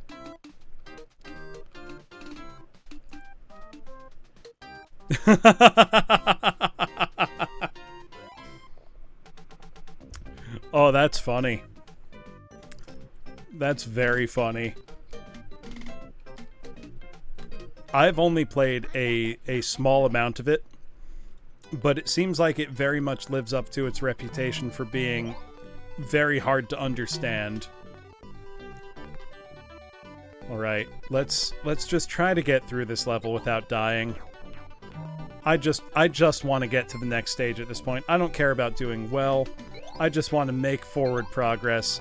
The train levels being split into two is absolutely murdering me. I do have that game, Izumikyo, and I have a 60 to 72 pin converter for my NES to play Famicom games. Which is how I've played other Famicom games on stream. How? How? God. I hate this. This game is so fucking bad. It's so much worse than I assumed it would be. Oh, the Rifters trilogy. I like that attitude, Pexatoris. I'm gonna have to look into it. Where's this stupid yarn UFO? God. I don't know the last time I played a platformer this frustrating. Even Yonoid wasn't anywhere near as frustrating as this. Because Yonoid was at least fun to play. Like the Capcom, you know, it's a Capcom NES game. It's got really solid fundamentals. It's not going to be that bad, all things considered. This is awful. Yeah, so Vapor Skull, I'm actually getting very close to a world record time in Yonoid 1. I've been practicing. The sum of my best segments would be a new world record. I just gotta get the consistency down and execute. And film it. It'd be awesome if I could do it on stream, but I don't know if I want to subject everybody to all the aborted runs. Yonoid 2 is super fun. Yonoid 2 I can beat in like 10 to 12 minutes now these days. Because there's a lot of cool speed tech in that game. Boy, I love not being able to see where I am. Oh.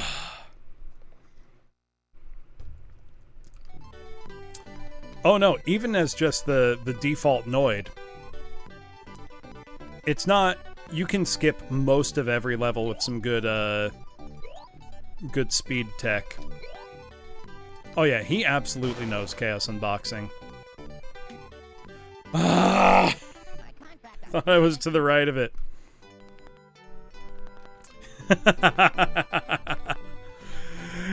It really does, Mr. J. Only there's nowhere associated with Bubsy. The Taco Bell deal didn't go through. Some Taco Bell would be great right now, but that's not happening. God, this is just... It's just agony.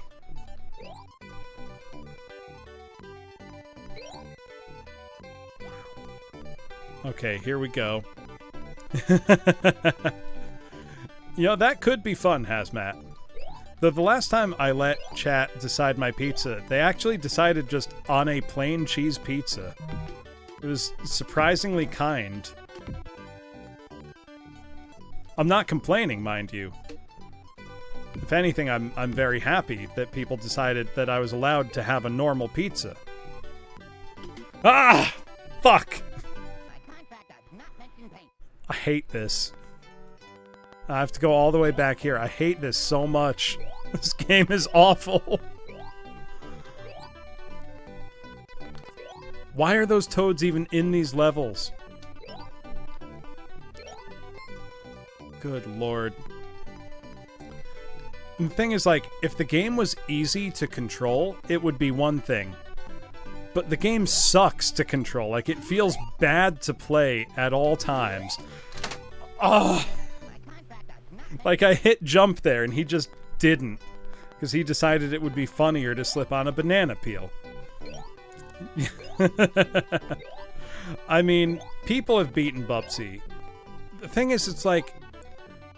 The worst part is that it doesn't even feel that hard, if that makes any sense. It's just bad. Like, the actual layout of the levels. If it had, like, Mario physics or Sonic physics, wouldn't be that hard. Like, the actual layout isn't terrible. It's the controls are so frustrating that they rob any fun this game could have had. Like, you can go super duper fast in this game, and normally, in a good video game, that would be fun, and it would be like a reward for learning the level. But here it's just to punish you for daring to go fast in Bubsy's levels. Even though that seems to be the entire point of the goddamn game. If I have to keep looking, like, to the side every 2 seconds in your fast-paced platform game, you fucked up. You made a bad game. I mean, I can understand why people would want to beat Bubsy. So, here's the worst part, Alaric. The train is 3 levels. The train isn't just 1 level. Each time you clear the train, it dumps you into the canyon and tells you, okay, now you have to beat the canyon part of the stage. Does that 3 times in a row. It's awful. It's so that guy just committed suicide. I don't blame him. I would too. Let's see if I can just... Nope. Nope, it clipped me through the ceiling and I died. Yeah, they made 3 levels into 6 levels, and I'm just praying with all my heart that when I finally get to stage 10, it won't be 2 levels. Because I can't take this. I'm going insane. It's too much. And it's too much of a bad level. Like, if this level was fun, I could understand doubling its length arbitrarily, but it's not. It fucking sucks. And the momentum kills you at every opportunity. Like, the game dares you. Oh yeah, go fast. You're having fun. You're playing a video game where you can go fast. And then the second you go fast, it says, you fool. You utter cretin. You went fast. Now you die. That's the Bubsy experience.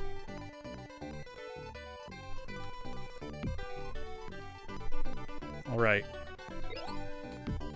Alright, we're doing okay. There we go. Now we get to go to the second half of level 9, because fuck me. Because I don't deserve happiness.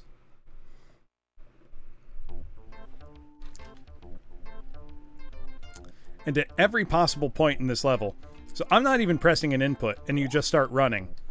And it's like, guess what? If you just hold to the right, just like that, you run into a fucking cactus.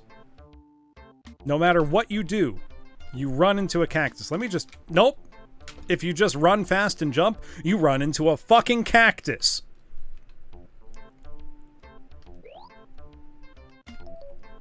Or a bad guy. Why do you let me go fast if you punish me for it at every opportunity? It doesn't make sense. It's not good game design. It's not fun to play. It just... Ugh. I have no grudge against cacti. I have every grudge against Bubsy 3D level designers. Now I have to do the goddamn train again. I hate this. This is the worst game I've played on stream. I'm gonna say I had a better time playing Bubsy 3D than I did playing this. I will stand by that.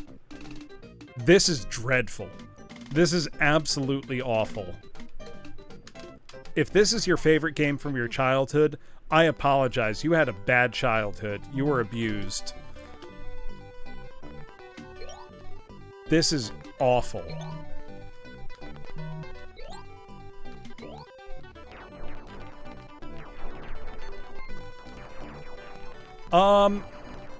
So that's hard to say, Youthless.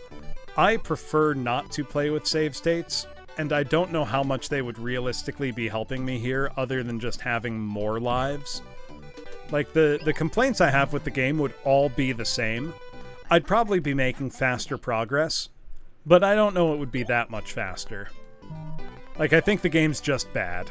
I don't think save states would make it much more tolerable, if I'm honest. Also, the main reason I play on real hardware isn't because I think it's better. It's just I already have the hardware in the games, so I may as well play them, you know? It's not any, like, anti-emulation stance or anything like that. It's just I already have, you know, a Sega in a lot of games, an NES in a lot of games, so I may as well play them. And I just like, you know, having the controller in my hands kind of thing, rather than, like, a USB recreation of a controller or something like that. Okay. Okay, it's looking alright. There's gonna be an egg shooter here. Please stand on the post, Bubsy. Stand on the post, Bubsy. Thank you. There's our egg shooter. There we go. There's our continue point, thank God. So here's the thing, Spurbus. It's not just this stage. There are 3 stages that all have a train, and then when you clear the train part, they dump you into a canyon because God isn't real and he hates us. Or either God isn't real and he's abandoned us, or God is real and he hates us. It's one or the other, because they turn 3 stages into 6 stages, and I hate them. I hate them so. If you couldn't tell. And it looks like the same stage. That's the thing, but I promise you it's not. This is stage 9, not stage 7. It's so painful, Spurbus. I'm so upset.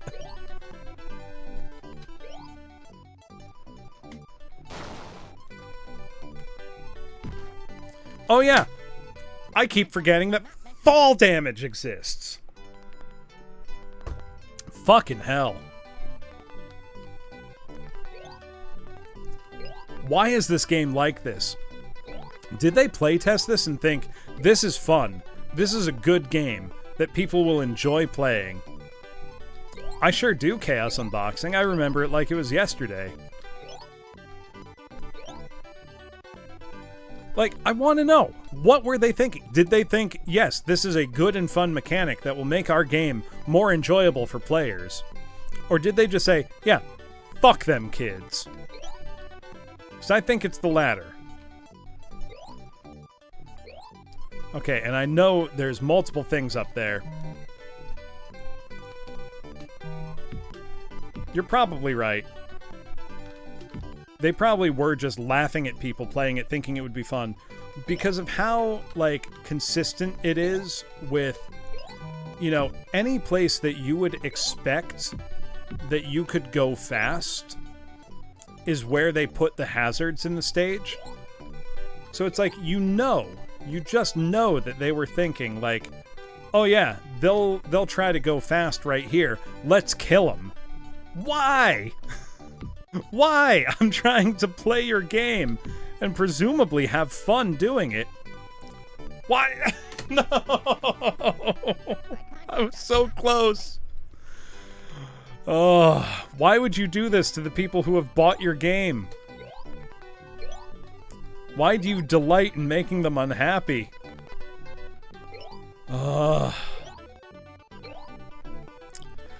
You know, you're not wrong, Hanabi. It's like a good reminder that not all games were good.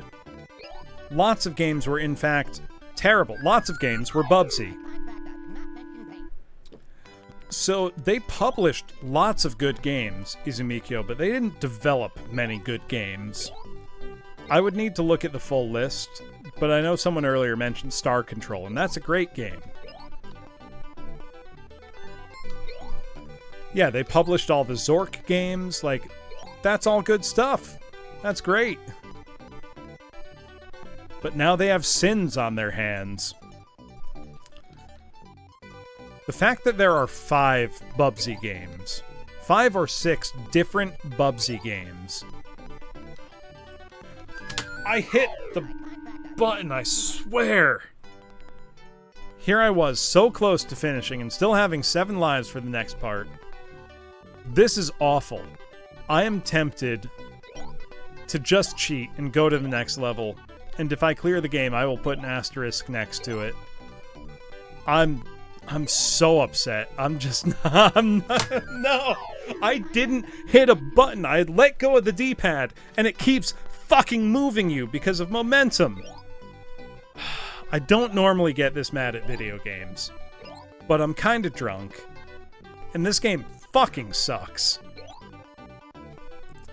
Like, this is one where, you know, you see people online and you think, well, they must be exaggerating. They're not. The game sucks. The game's bad. And it's not even bad in an interesting way. Bubsy 3D. Bubsy 3D is bad in an interesting way. The things that are bad in Bubsy 3D are very bad. Don't misunderstand me. But they are bad in a way that's interesting to analyze. This is bad in a boring way. This is bad in that it doesn't work right. Yeah.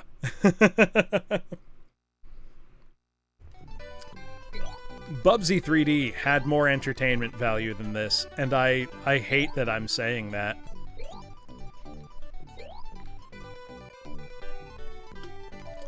My contract does not mention paint.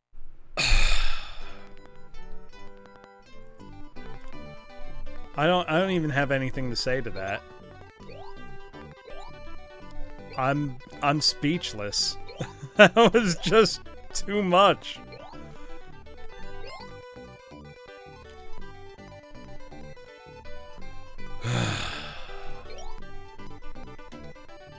I forgot that was there. Contract does not mention paint.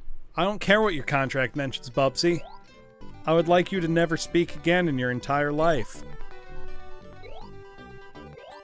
This is so painful. I've been right at the end of the stage, like, the whole time now. I don't think it's even just me being...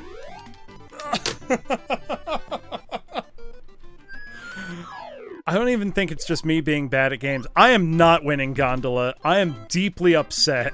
I'm having a straight-up bad time. Oh, Lord. Also, good to see you. This game is worse than Bubsy 3D. I don't care about the shame. This game's unbelievably bad. It is Bombastic Wazoo. I can't say it's not. But I think I am still entitled to complain about how fucking bad this game is. Yeah, I do remember saying that, Spurbus. I am willing to admit right now in front of everybody, I was wrong. Woozle was also wrong. Woozle's always wrong. This game is so much worse than I thought it would. Contract does not mention paint. No, don't even say that, Chaos Unboxing. That's too kind to Bubsy. Shit is useful, at least. Bubsy's not. The fucking eggs.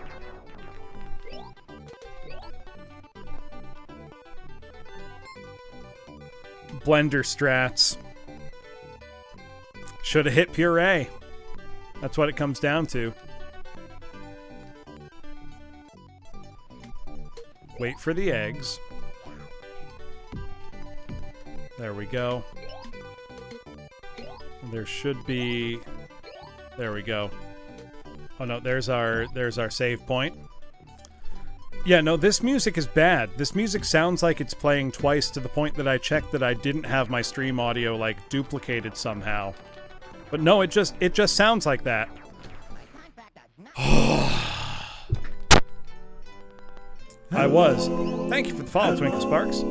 Much appreciated. I hope you are faring better tonight than I am. I hope your sanity remains intact. Mine does not. Honestly, if you could even just take 2 hits.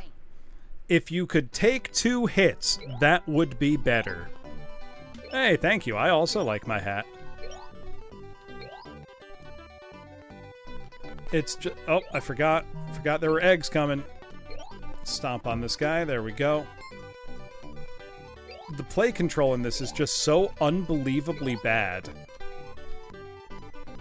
that just watching a video of it, or even just watching this stream, you would not believe how badly this game controls. I promise you I am not exaggerating. The momentum is egregious feeling. I'm just not going to bother with that, because every time I've tried to use that dynamite effectively, I have just died to fall damage. Because there's fall damage in this game. Because that makes sense. That's fun. That's a fun thing to put in your platformer, is fall damage. When you go 1,000,000 miles an hour. Oh yeah, fall damage. A+. Let's break for lunch. Okay. I think we're good, as long as I don't get hit by those eggs. Good lord. I'm just trying to fall. I don't want your eggs. I was trying to fall. I hate it here.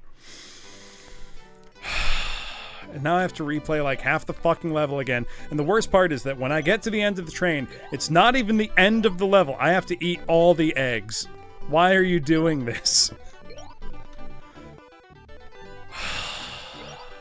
It's not even the...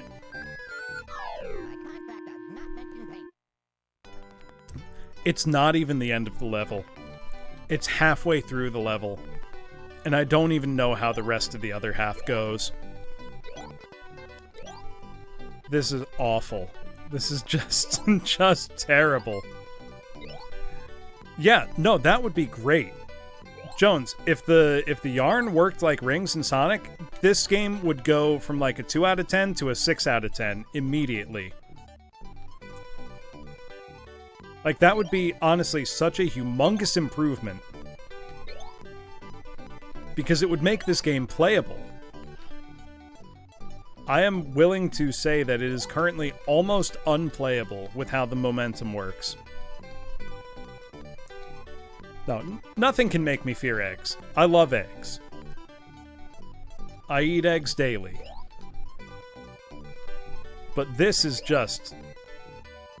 This is cruel.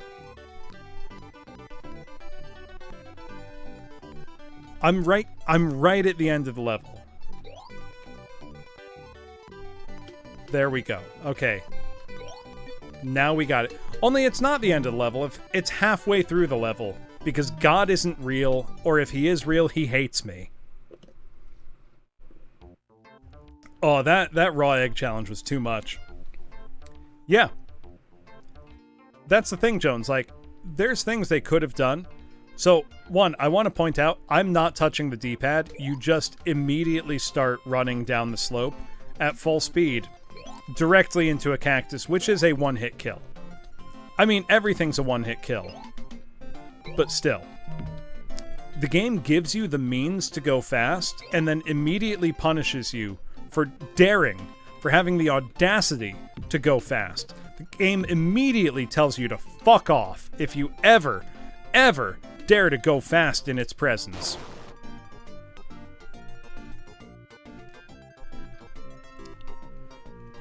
Oh. It really is, Jones. Yeah, Youthless God is real and his name is Bubsy. I'm an atheist now. I deny him.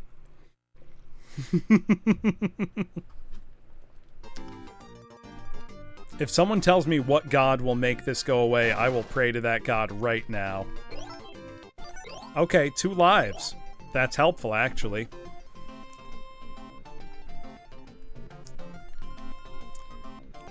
Yeah, the thing is, it's easy to explain why Sonic is good from a player standpoint. And it's equally easy to explain why Bubsy is so fucking bad. Christ.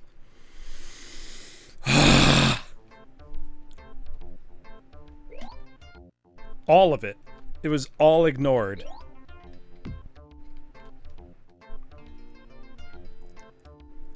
Yeah, no, these enemies are completely without identity.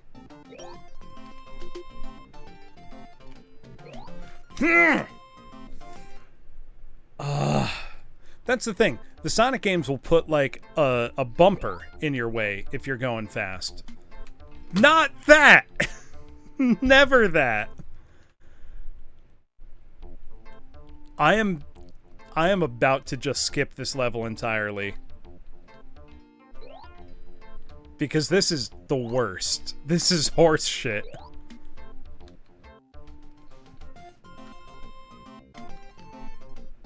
Everything about this is bad. Every single thing. The only good part of this game is that the graphics are pretty colorful and nice. That's it. Everything else sucks.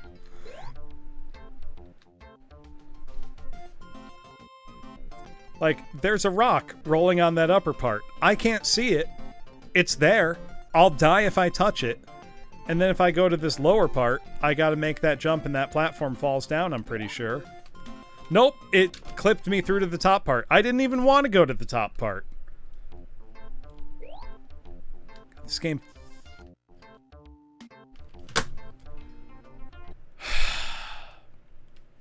I've one more try. I'm surprised I didn't die from fall damage right there. That would have just been fitting, considering everything else.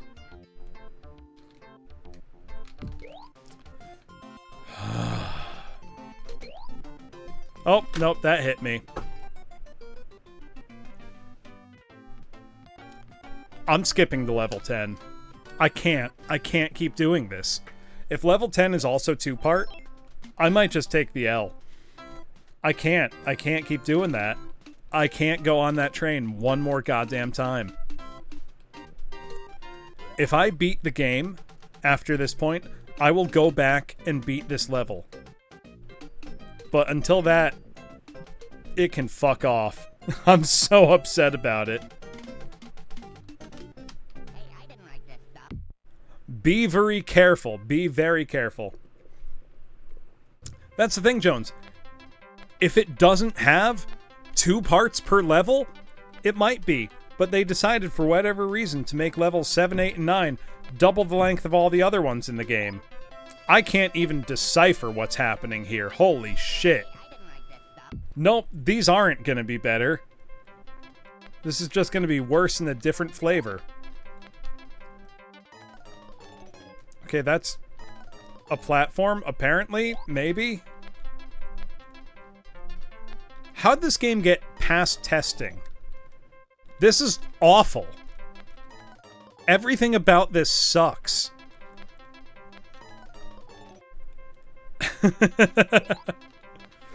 Yeah, you're right. I'm being too generous.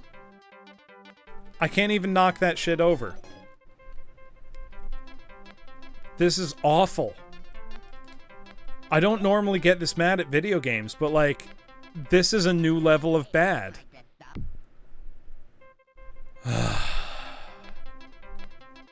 It did crash on me one time, Jones, but that was off stream.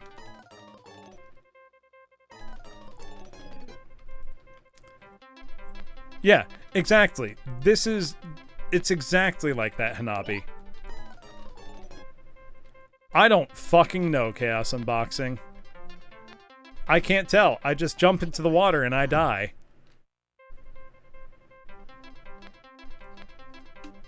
So what if I don't? What if I do the precision platforming it clearly wants me to do? What then? Let's find out.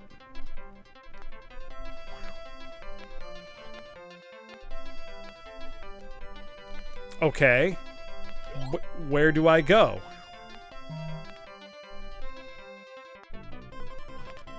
Please go away, Mr. Wooly. Nope. Oh my god.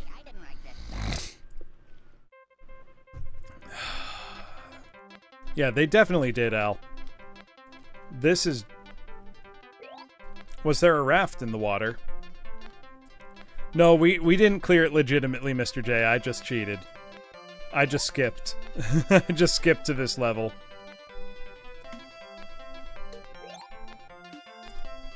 There's some... Oh, a 2-up. I skipped level 9. I was losing my mind. I was going absolutely insane. I'm going to go absolutely insane if the game keeps being like this. This is fucking awful. Oh yeah, there's a raft.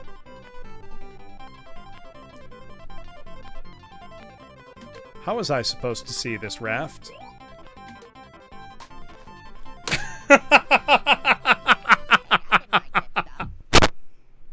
Fuck off.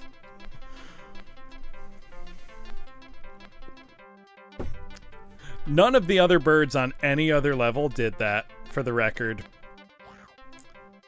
Not a one.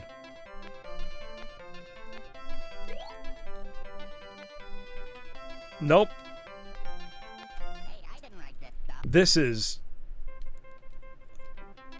Go to hell, Woozle.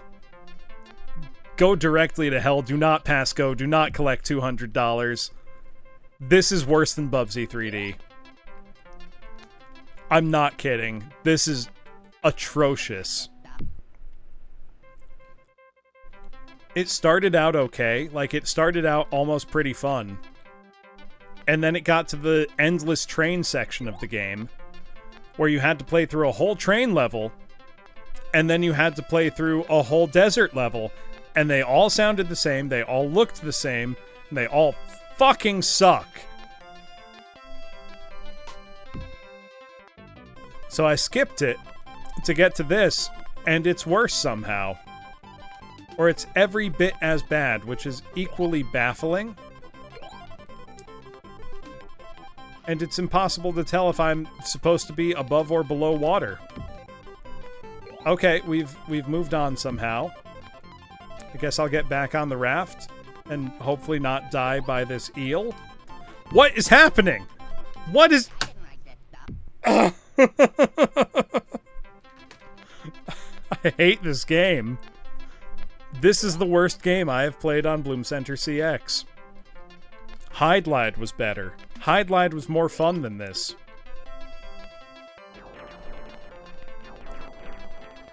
This is unredeemably bad. Bubsy 3D was at least bad in interesting ways. This is just designed to make you hateful. This game is making me a worse person in real time. I'm also glad you didn't, Woozle, because even you don't deserve this.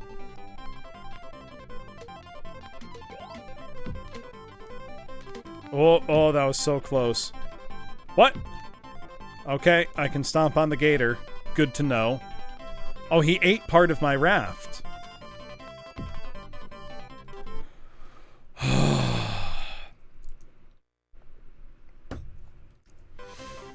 I hate this game so much.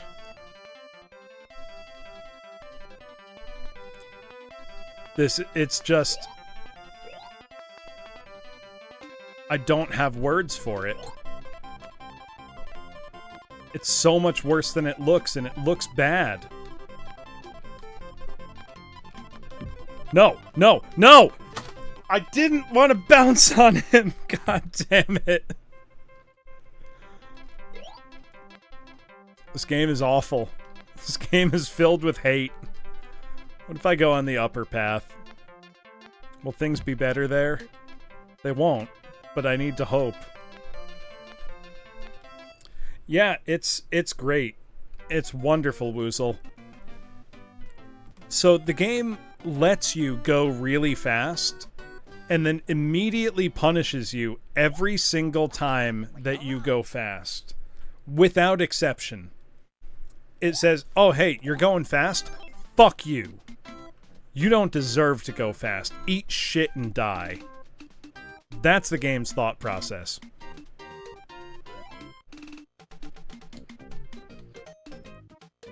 But I want to go fast, Spurbus. You can't let me go fast and then tell me not to go fast. It's impossible.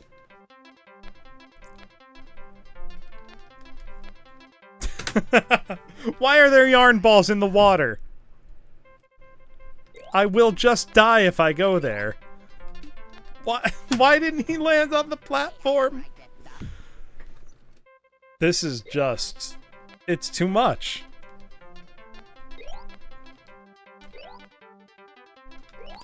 Yeah, no, the momentum physics in this game are awful. I don't know. I don't know. This is... I've not seen a full playthrough of this game.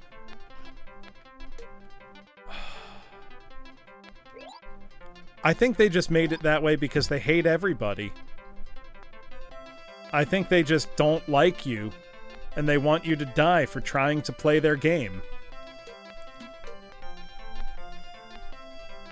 I forgot that that egg was going to happen, and I somehow got lucky. Also, what is the background? Are those supposed to be rocks or eggs? I can't tell.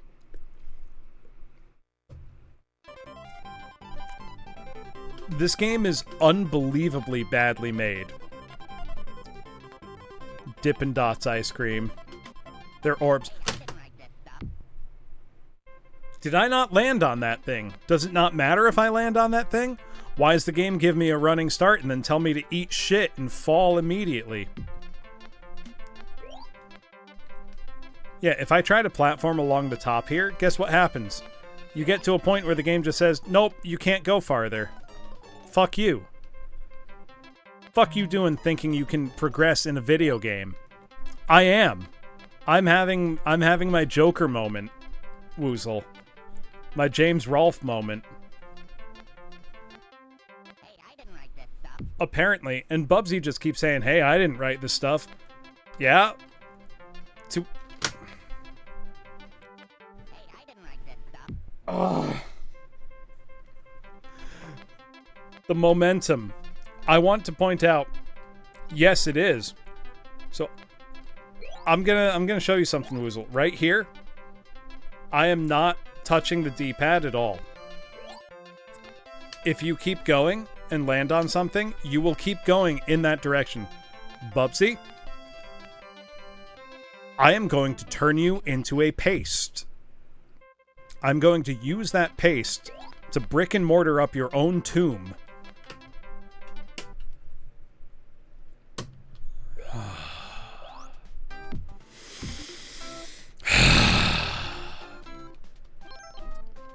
It has not just downhill, but lateral momentum, Woozle, at all times. At all times. So even if you jump to try to negate it, you have to hit left, and it won't stop it all the way. It will just take a little bit of it away. This is so much worse than I thought it was. And I know I said that I didn't have anything to do tomorrow and would play until I beat this. I might just be willing to admit defeat and play a better Sega Genesis game for a little while. Because I am losing my mind. I will happily take this as an L. Know what? We will at least see every level. But I am pretty resigned to taking an L for the night on this. Because I'm rapidly becoming enraged.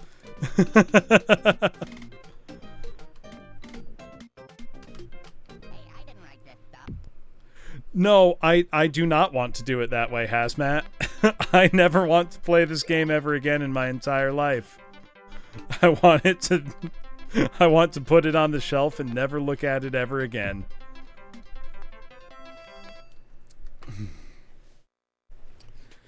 You know, Bloom, you said that you were okay with whatever consequences came from losing that race. Were you really thinking about the ramifications of your actions when you said that? Because it does not sound like you were. Fuck you, Jones. No way. This is not a game that deserves to be played more. I'm looking forward to playing more Willow, because I'll finish that off next stream. That game's been delightful. That's been wonderful. Thank you, Woozle.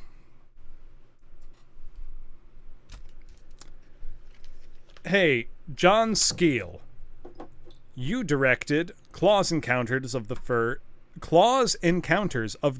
Kind, also known as the first Bubsy game, the first game in the illustrious Bubsy franchise. So I'm going to raise a glass to your health, John Skeel, and hope that you stub your toe tonight, you bastard.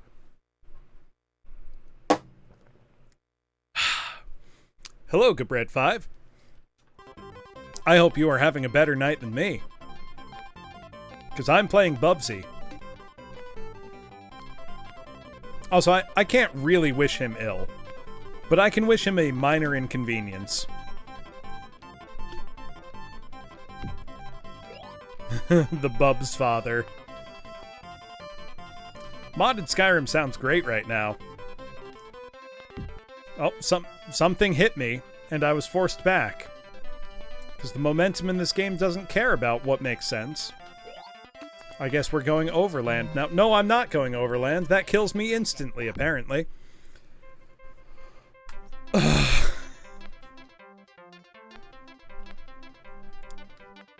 This is so painful.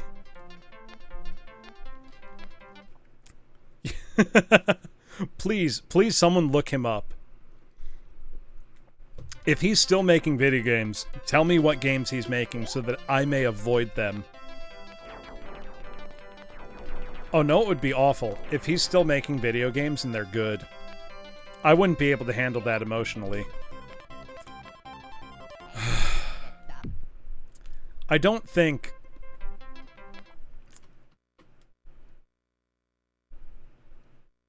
Wow.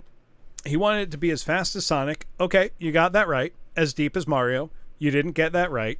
They planned it to be easy to play. You got that wrong. And hard to master. You got that right. He had difficulty finding a good voice to the main character. I'll say, Bubsy's voice sucks. It's bad.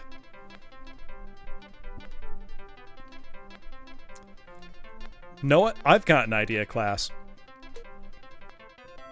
Why don't we watch the Bubsy cartoon pilot together?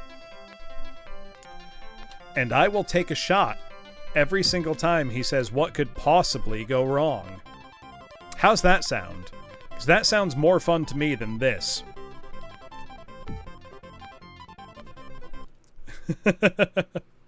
He developed Bubsy and got cancer. Oh, I shouldn't laugh. But I am. I hope the two were unrelated. Dilbert's Desktop Adventures. That sounds disappointing.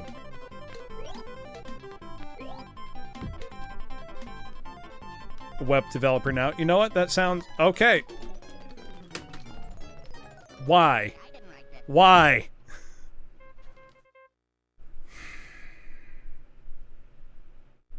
I know I've only been at it for 5 hours, which is not that long. But I don't know if I can take it. You know what? How about every time I get to a game over, I will just skip to the next level regardless. No, it's been 5, Woozle. My internet shit out for a bit. You will not gaslight me. There's that at least. Okay, so he was involved in some good things in his life at some point. That is my takeaway from that, Hanabi. Yeah, in Bubsy time, that's an eternity. Also, if the game had good music, it would be one thing. But this is awful. This is terrible to listen to.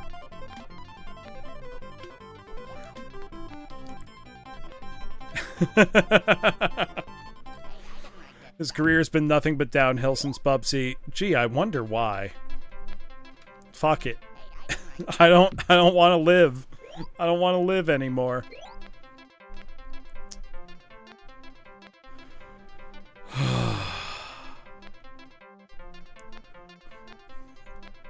You know, I could almost see this level being fun if there was, you know, a slower auto-scrolling section like this with a faster potential difficult path up top. But the path up top appears to just be impassable in parts, forcing you to go down to the lower path. So it's like, why is it even there? Because if I try to go up here, there's only so much level to access.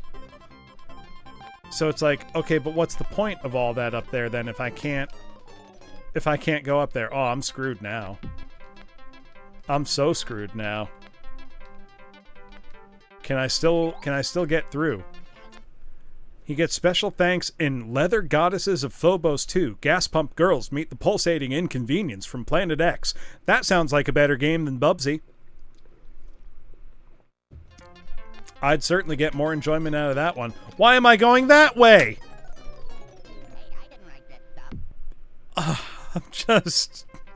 I'm flabbergasted at every single thing in this game. Don't you give me that smug fucking look, Bubsy. Stop it. You stop it. You stop it right now, mister.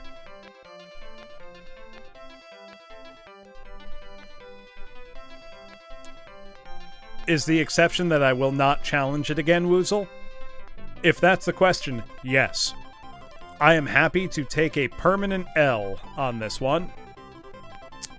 The only scenario in which I can see myself rematching either Bubsy 3D or Bubsy is if I ever do a subathon. I will make that a stretch goal.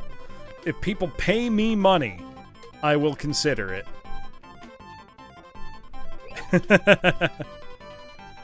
Good for the speedrunners, Jones. There are several more Bubsies still, that's true.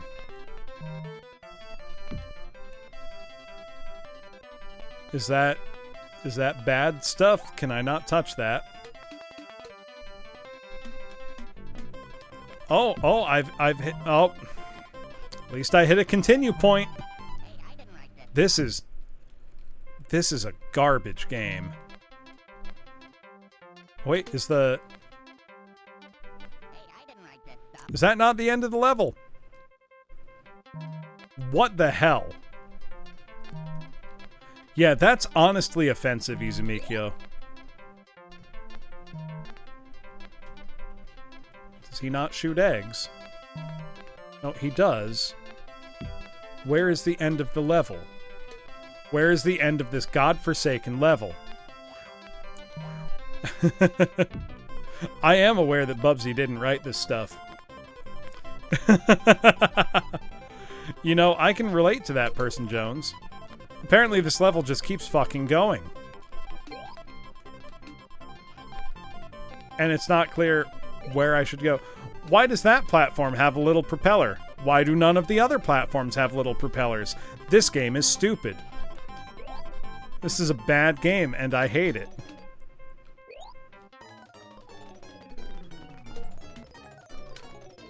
Cool. Cool. Cool. All right, we're gonna see what the level after this looks like. That's what we're gonna do, class, because I have nothing left to offer this game. It has extracted every bit of emotion out of me that it can. It's insane. It's absolutely insane, Sassy. Also, good to see you. I can't be doing with this anymore. It's just too much. I'm going to take the L on this, but we are going to see what every level looks like, at least.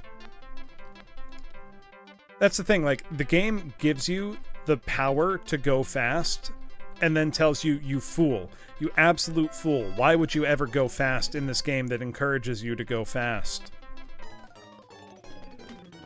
Like that. It will just immediately kill you. Like, let's see. Let's just play the level like we think it's a normal video game.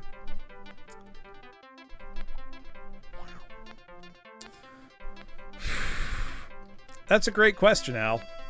I think it's because God's not real. Or if he was, he hates you.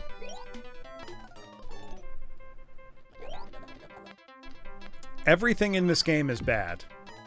Every single thing in this game that could be bad is bad. We're on a water slide now. Because that's how water slides work, right? Let's go in here. Wait, nope. Let's hit the continue. Yeah, no, everything about this game is bad, Woozle. Every individual thing. The only thing that's any good about this game are the graphics, which I will say are pretty nice. It is a nice looking game, at least. And that is all I will say for it.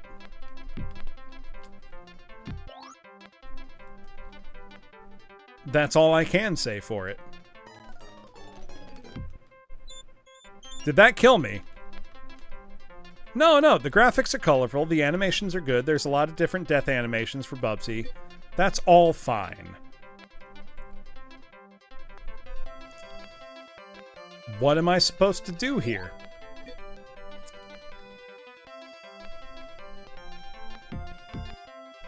Everything about this is bad. There being fall damage in a mascot platformer, I still haven't gotten over it. I hate this game. Yeah, Bubsy dies in lots of ways, and those are generally entertaining to view. That's pushing it, Morrow. Also, if I hadn't hit the A button right before I slammed into the ground there, I would have died. Oh, there's our raft that we need, apparently. And the croc can eat the raft. Because everything in this game sucks.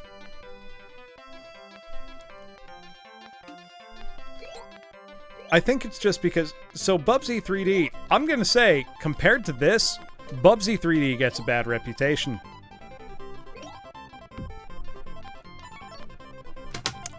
I hate this. I hate this. I'm not even going till the game over. I'm skipping to the next level now. Each level's getting like 2 lives from now on. And then we're going to watch the Bubsy cartoon and drink heavily. And then we'll see where the night goes from there. How's that sound, class? Because I am losing it. I am going out of my mind. But I will give this game the dignity, at least, to show me all of its stages. Yeah, like, this is like Kaizo Mario without charm. That tree kills me, apparently. Oh yeah, no, E.T. isn't even bad. E.T.'s fine. It's boring more than anything.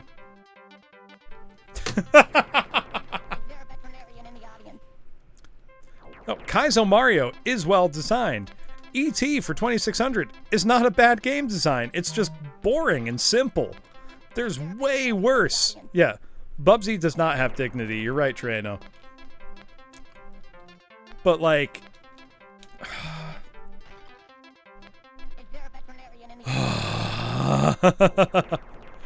So I've already had plenty to drink. I'm going to have more.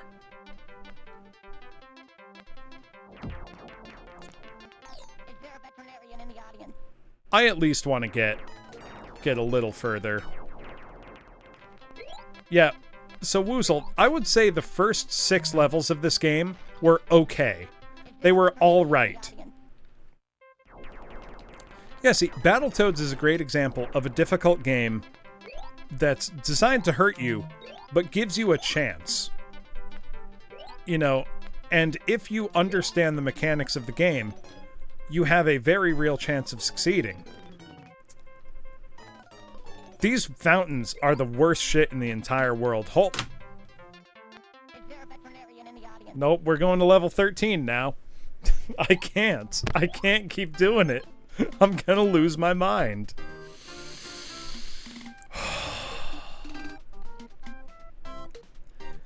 I can't remember the last time I've been this upset at a video game. I really can't. I wish I knew why anything killed me, Treno. The game is bad. Eye of the Bobcat. Is that not... Okay, I can stand on the leaves and nothing else. Excuse me. Sorry about that. Oh. I felt that sneeze in my whole body.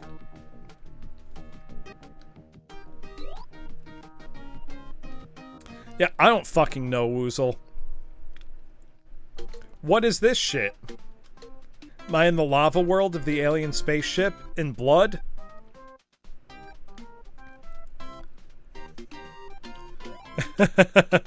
Thank you, Monte Hendozi.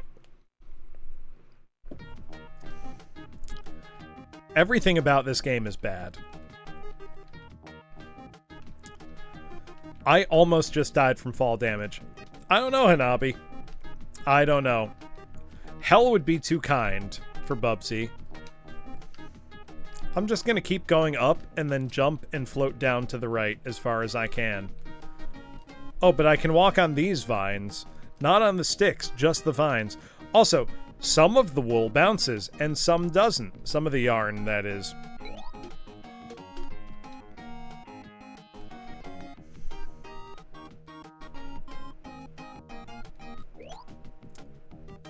I was really scared for a second that I was going to actually complete a level.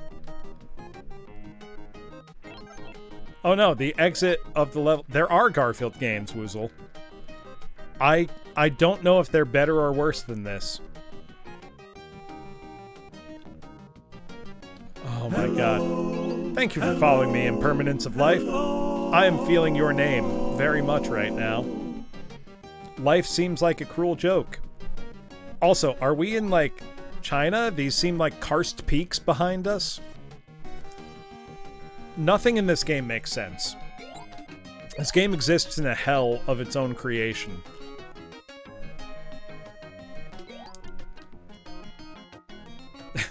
Point-and-click adventure.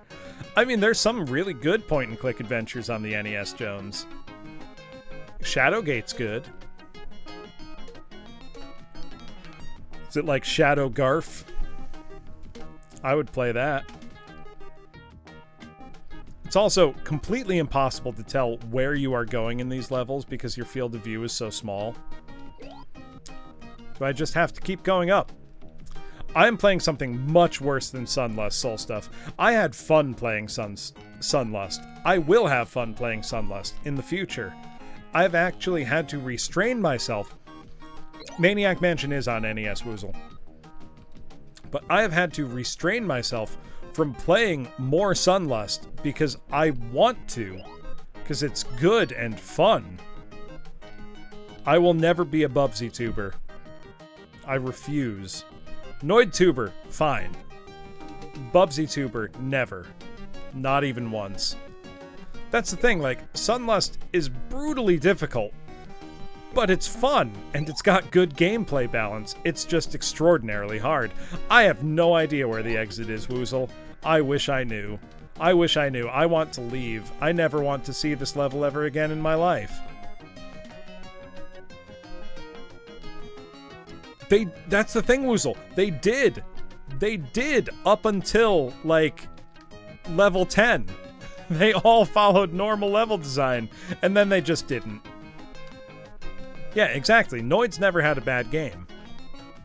That's a truth only some people are equipped. Yeah, no, Bubsy 3D is better than this. I never ever thought I would say that, but I'm saying it now. Bubsy 3D was better and more fun than this. I'm gonna say this game's graphics are fine, Woozle. Like, they're fine. Bubsy 3D actually had a pretty cool visual style, in my opinion. At least for some of it.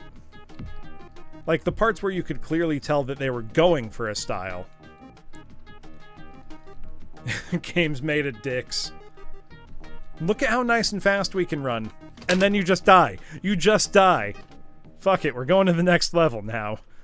This game doesn't deserve my respect or my time.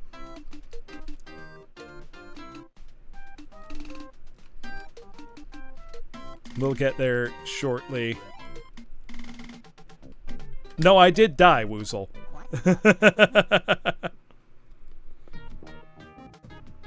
Oh, joy, it's in this inscrutable hell world. Yeah, that's the thing, like, flat color, high contrast, you know, void zone is a cool aesthetic. If you could port the maps from Bubsy 3D into, like, the Noid 2 engine, I'm convinced they would be a lot of fun to play. No, it's not, Moro. They're identical. They're the same.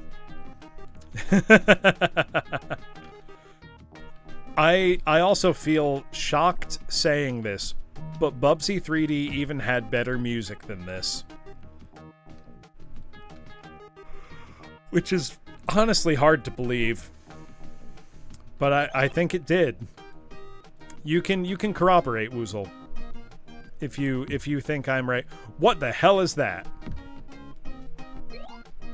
And why does some of the yarn bounce and some doesn't? I don't like that guy. I don't like him at all. I can't stop my momentum. Oh, I got invulnerability somehow. You can put that on my gravestone if I die tonight playing this woozle. This is so much worse than I have a way to explain. Ugh. And I'm in the spaceship now. And now I'm not. 'Cause fuck it. Fuck it. Life's meaningless. Nothing has value anymore.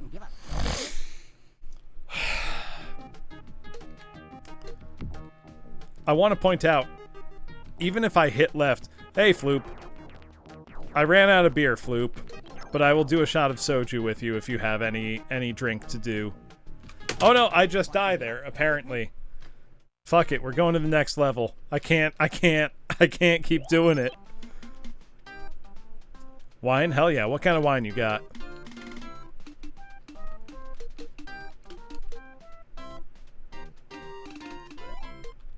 So I'm ready to do more soju right now.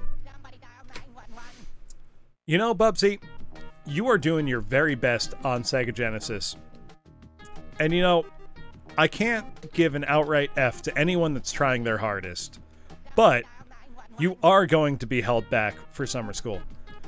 Jones, how dare you make me praise Bubsy? You know it's bad. You know it has nothing worthy of praise at all. No, I've got to order more Malort Soul stuff. I can't find any locally, so I have to order it by mail. Let me just go up to the highest point I can and then jump. not even to go through the level, just to jump. Just to end it.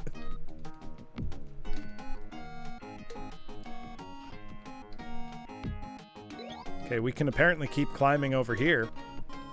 What the hell? Is this a secret? See, I don't mind Hard Bitter Wormwood Spirit. Oh wait, are we out of soju redeems? I didn't think I had a limit on them. Hold on. Let me fix it. Yeah, no, I should ask Woozle, because that's how I got soju locally. Oh yeah, let's get rid of that limit. There we go. Sorry, didn't realize I had a limit on. I am keeping the Malort export market alive, the outside of Chicago market. Thank you, Soul Stuff. Also, we will be drinking it when we watch the cartoon. We will watch the cartoon shortly. I will show off every level of the game, and then it will be time. Also, what am I cheersing to? Just to there not being a limit, Soul Stuff?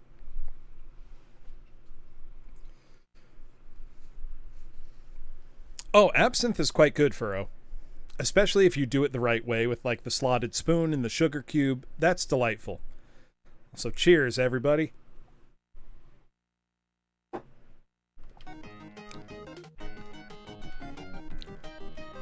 I hope you could feel the amount of venom I was throwing that back with. Apparently I just die in that part of the level. Lethal Woolly instead of lethal weapon. That's the laziest pun I've ever heard in my life. We're going to the last level now. Then I will need to take a bathroom break and grab more water, but then we will watch the Bubsy cartoon pilot that, thank God, never became a show on actual TV. Alright, let's... a farewell to Woolies instead of a farewell to arms. Oh, we've got a very different... Oh, we're in space now. Oh, really? Really, Bubsy? You're saying, are you still playing this thing? Eat shit. Fuck off, Bubsy. Holy hell. That made me mad. That's upsetting. Don't you look at me with that smug look on your face.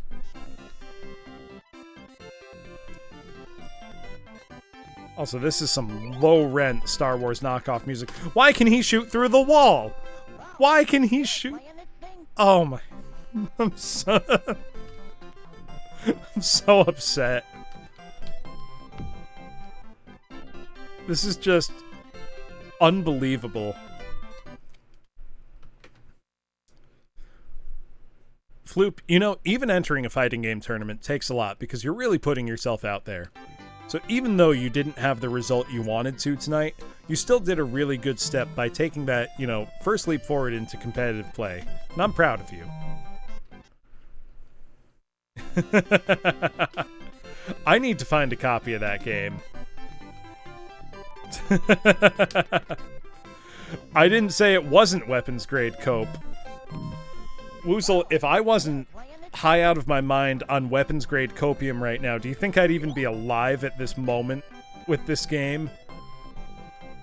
Look at this shit. Not even that, just better controls. That's all I want. Where'd that cheese wheel come from? Sorry for peeking, but what the fuck? I'm so upset.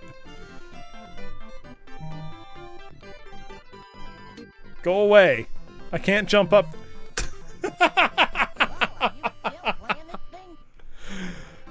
Yeah, from a farmer ultimately, I'm sure, but I got Goomba'd. Woozle's right. This is awful. This game's so bad. This game's so much worse than I expected it to be. There's a cute animation, at least. I don't want to watch a speedrun of this game. I will just get upset.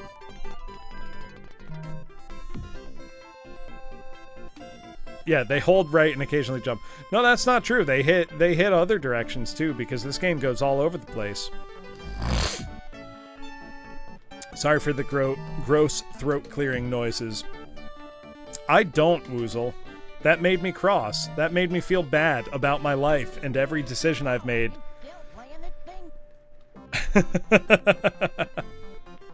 Know what? Maybe we'll pull that up after the cartoon, just to allow ourselves some emotion. As a treat. Yeah, the physics in this game are completely broken. Whoa, oh! That's where our cheese wheel came from. Barely got over that one. Is this a teleporter? May I operate this? Okay, you've got to hold a button that you never hold at any other point in the game to operate that. That's good to know.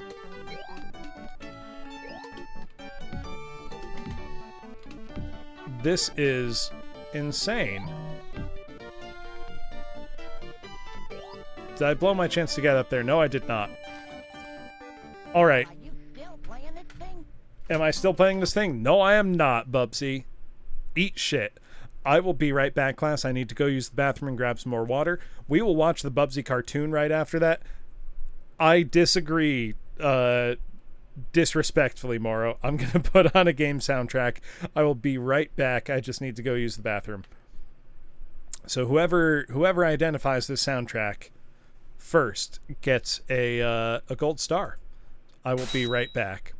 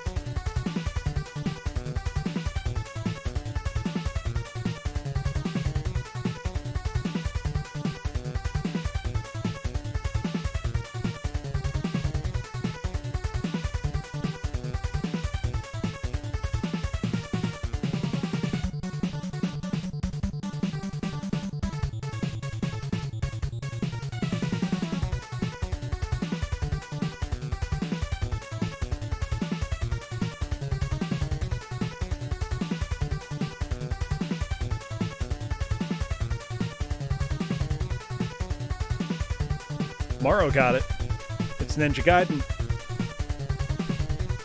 Morrow gets the winner star. There we go. All right. But let us embark on a new journey together, class. We're going to watch the Bubsy cartoon pilot with original commercials, because that's even better. So, actually, hold on. I'm going to turn off my box fan. It's cooled off outside now. Give me 1 sec. I don't know how you didn't, Jones. That's an iconic soundtrack. Even from the first, like, ka-chung sound, you should know what it is. Give me 1 sec.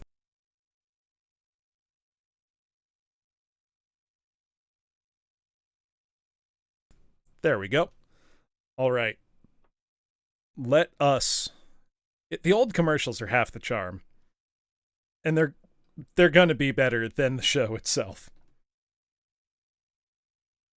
So let's get this sized right for our TV viewing experience here. And then we will embark. If you have an alcoholic beverage, class, I would encourage you to take a drink every time there is an unbearably bad pun.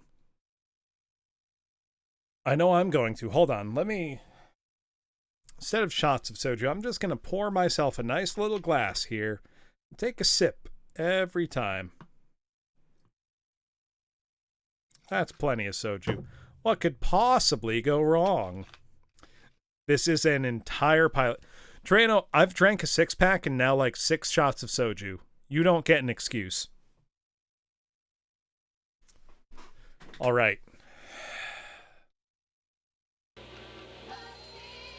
Oh, I got to turn it up a little.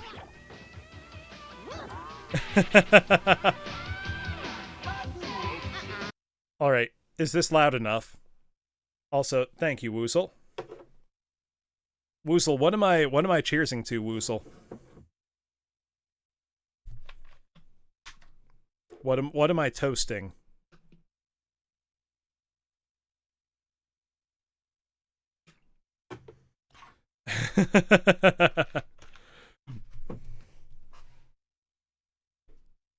Bubsy is dead. Long live Bubsy. Rip and piss.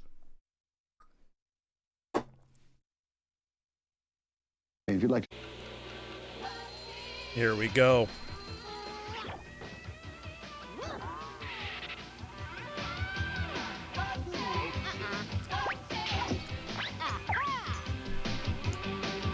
Gotta brush your teeth, industrials. Oh, there's one. Take a sip of your drink.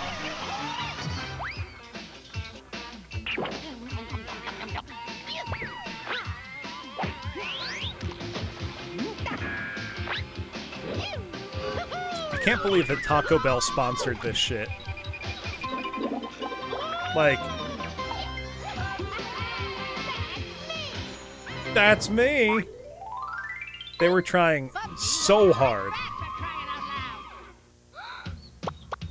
Oh, let's get these commercials. These are going to be the best part.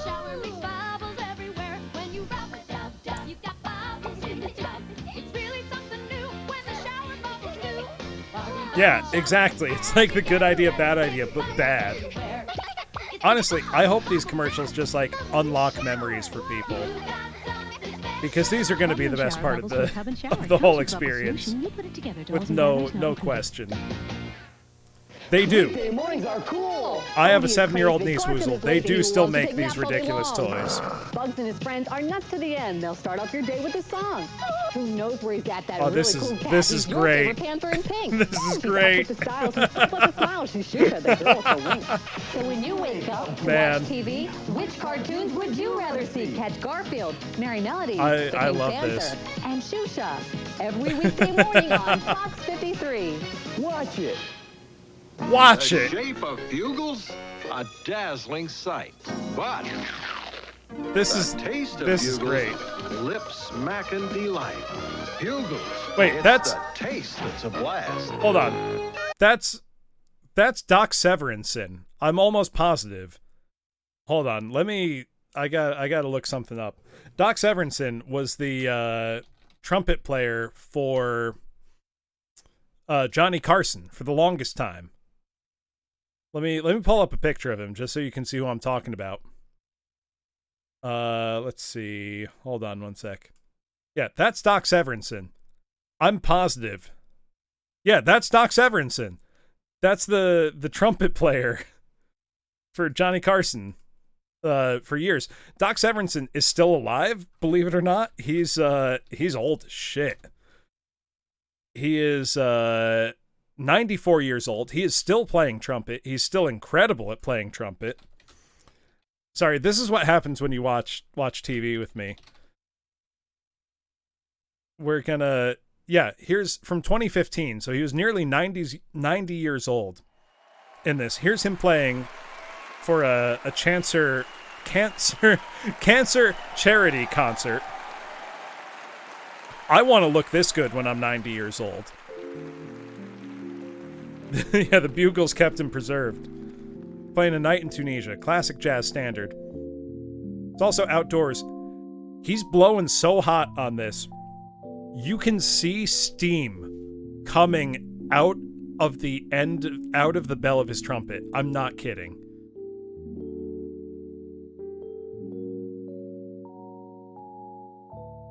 No, bugles are good.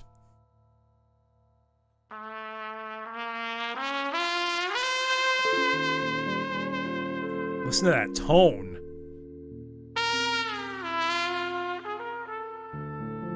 So smooth.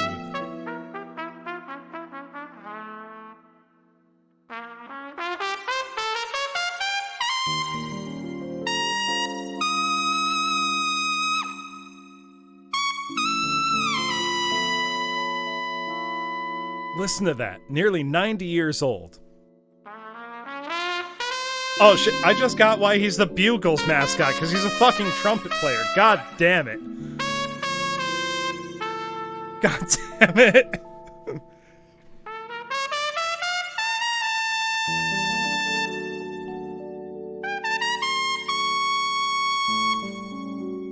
Listen, Spurbus. I'm drunk.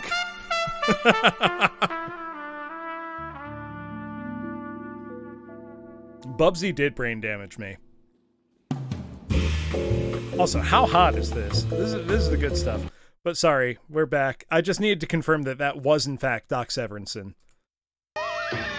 Sorry, we're back to Bubsy now. If I am what I eat, I'd like to be a Nature Valley granola bar. Basic, wholesome, Hold on. totally irresistible. Let me grab you the link. Just gonna... There we go. There you go. Then people everywhere could think of me as the candy bar nature intended. I did not, Ranger. The biggest furniture sale of the year, the 36-hour marathon sale at Value City Furniture. Starting tomorrow at 9 a.m., every item in every jam-packed aisle has been marked down to the lowest sale prices of the season. You're welcome, Living rooms, Weasel. bedrooms, dining rooms, dinettes, entertainment centers, curios, Man. recliners, desk tables, and more. Two-way recliner, $98. White David, $59. Halogen floor lamp, $18.88. Terms to deliver. I want a halogen floor lamp for $18. Starting tomorrow at 9 a.m., the 36-hour marathon sale at Value City Furniture. Hold on. I gotta narrate Big Bill Hells right now. Give me a sec. I love that. I love doing that. Let me pull that up, because I think I do a pretty good job with it. Let me get the full transcript up. Hold on.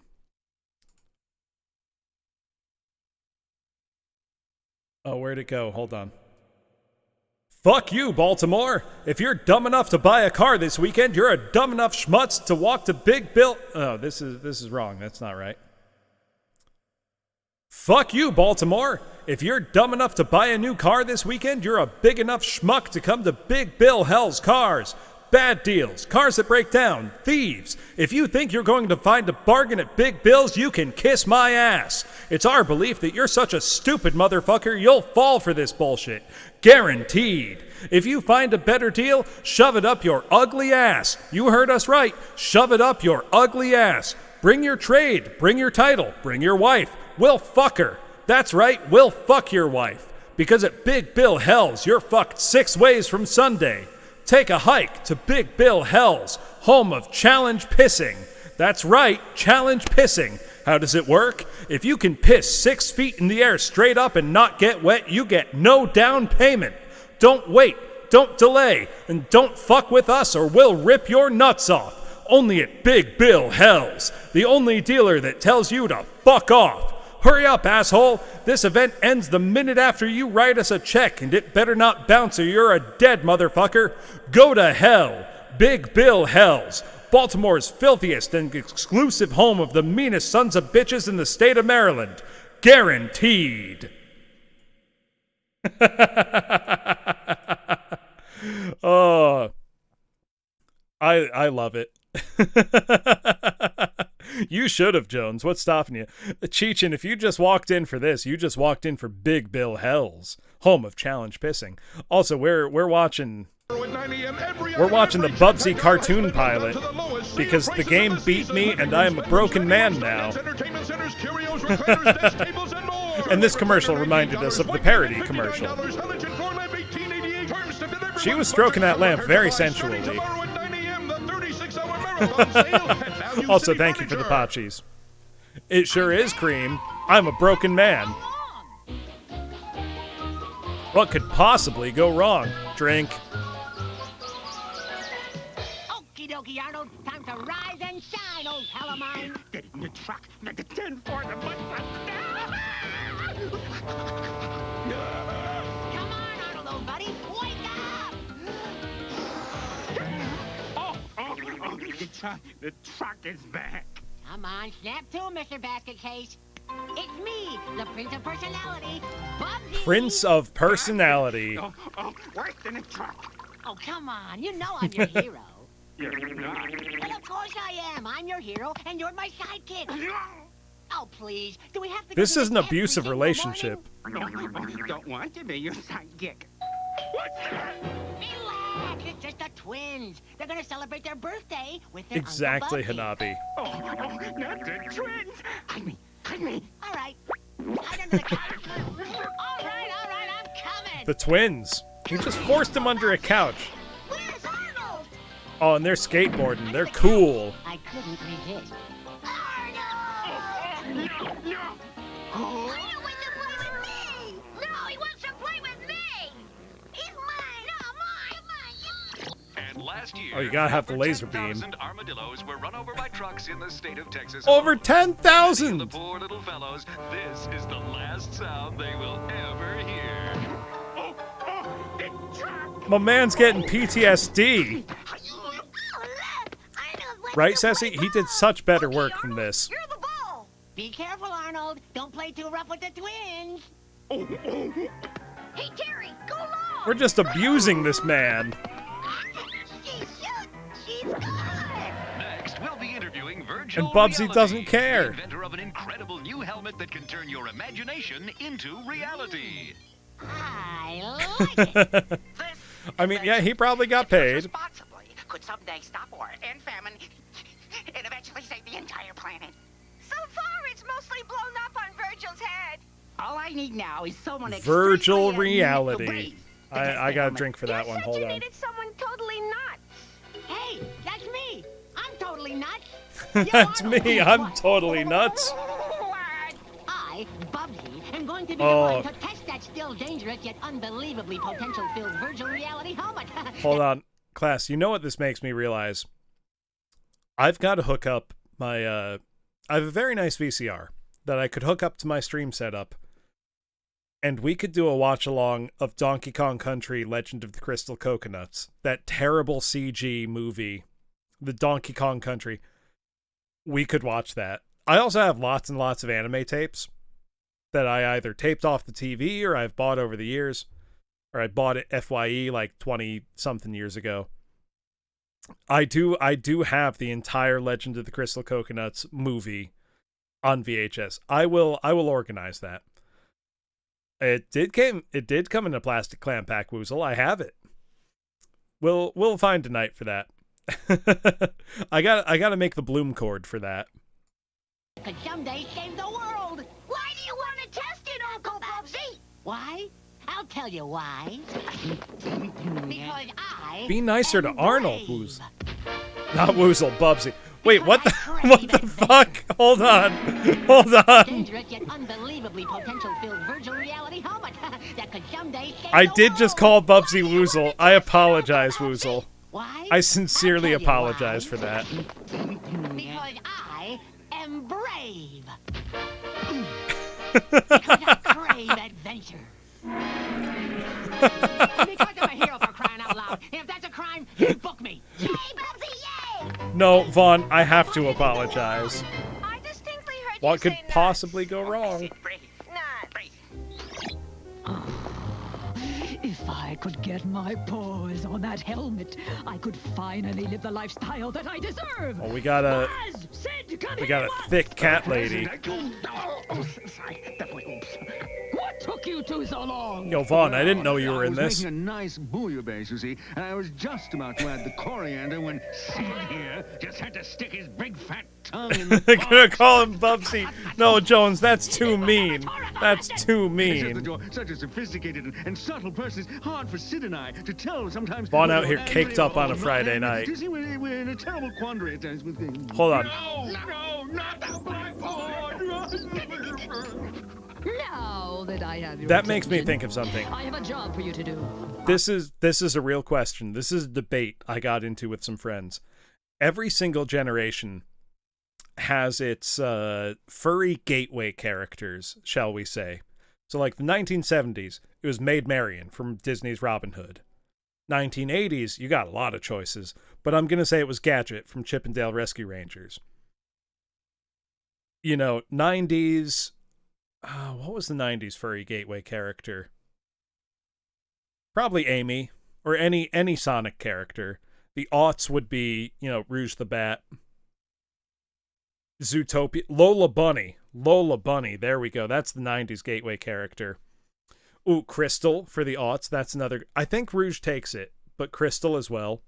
You know, every Maid Marian is the OG furry gateway character, but every decade has at least a couple. So it's like, who's going to be the furry gateway character for the future? That's the question. Yeah, Crystal was early aughts. What could possibly go wrong? Oh, you've got to... I want you to pay a visit to a Mr. Virtual Reality. Oh, wait, hold on. Miss Callie from SWAT Cats. Oh! God damn. 30-year-old memories right there. Judy Hopps. Yup. I will not calm down, Woozle. People do really, really want to fuck all the Five Nights at Freddy's characters. I've not engaged in anything FNAF related, so I can't say. But I'm just saying, going back to SWAT Cats... SWAT Cat Secretary. Cheechin knows what's good.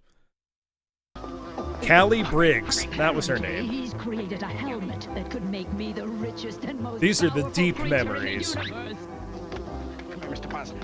Now, as you know, I've clawed my way to the top to become the Absolutely, classiest Vaughn. kitten in this whole catatonic town. Oh yeah, But Rabbit I from deserve Beastars more, for sure. Much more. I deserve it all.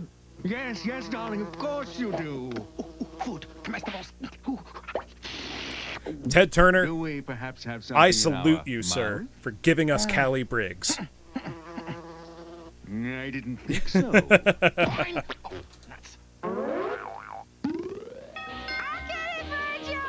Hello, Bubsy Bobcat here. I called about testing the helmet. And Good, Virgil's expecting you, Bubsy just strolling right in. Okay, Booby. I am virtual reality, and you must be Bootsy. Bootsy. Bubsy. Oh, yeah. It does not matter what your name is. The only requirement for testing the virtual reality helmet is bravery. Does not matter what your name is. Well, hey, I can handle it on both counts, guys. This is great. How's this puppy work? Well, you just think of whatever you want and blink 2 times with your eyes. This will cause the electromagnetic impulses of your cerebral cortex to transmit. Yada, yada, yada, yada. Shave it, Copernicus. Cut to the chase. I'm ready for the gusto. Let's power up, babe. Oh, boy. I'll think of something that really blows my hair back. With your It's eyes. like, I want to fly.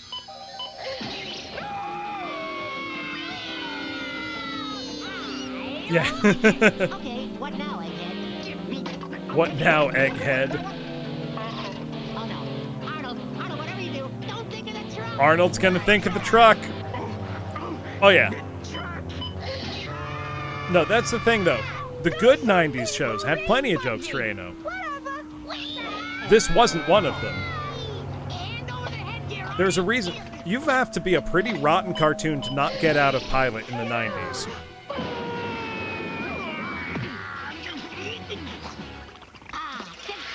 I was brilliant, and... I just feel bad for Arnold watching this. You made my rash come back.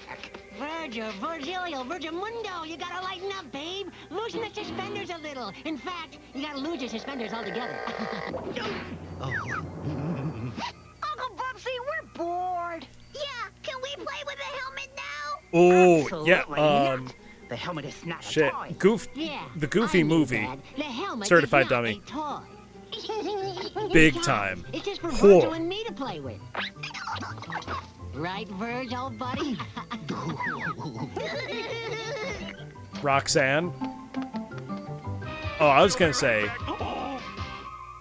as a kid, I was looking at Roxanne and I'm like, I'm down bad. But then you woke him up. Yo, this commercial is so fucking hype. Tyrannosaurus rocks. You take turns putting on his bones, but be careful. One false Okay, move this brings rules. into life and puts you out of the game. Absolutely says. Yo, why does this commercial go so hard? This looks fucking sick. Peg. Peg just makes me think of the Steely Dan song.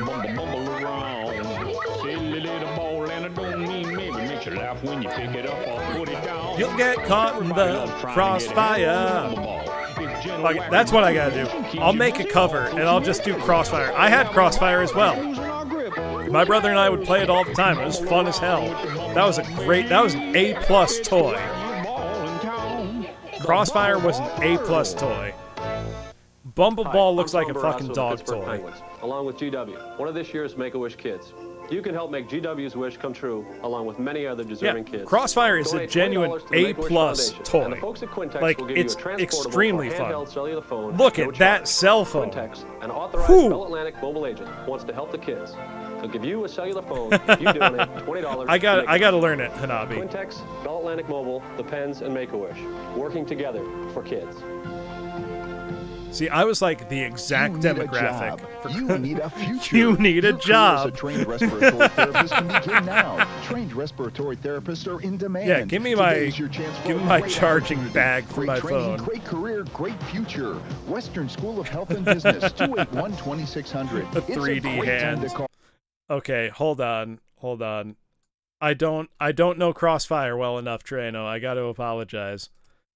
Know what? I'm going to choose something I just added to my playlist recently because I was thinking about how many people have been playing Metal Gear and Metal Gear Rising and Metal Gear related things. No, I got to find a track for Crossfire.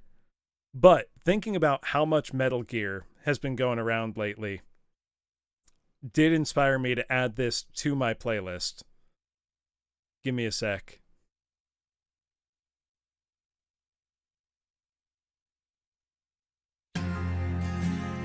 Oh, it just starts. I don't know, but I'm not complaining.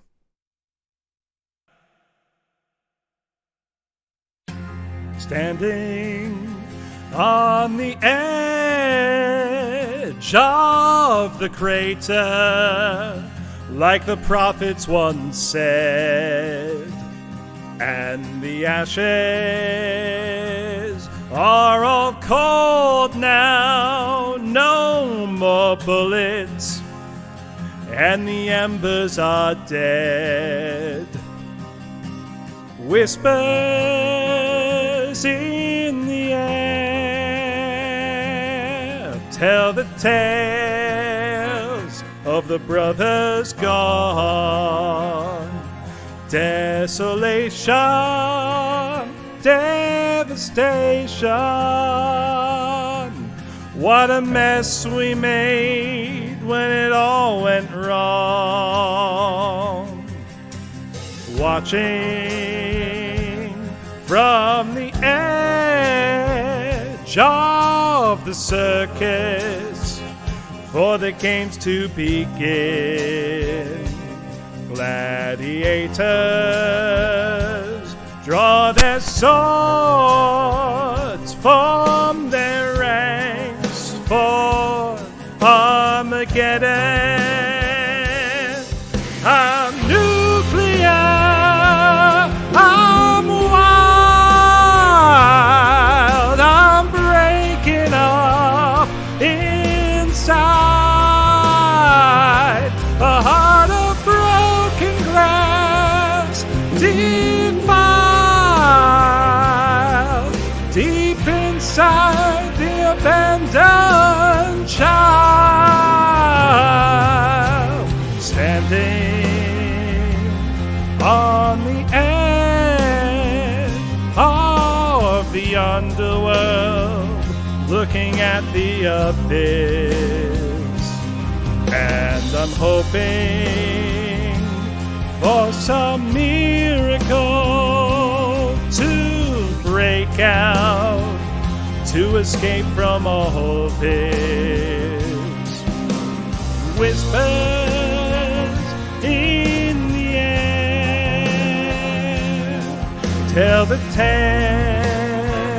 of a life that's gone. Desolation, devastation.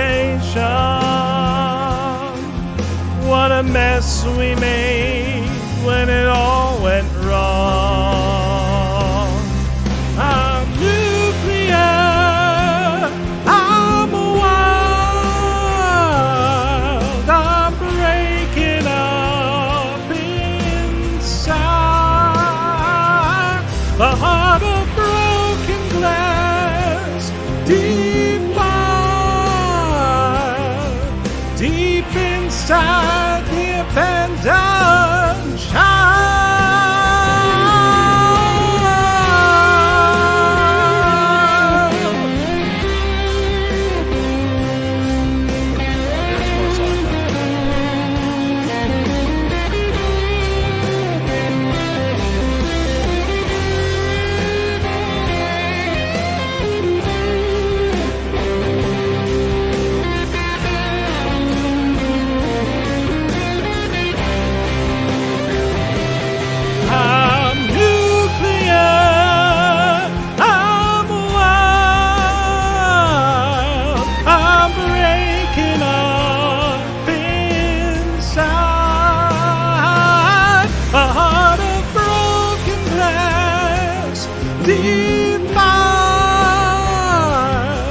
Deep inside the abandoned child.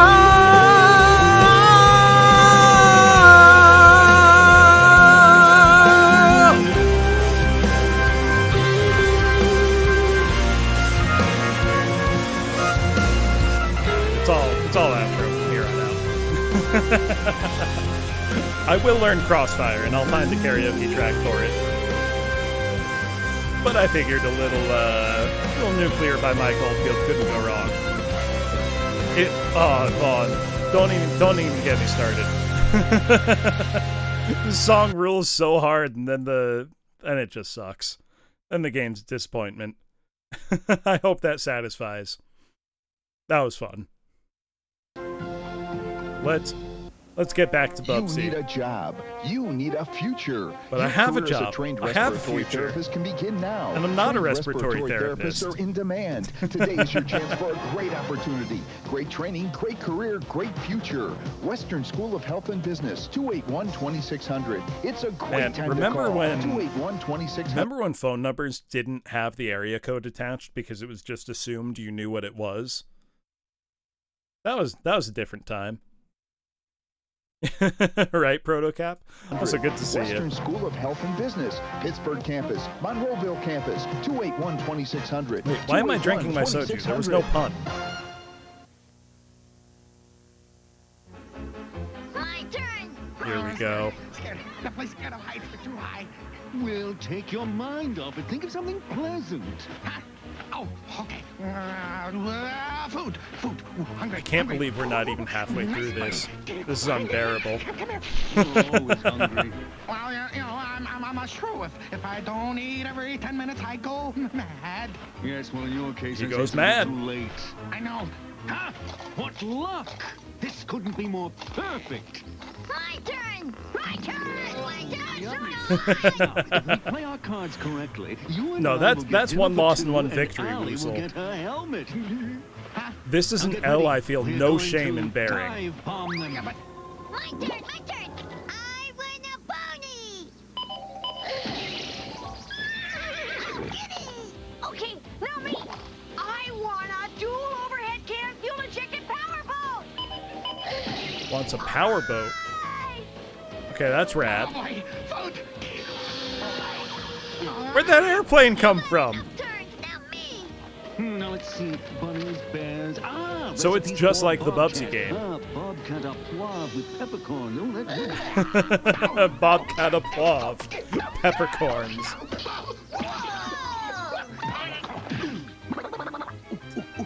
It sounds a lot like that, Woozle.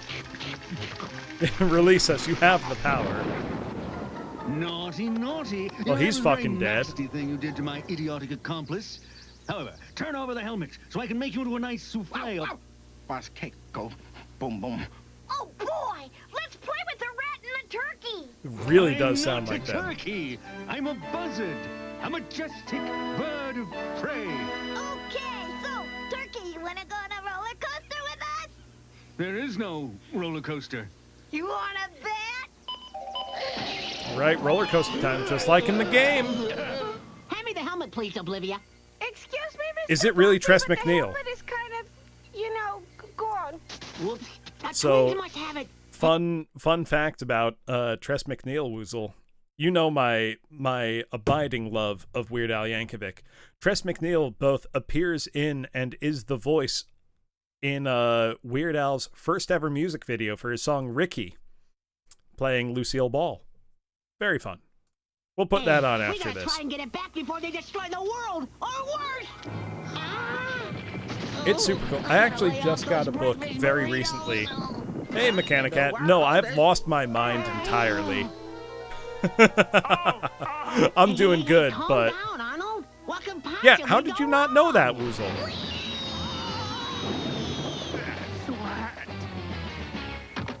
My helmet has been stolen. No one wants their name on this. Virgil, always looking at the downside. I mean, Rob Paulson and Tress McNeil are both pretty famous voice actors.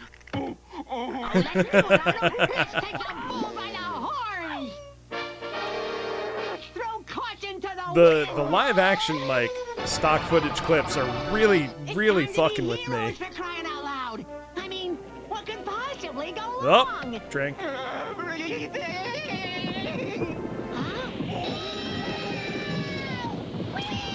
Woozle, you gotta... I keep calling Bubsy Woozle. I'm sorry, Woozle. I was gonna say, Bubsy, you gotta stop. Stop abusing Arnold. Yeah, no, I can't deny the rudeness of that Spurbus. I'm very sick. Oh my. Blow chunks. Bet. Bet. I'm not a turkey. We're bored. Here it goes. Ready? Free fall! They even said bet. Teresa. This is amazing.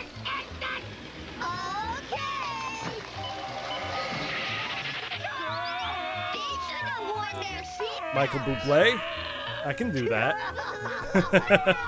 Yeah, apparently, Spurbus. It just alters the fabric of material reality. Now, where are those two little monsters? They could do anything with that helmet. What exactly do you mean by that, Arnold? No. Huh? Oh. Terrence! Teresa! Come down here this minute! Did you hear Uncle Bubsy? Yes, I think He's calling us. Let's go find him. Okay. Man. Ew, I stepped on something squishy. This is bad even by 90s cartoon standards, which were pretty low, if we're being honest. Ew. We were only having fun. Bubsy's about to beat his niece and nephew.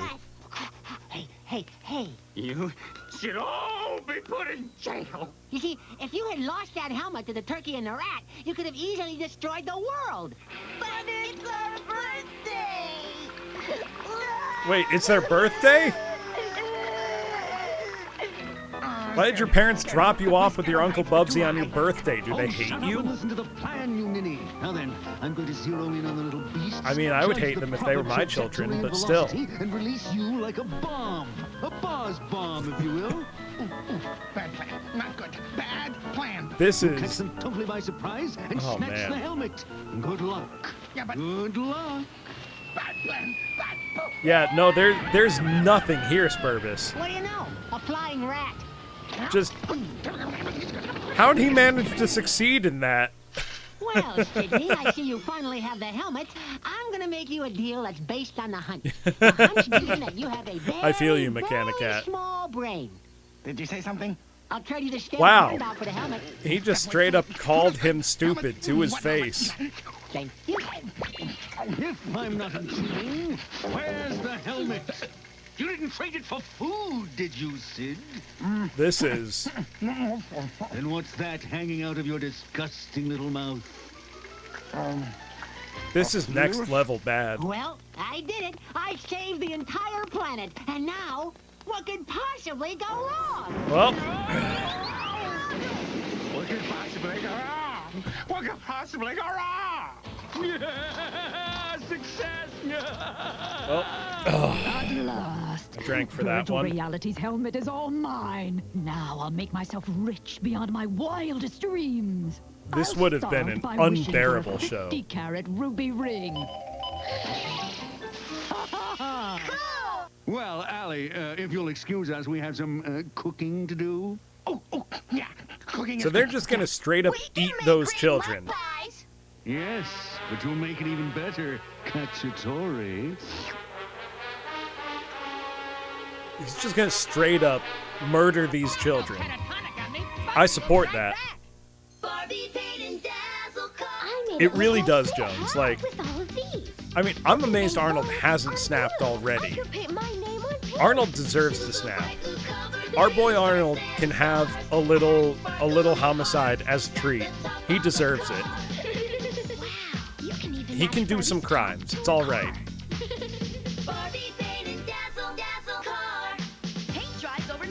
Paint and dazzle car. You put it together and make it look great. It's Fox 53's Kids Club Game Show Answer and Win. What do you win? Big prizes and cash from Mom and Oh, that's Dad. like, Jones, How do you anytime a win? Just answer resume the Kids Club asks you, question you know, each have you weekday ever been morning at convicted 8:15 of a by calling felony? the Answer and You Win always say, hotline oh with no, the never correct answer. convicted. Just dial 333 Kids. You could win the new Milton Bradley game, Myth from the Pit. The first one of the treasure wins. Or Bubsy, the new video game by Alkalade for Sega Genesis. Oh, Bubsy. no. Every winner receives $100 No, cash do to not give win a away. copy of Bubsy. Don't do it. Weekday mornings on Fox 53. That's like, does anyone else remember, Legends of the Hidden Temple? Or Nick Arcade. I remember for a while, one of the prizes on those was a Watara Supervision, which was a terrible handheld console, like Game Boy knockoff. Awful, but the Watara Supervision was a prize on those shows for a while. Because I always remember seeing it as a kid and thinking it was This is the time of the year weird. for holiday parties, family gatherings, reunions, and many times drinking. Please don't ruin your celebration or someone else's by drinking and driving. I'm attorney Edgar Snyder. Just a In my drunk law driving practice, many of the commercial here. victims we represent were hurt or killed as a result of someone having too much to drink. This holiday season, don't become a statistic. Play it safe. If you're going to drink, hold on. Here we please go. don't drive. Have a Please happy excuse holiday. the Reddit link, Spurbus, but it is real. Meet Andrew and Woody. Andrew is spina bifida, and he's learning to live with The his Watara disability as he Supervision grows. was indeed a Yet real there are console. many hurts he cannot be protected from. Like the time Andrew was left alone in his sandbox when his friends decided to play elsewhere. Man, this is Now depressing Woody as never leaves hell. Andrew's side. This is Woody awful. is Andrew's Pause with the Cause service dog. Woody helps Andrew pick up dropped items and opens doors that may otherwise be closed. Pause for It the was Cause a is helping really Andrew and Woody bad prove that handheld game disability system does from not the early mean 90s, inability. Burbus. Get a grip on yourself. Bubsy is back. What went wrong? What went wrong? I lost Everything, the twins Bubsy. and the helmet. And worse than that, I was outsmarted by a turkey and a rat. Technically speaking, you were outsmarted by a shrew and a buzzard. But either way, you've sentenced the universe to certain annihilation. This is... Talk birds. Arnold looks like he's going to hyperventilate. Get a grip, Arnie. I'm busy berating myself. I'm a catastrophic, cataclysmic. Oh, Jesus Christ. Hey, stop there! Oh, sorry, Arnie. No, I these thought are you were real a wretch. commercials, I know. Ranger. You don't have to say it, Arnie. I know you still believe This was me. aired on I'm TV gonna in go the back out 90s. there, and I'm not coming back without the twins and the helmet. Here, Bubsy, you can use my patented virtual reality helmet tracking device. Yeah, it almost never blows up.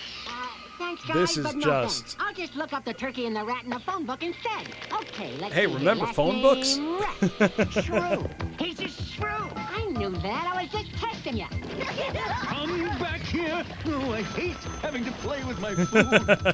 Hello, sit here. Hello, Sid. This is was Bubsy Ranger. Bobcat, president and owner of Bubsy's Catering Service. Now, because of your incredibly small See, brain, I can no you longer have take been mental chosen to damage, receive a Ranger. free Or banquet dinner Spurbus. for Because I just played 5 hours of Bubsy. Comestibles, edibles, woo! Yeah, I'll bring you all the food right now. Just give me your address. I mean, the animation thank quality you is very average. much. Your brain is indeed You know, very small. I've seen worse. Just I've give seen the better. Bobcat our address. Very, early 90s low budget cartoon. Wow, they just threw him in a boiling pot. These kids are savage beyond measure. Buzz! Sid! This helmet I is will making not, me Jones. angry. Just look at what it's done to my hair. Oh, Allie, darling, I know how important your hair is to you, but I fear I have some even more troublesome news. What could be more troublesome than helmet I will hair? not do Well, that. Sid here told I that idiot refuse. Bobcat the location of your lair. He what? Apparently he called on the phone. Idiots! I'm surrounded by idiots. When This the is- Bobcat shows up, we simply refuse to answer the door. Hello, Bubsy's Catering Service here for a Mr. Sid, the vicious shrew. That's me, definitely me. All right, turkey. All right, rat. The game is over. The jig is up. Now, hand that helmet over before I'm forced to humble you. I don't Forced think to so. humble you. So, you think you're cute, huh? I am both attractive and intelligent.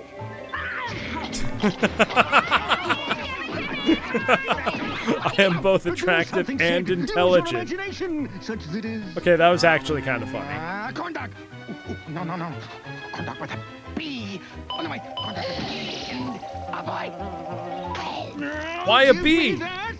Why'd you eat a bee? Go for it, Terry. Why'd you do that? Go for it, Terry. Yeah, that was like absolute Giga Stacy move. That's mine!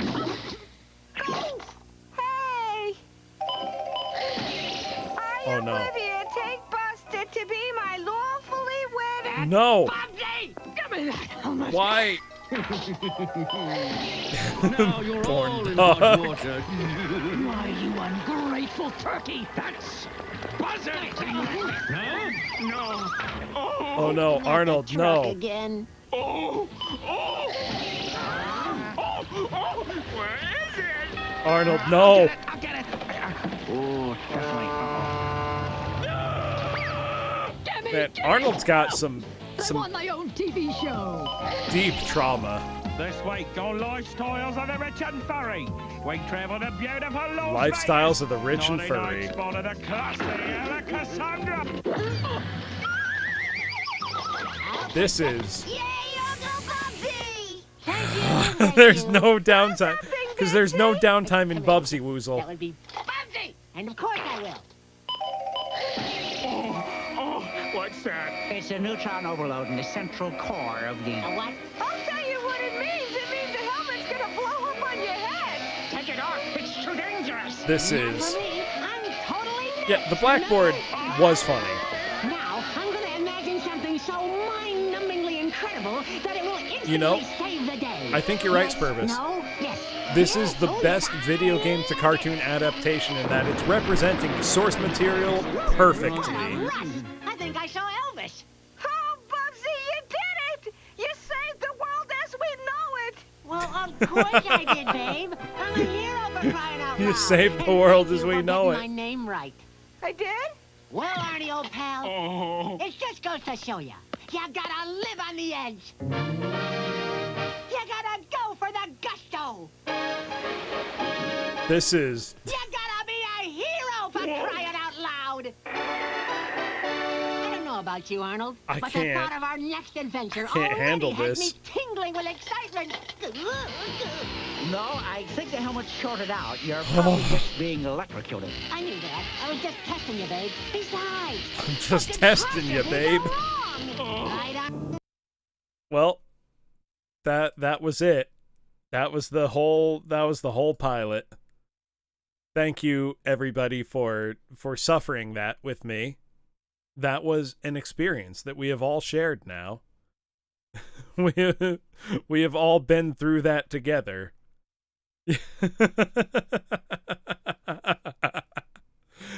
Oh, Lord. That was something. We've experienced something together, class. And no one can take that away from us. Let's get some nice background music on. I'm gonna put the TV away because I'm done playing games for tonight.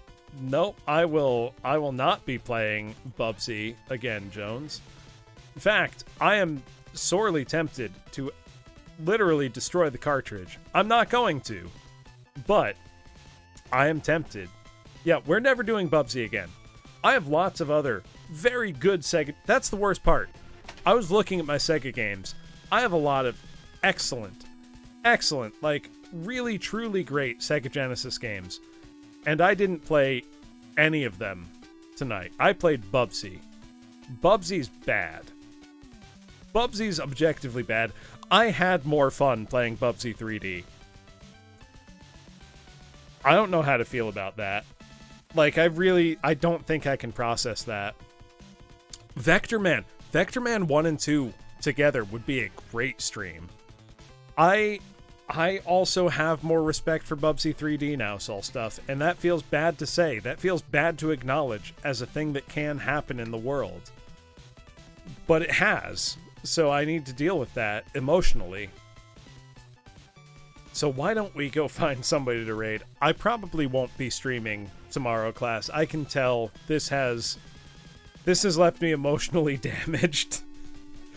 I will take the L this time, Ranger. I do not plan to challenge Bubsy again. This will be an L forever, and I'm okay with that. I can live with that. I can have an L on Bloom Center CX. Every other game I failed on, which was Yo-Noid, TMNT, and Rocket Knight Adventures, I rematched and beat. I'm not going to rematch Bubsy. Emotional damage. Yeah, no, I can't. I can't take it on again. I do not think I have that in me. So, who should we go raid, class? That's the question now. And what should the raid message be? Should it just be what could possibly go raid? There, that's it. That's got it in one. Perfect. Nailed it, Bloom.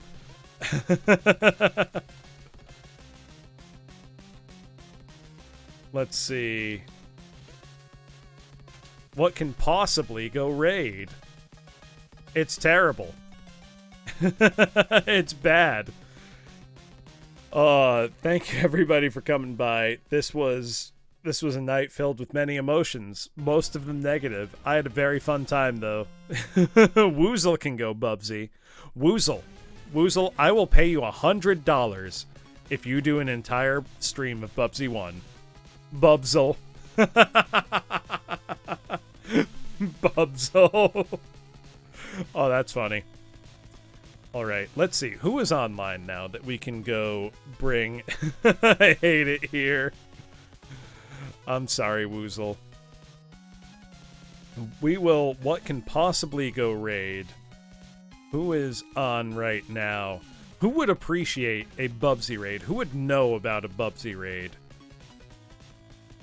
That's the real question. It has to be somebody that can commiserate with what has gone down. Would Leaflet know about Bubsy? I don't know. Let's see, who else is on? I know Arthur would know.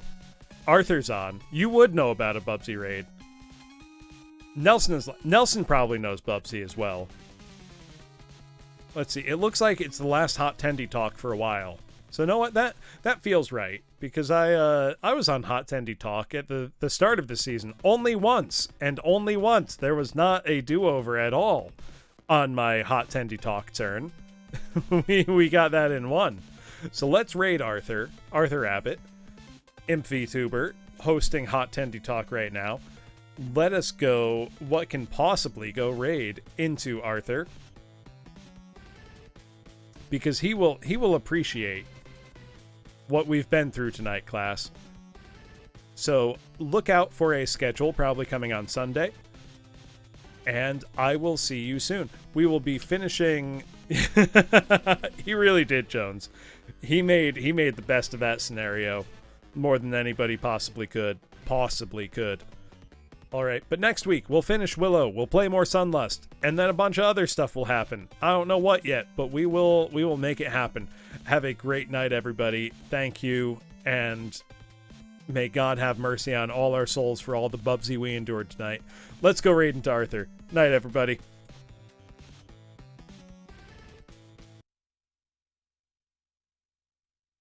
Yeah, can I? How much do those rings sell for?